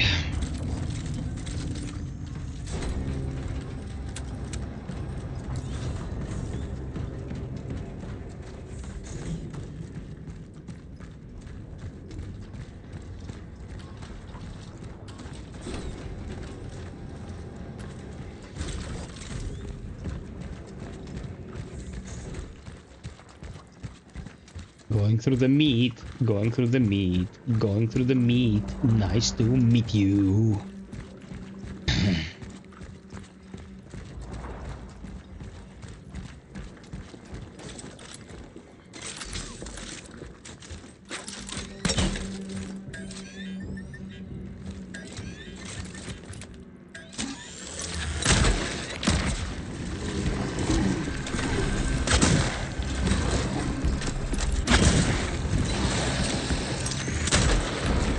Oh, you little chonker. It's coming back to me, baby.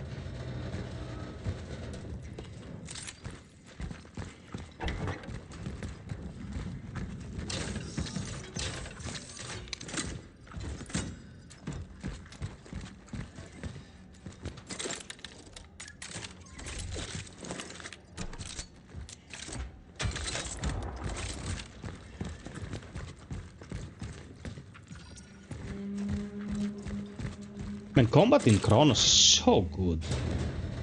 So good.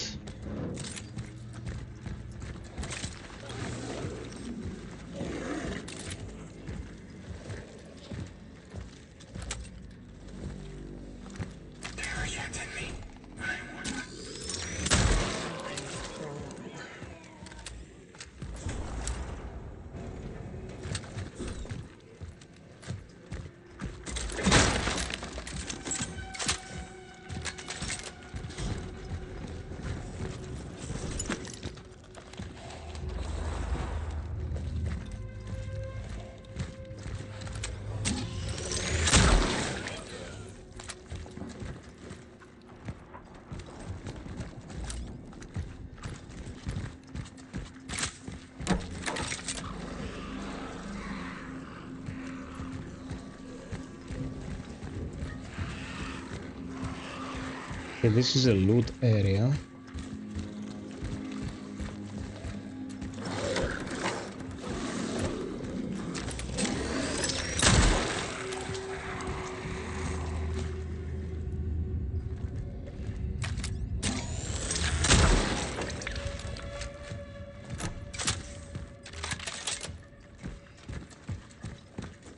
Okay.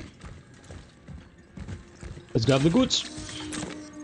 Hey Gustavo, it is a masterpiece, my friend. One of my favorite games of all time.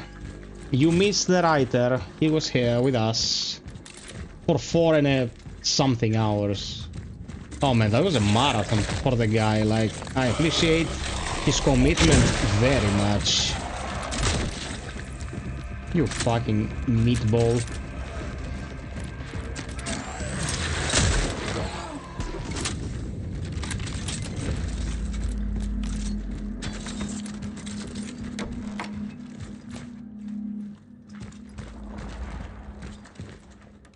Yeah, epilepsy.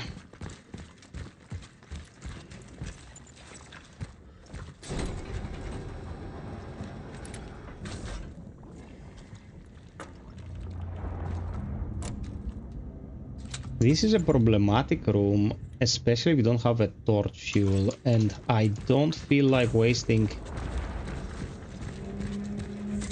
3 pieces of scrap to make a torch.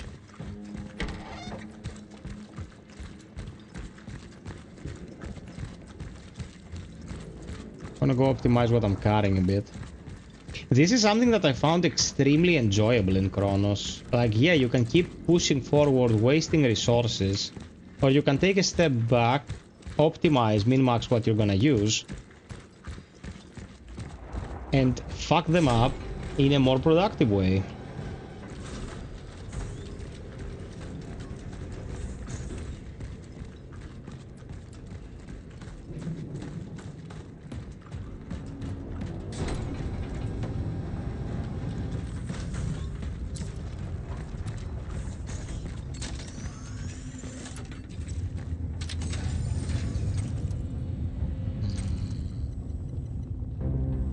I love the more chill moments in CRONOS as much as I love the chaos when the shit is the fun. Exactly.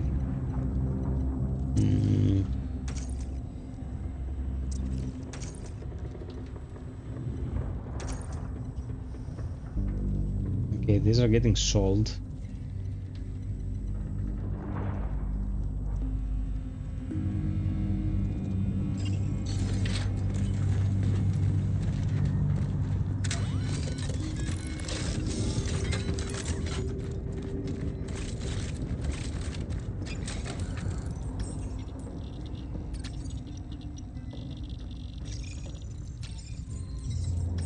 I'm just gonna keep one.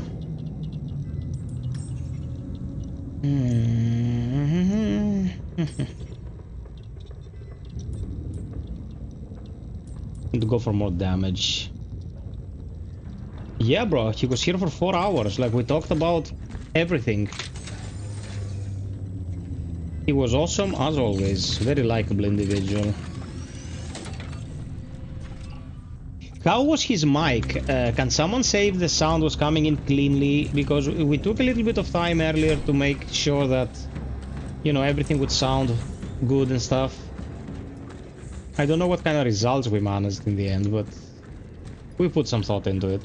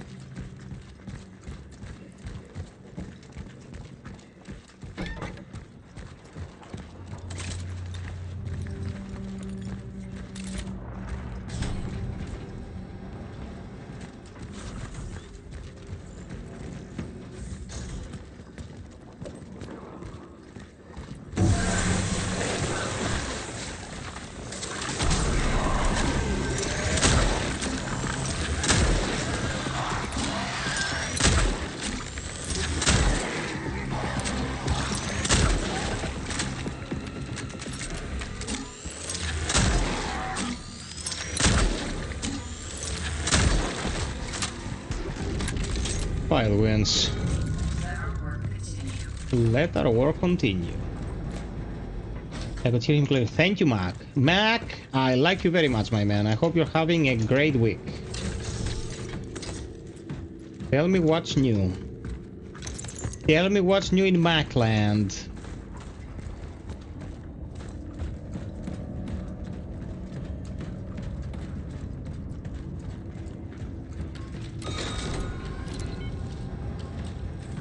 Let's get the bolt cutter and the torch. Almost Friday indeed. 1 day to go, unless you're fired, because these are work days for me.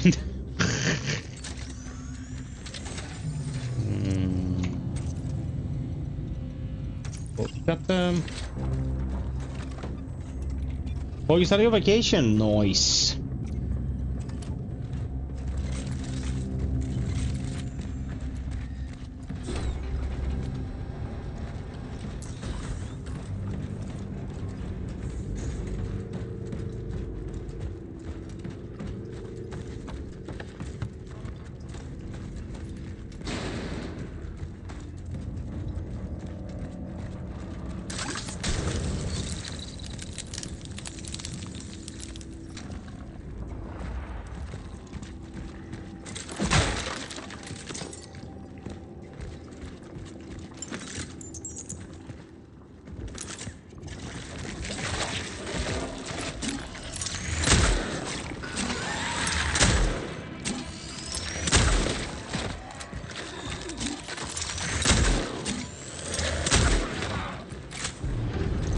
You certainly put up a big act for such a little puny loser, you son of a bitch!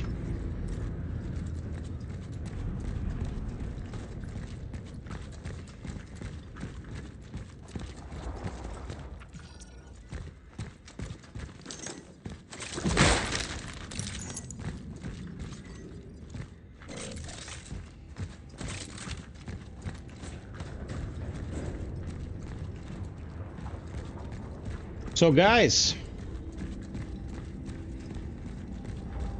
what do you think we should be doing with Lazarus launches? Like, blind run with the peeps, I suppose, is a given.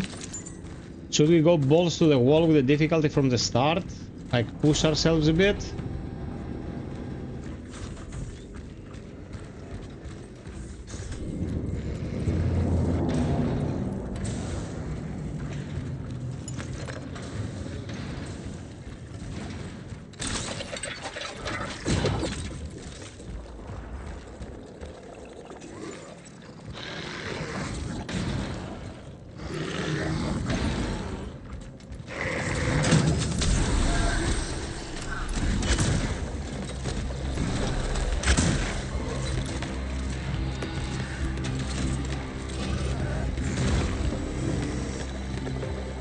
Thank you, you chonker.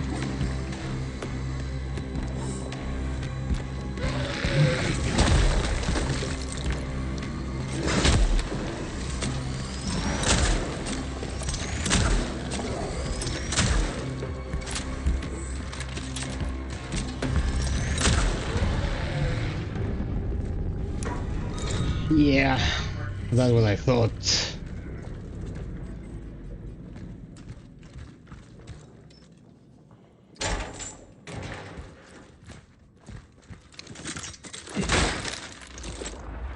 Two empty boxes. That was like un soir. I'm not able to do that.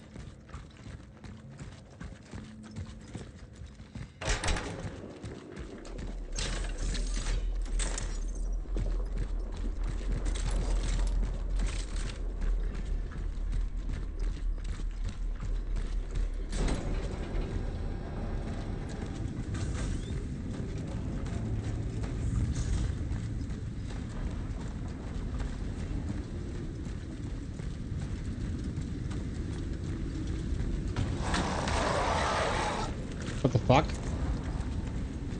Is this supposed to be in here?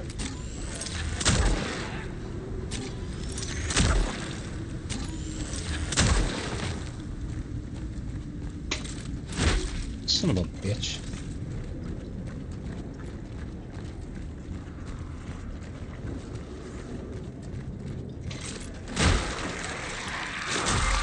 Oh shit.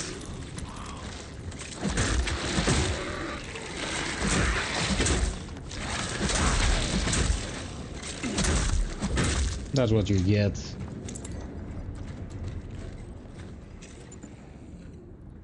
No inventory. Okay.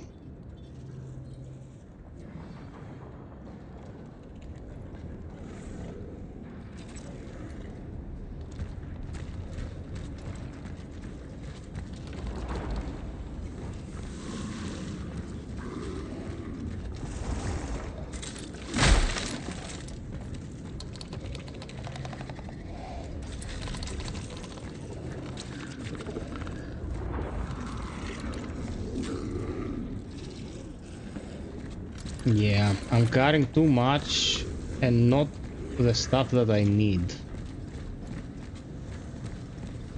Need to unload a bit.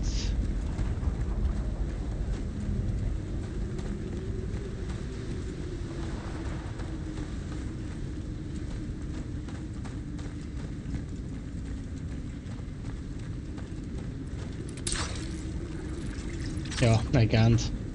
The game.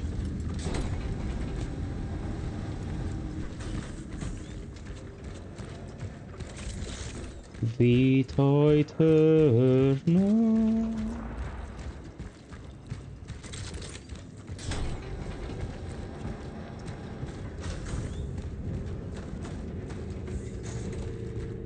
I mean, we're close, it's fine. It's fine.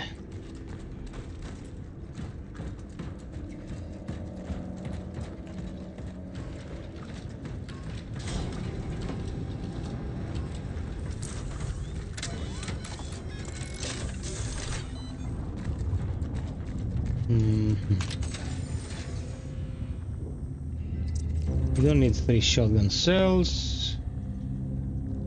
We don't need a fire.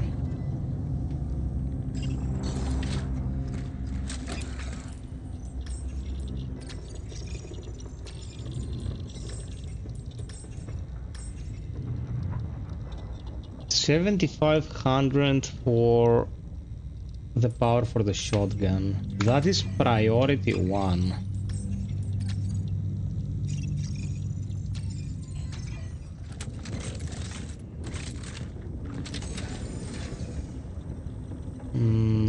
Handgun ammo, I'm gonna take all of it.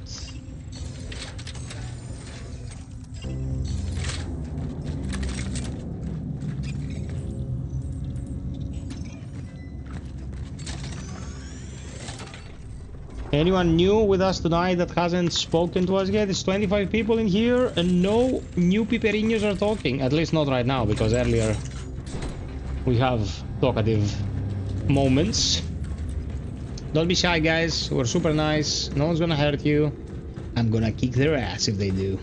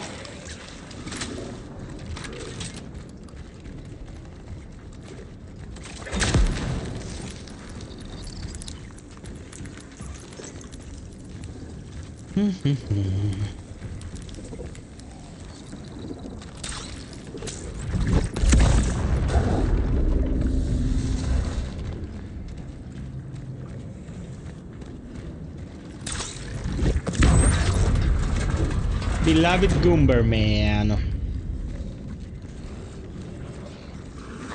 A treasure in the flesh.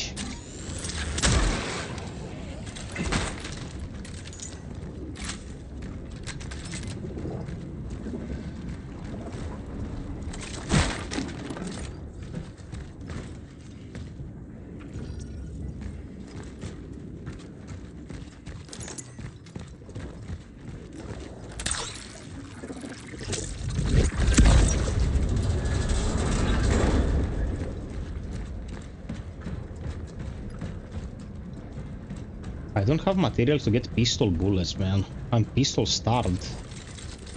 9. And by 9 I don't mean Hitler's tantrum. I mean I don't have bullets. I have only 9.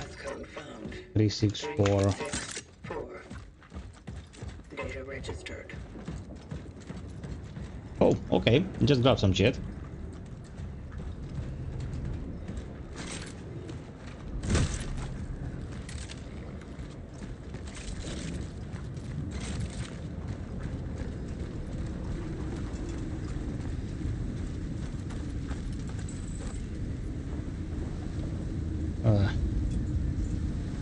Oh, it's not for here, it's for the under. Why you do this? Why you do this? Fight when I get to the crocodile in overture. I'll trivialize the fucker. You gotta be helping me. Yeah, man, I'll be here, but there's no way to trivialize it. It's just a really bad boss. With shit hitboxes. And awful timing on its attacks. It's just a shit experience.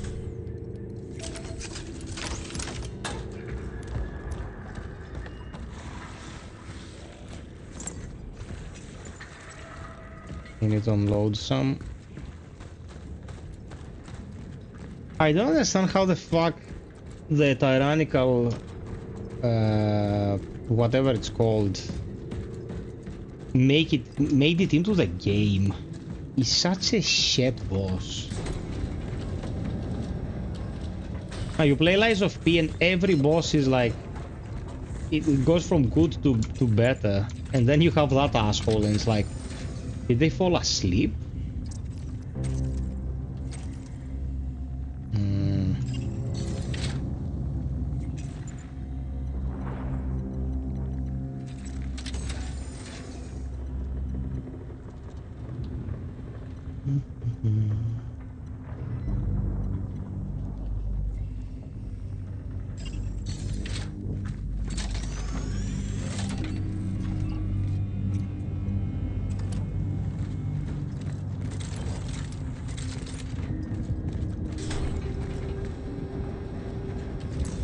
Yeah, it's a weak to fire boss, man. It's the most basic stuff in the book.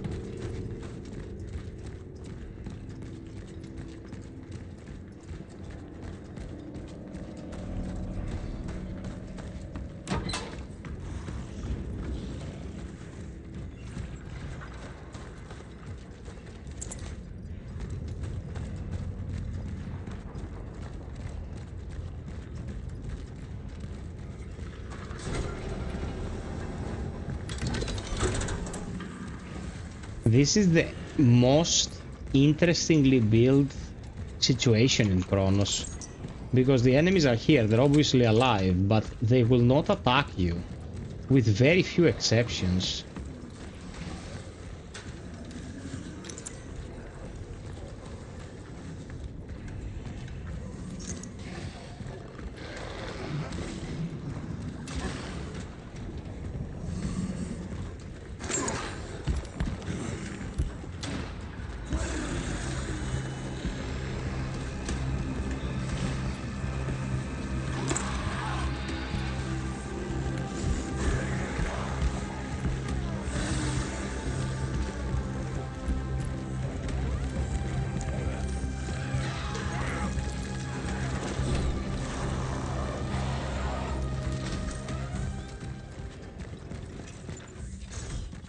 There you go. I took the opportunity to learn to use paddles to run dodge in Lies of P. Such a refreshing way to play the game. I love it so much. High sensitivity, move the camera while running. Yes! Right paddle, run and dodge. Left paddle, confirm. Or jump, if it's in the game. It totally changes how you place your hands on the controller, man.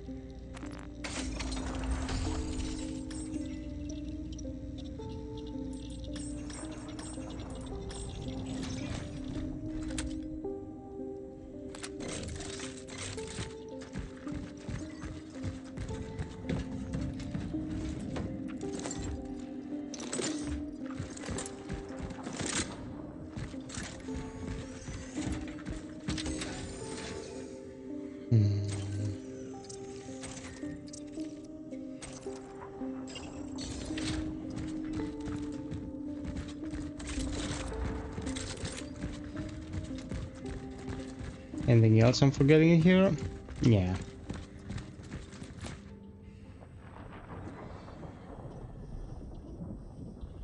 Bro, I put... Oh, in shooters, I move with the right stick and aim with the left stick. I can do it the other way around, but it's not my preferred method. You haven't experienced the need for claw grip unless you had to play Southpaw.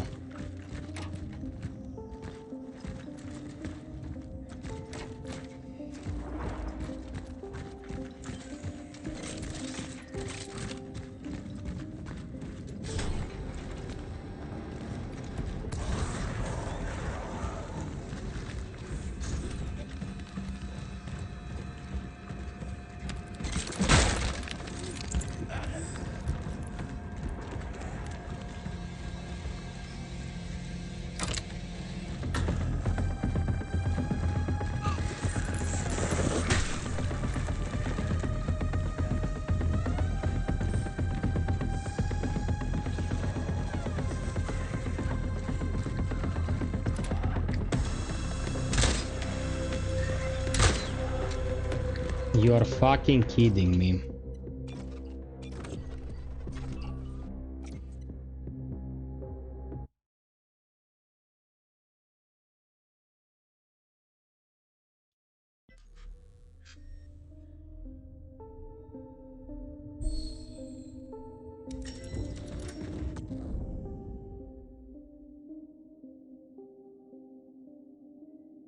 Give me a moment, peeps.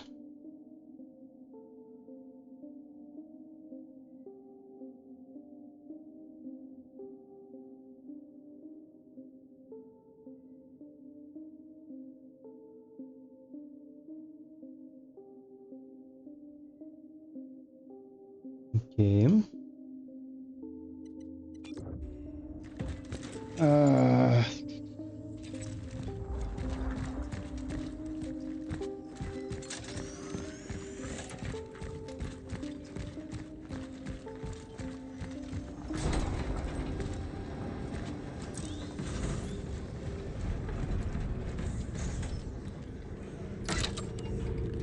Psych, I'm already scared, man, by this piece of information.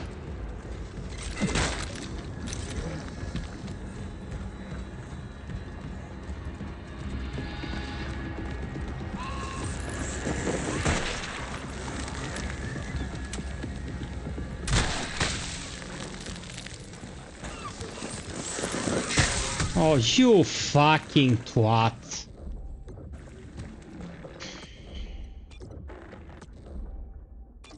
Okay, one more try. It's just a waste of materials, man. It's not like I forgot it was there.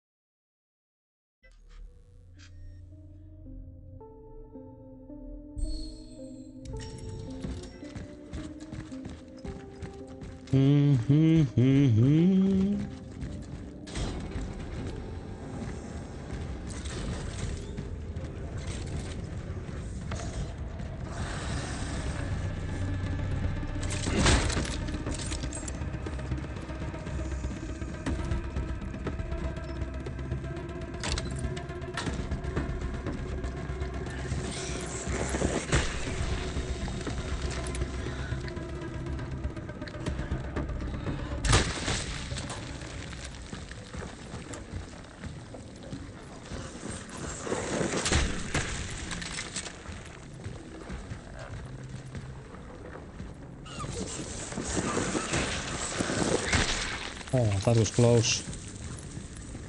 That was close.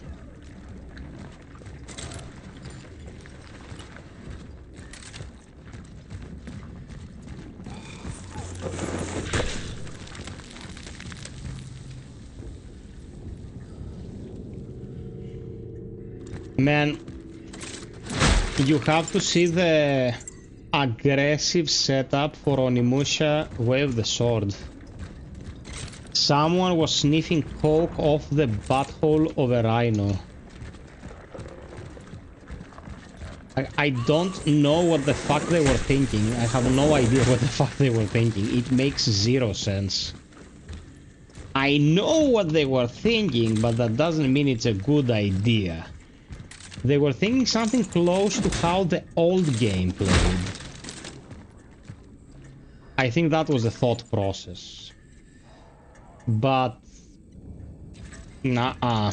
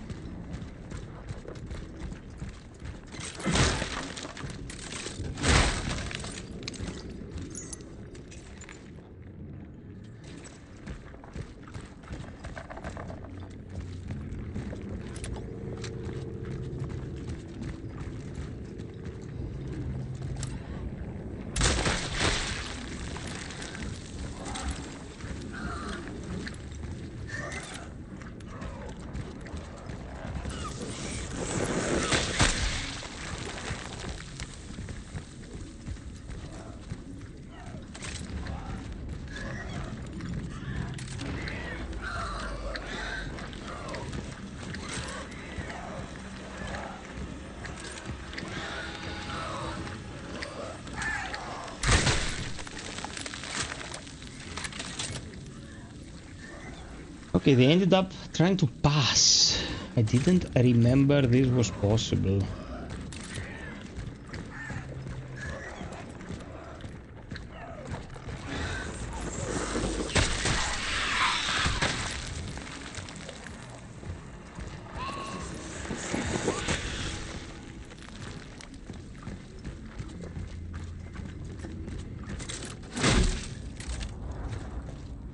What?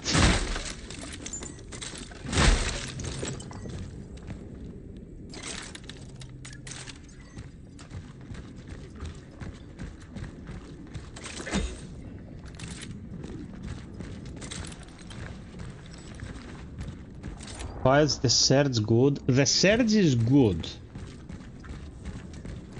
The surge is good. You just need to approach it on its own terms. It's a good game. It has a very unique combat system.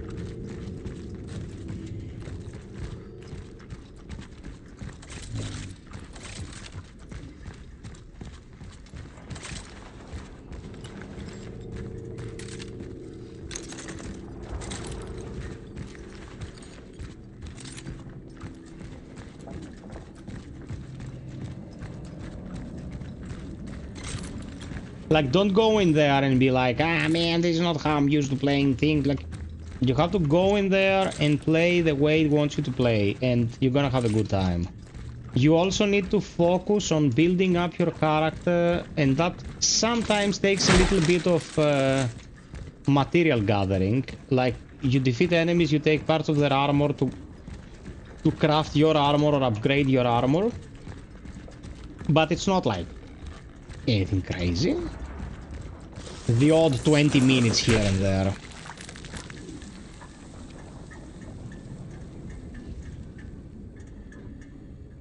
Oh, you've been playing the first one? Like those streams?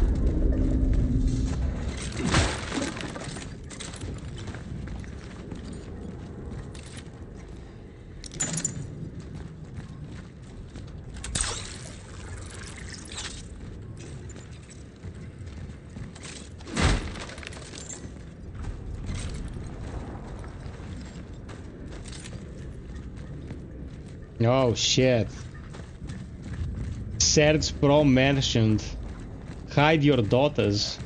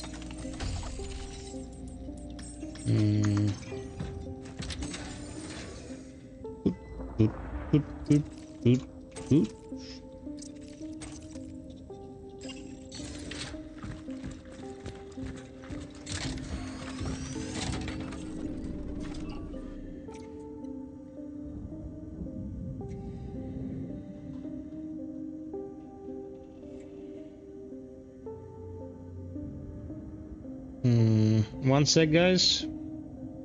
Need to charge.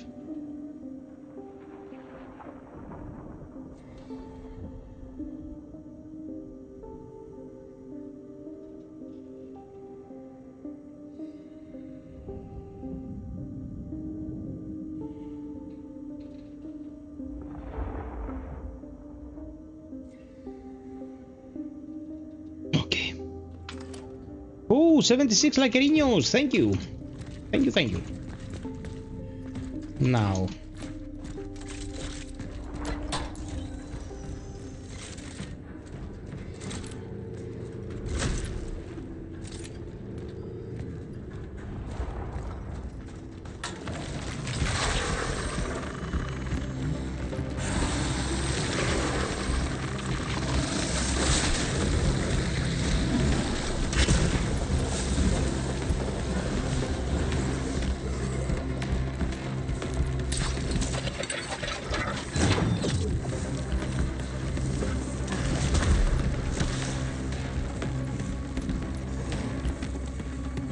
I'm here, you twats.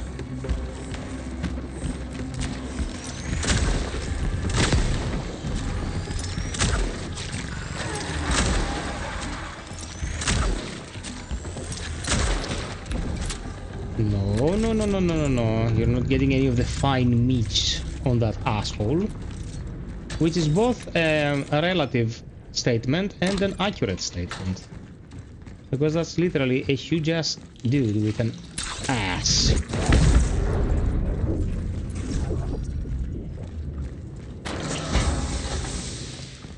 I always fall for this little scare.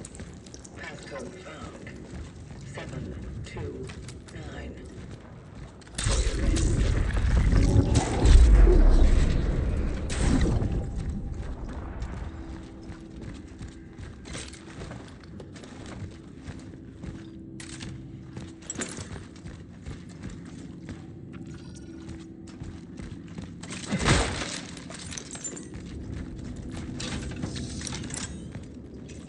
The fire.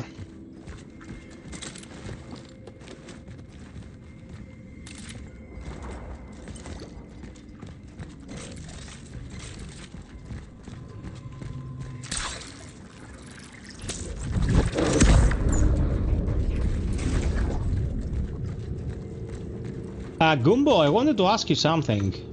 Do you copy?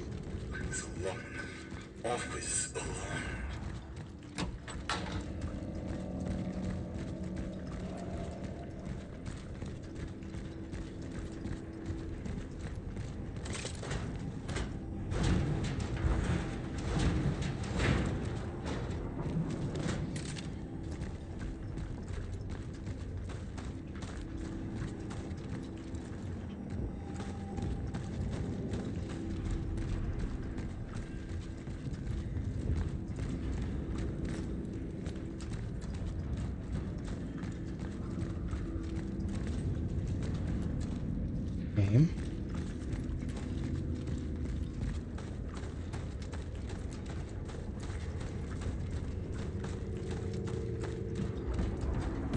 Do you always have VPN turned on when using the computer?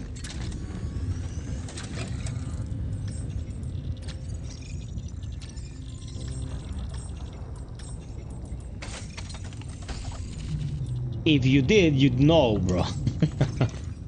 Because you've told me that you were not able to access specific websites, and usually what's behind this is that specific websites do not allow you to visit them with a VPN to avoid fraud. So if you've had issues with entering specific domains, yeah. Oh my god.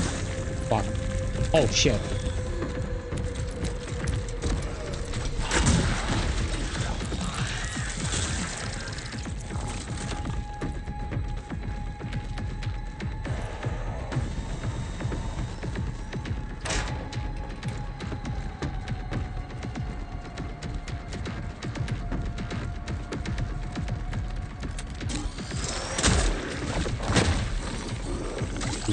Fucking kidding me.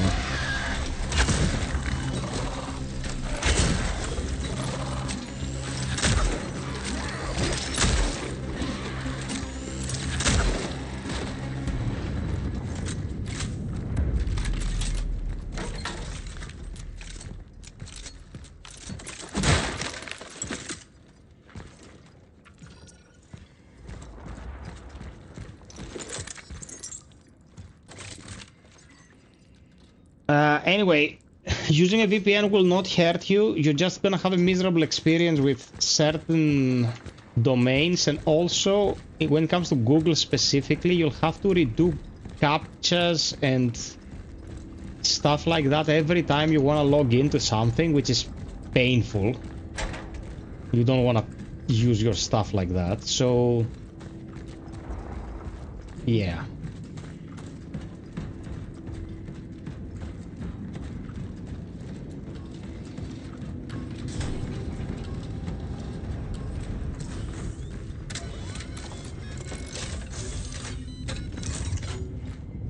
Maddit was fantastic as always. The man's a treasure, man. We had a great time. We talked about the upcoming DLC. We talked about certain things related to the lore. That was very interesting. It was all in all pretty great.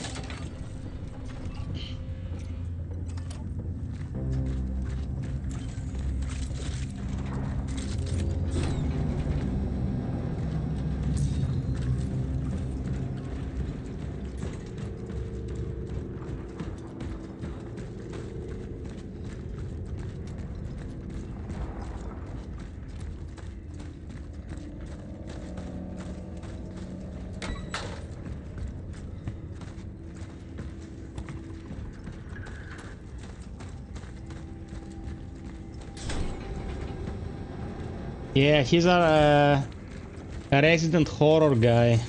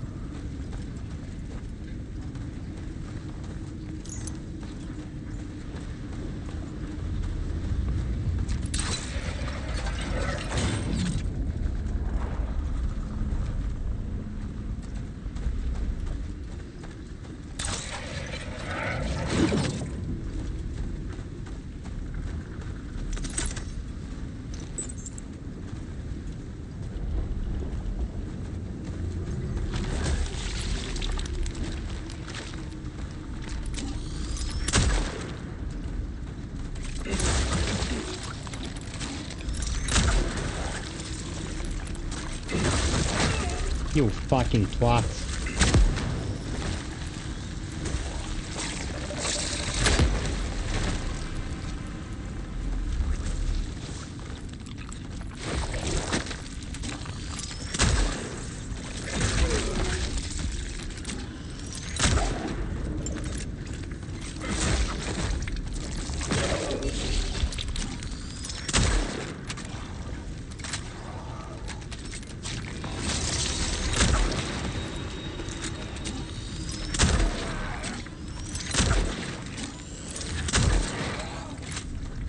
I didn't get damaged for like an hour straight, and I got in here, got slaughtered by these little shits. Anyway, doesn't matter. I'm selling my heals because of how many I'm amassing.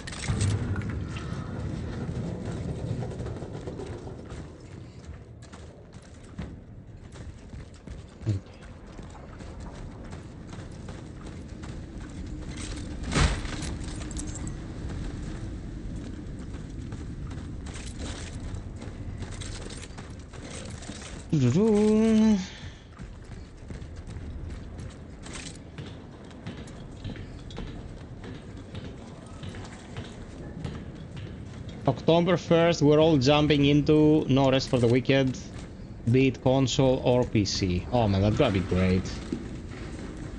That's gonna be a great time to be alive.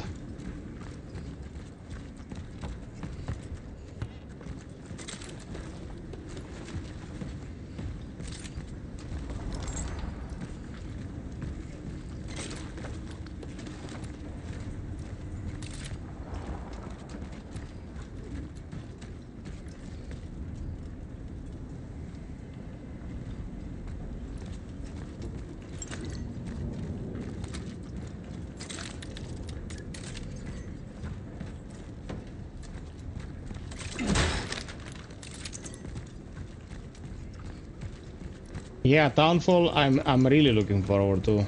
Let's hope it's gonna be great.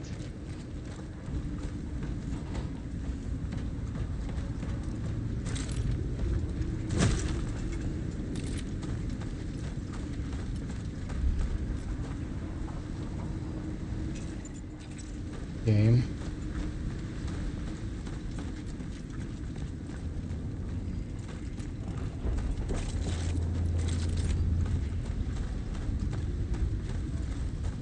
Resources insufficient.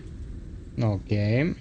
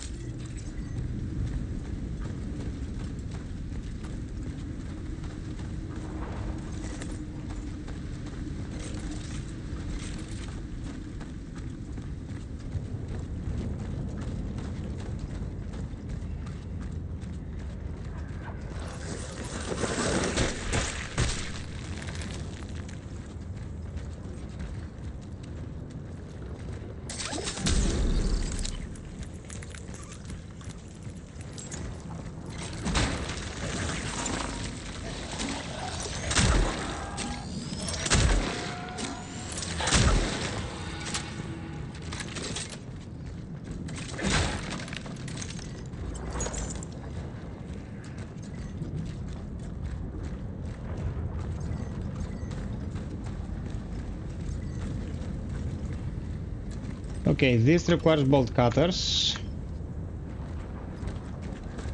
I have to return.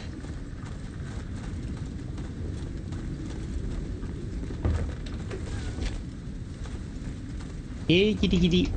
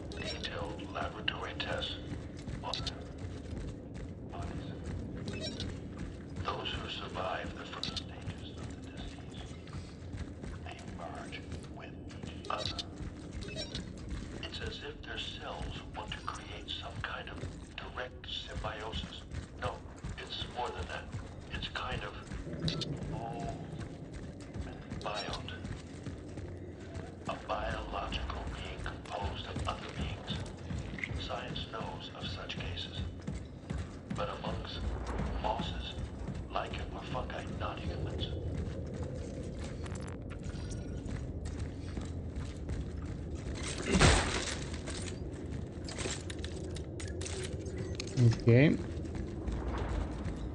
I have never encountered anything like this before. It seems so strange that it even escapes standard classification. All the information we gathered during the early analysis seemed to indicate that it is a virus, but it doesn't act like one at all. We don't know how it transmits. We don't know how it mutates. It's as if it came from a world with different biological laws. Or was born, rather. He must be the answer. Okay.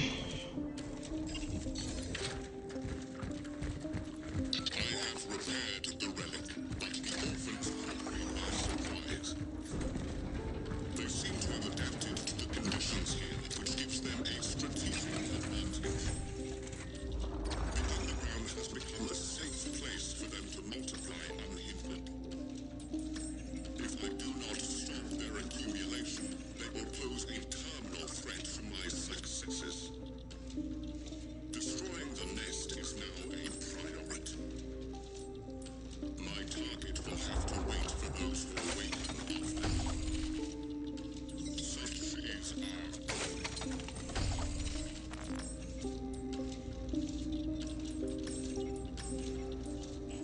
Okay. Solid upgrades.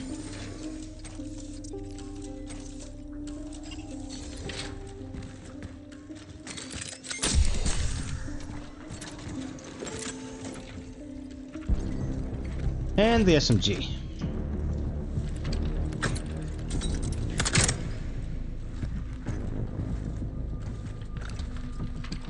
Oh no! It's the dagger.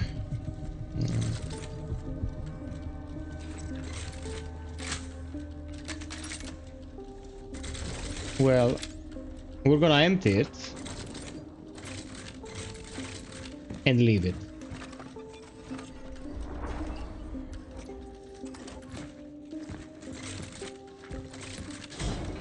Because we're not gonna play with this gun. This gun for new game card is a very bad idea. Here's the game for the rest of the weekend. Tell suck, Mr. FiOth. Imagine you're playing an isometric action RPG like Diablo, but the controls actually promote gameplay that has to do with timing and positioning, and you have a stamina bar. It's precise. It actually requires some, you know, some good execution, and yeah, it's really good.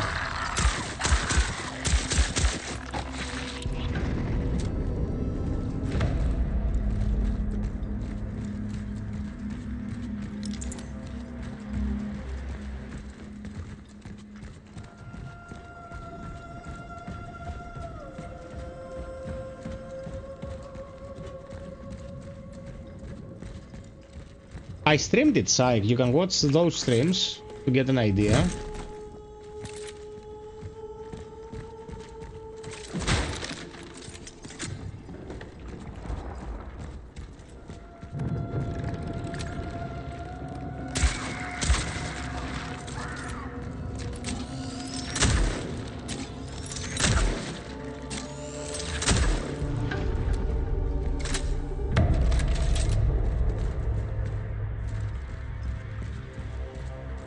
This area is peak.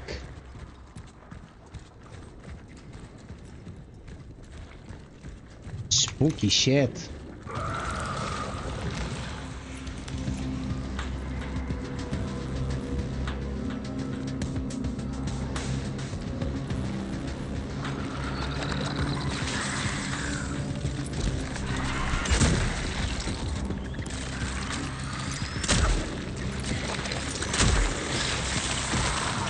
Motherfucker.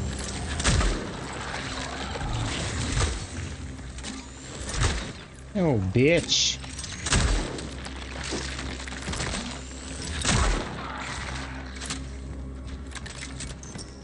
Okay.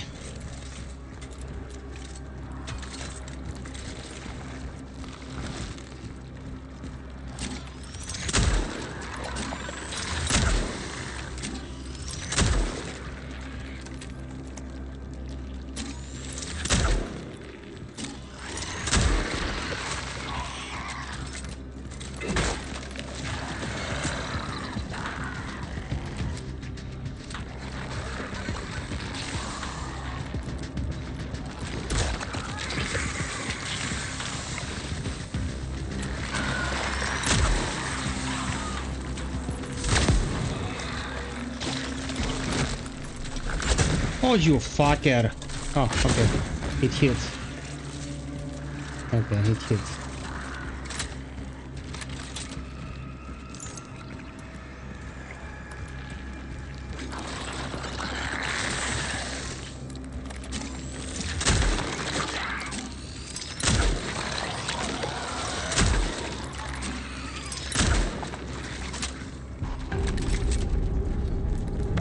Let our work continue.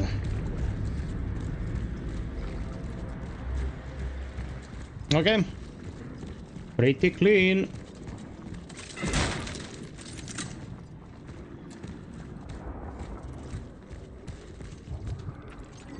Get the relic, baby.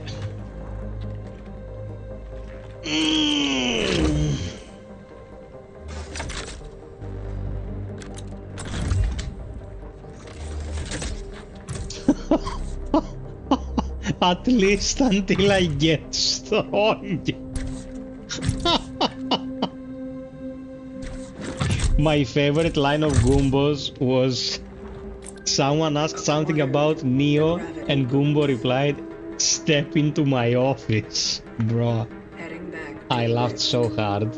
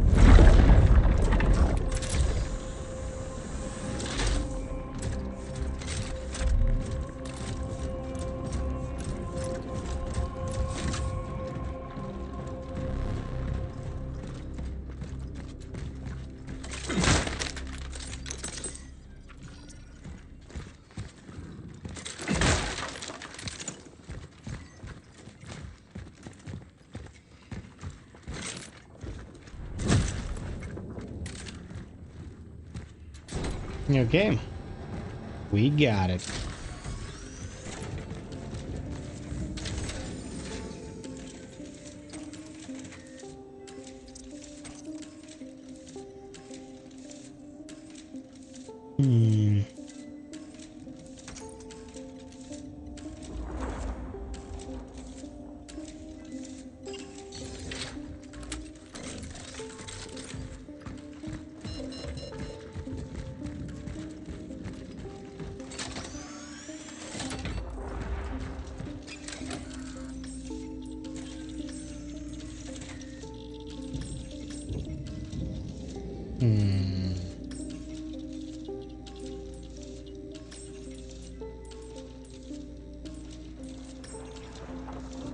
We're in a really good place with the upgrades.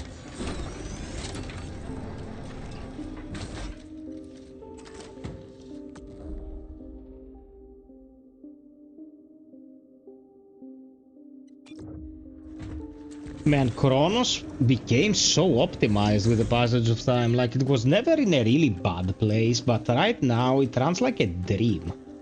It's an Unreal Engine Lumen powered game, Unreal Engine 5.